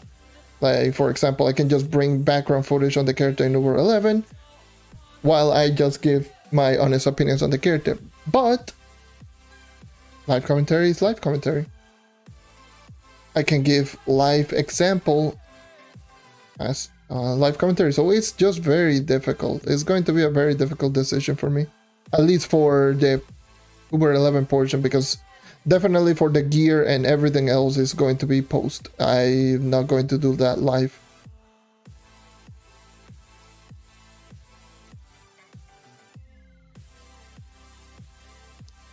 For the most part, it's going to be the character that I feel at that moment. or a character that I just got to 40k PR and I'm like, oh yeah, then let's go with that character. Like for example, I already got 4 characters at 40,000 powering, so I should go with all of them. But I don't know, maybe I'll power up, let's just say a Candy Barbarian, and I just feel like doing the Candy Barbarian and I just go. It's whatever I feel at the moment.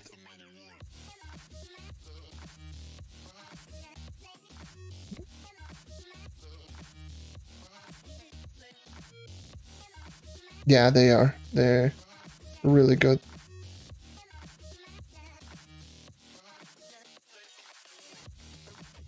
But yeah, definitely that's the thing that I will do that. But I want it to be like similar feeling to the 30k PR series, because the 30k PR series had like a very distinct format. And just to keep tradition, this has to be pretty much exactly the same way.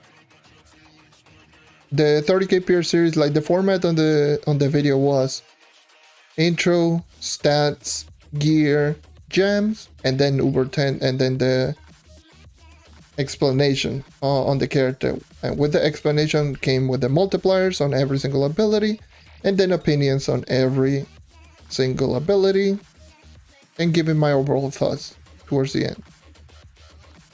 That was the format that I went in the end game, the 30k, the end game, and also the Uber 10 series. Or then I went in that format.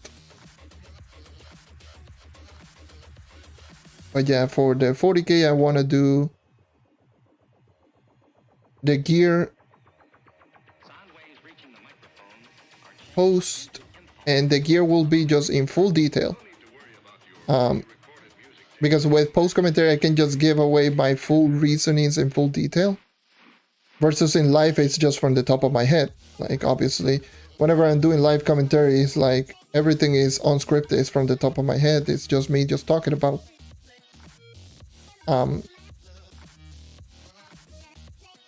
That's how I made those videos. Like, from the top of my head, this is what I know. And I'll leave like the post editing. The post editing for for any corrections and such, which that's usually the reason why it takes sometimes so long for live commentary, because I have to, you have any idea how many times I had to watch the video over and over and over and over and over and over and over again?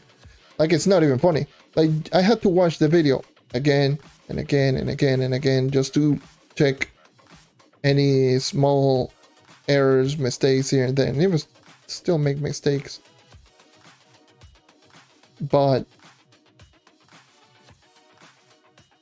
I had to check and just slowly sneak into the videos, just slowly but surely. That's why it takes me like one video normally takes me like 7 hours to make, and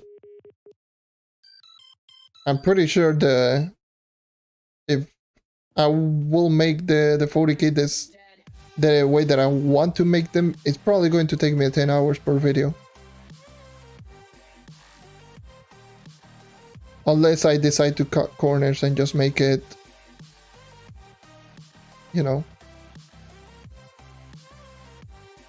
less heavily focused on editing, but I don't know. It just doesn't feel good doing that. But the problem is, it takes a while to actually do so. So it's a trade-off. Either have them come out just as early as possible, but lower quality, or just wait it out and just take my time in making the video, but it will be a lot better.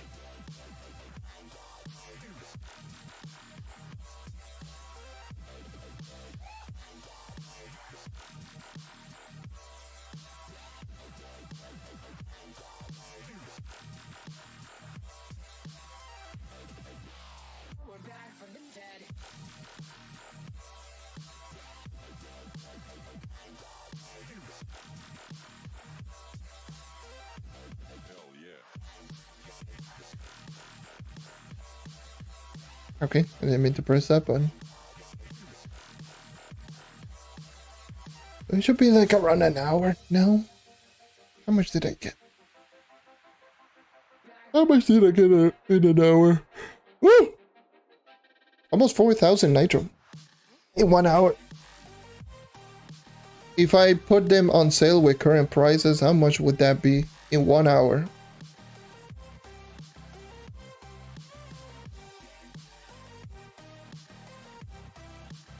$1.4 mil.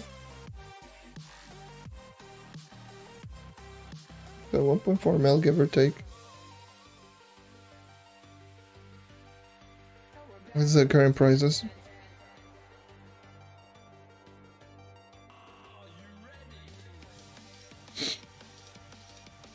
Which is really good. Still really good. Because then I'm just derping around. I'm just derping around like this.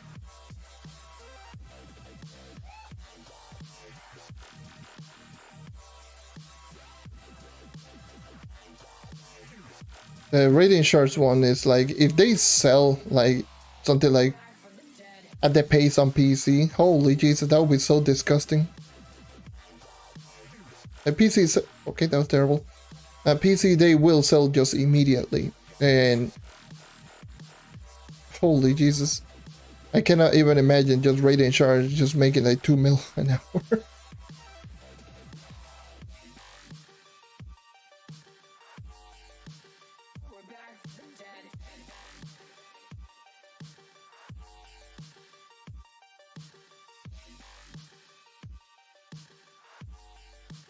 So give or take in this stream alone I made.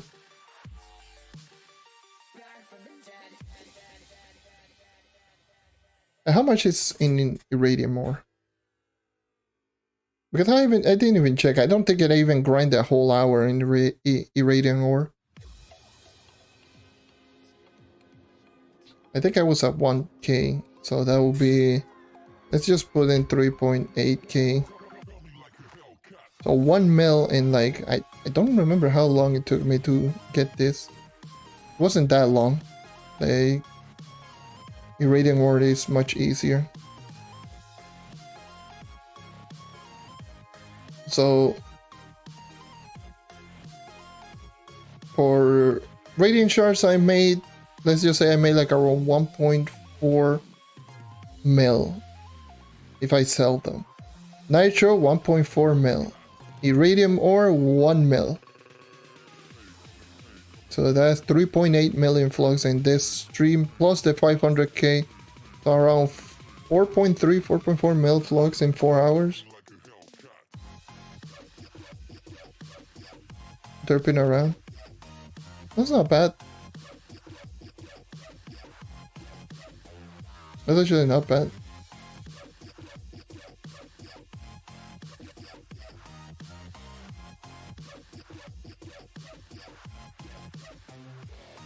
I got like 4 mil in resources. Almost 4.5 mil in resources in 4 hours of stream. I think that's good.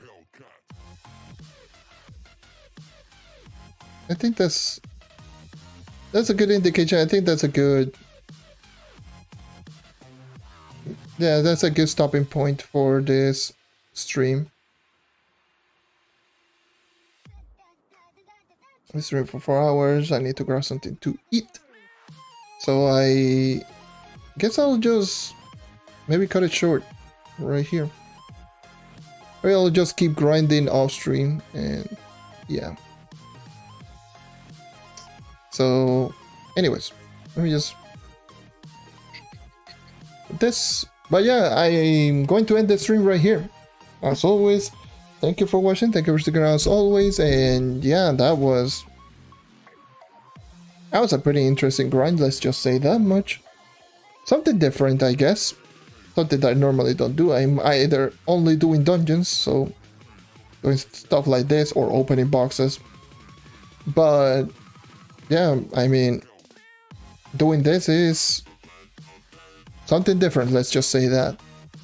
But anyways, ending the stream right here. Thank you for watching. Thank you for watching. As always, leave a like, subscribe for more content like this, and as always, stay tuned for the 40k pair series. I started already writing down the parts that I wanted to talk about post commentary for the introduction on the video. I might do a video introduction for the series before dropping the very first episode, which is obviously going to be on the night. It's always the night, the very first episode. So I'm definitely going to start working on those throughout this week. So stay tuned as always for that one. I also wanted to do a video explaining Solarian or the hidden effects on Solarian. Normally I was going to do Solarian towards the last video, but I think I will push that as the next hidden effects video instead of the Lunar Lancer, so that will be something. Right now that I'm just cutting a little bit shorter on the grind, I can now sneak in and squeeze by some recording, some commentary or whatever, like editing, so I can just start doing that. Oh, I glitched out. Oh, Jesus. But yeah, that's essentially going to be everything. As always, thank you for the 4K subs. I always do have to remind that it's still wild to think about, and we're on a road to 5K now. So sub if you want, not forcing you. But with all that being said, thank you for watching. Hope to see you next time. Take care and keep on hunting. See ya.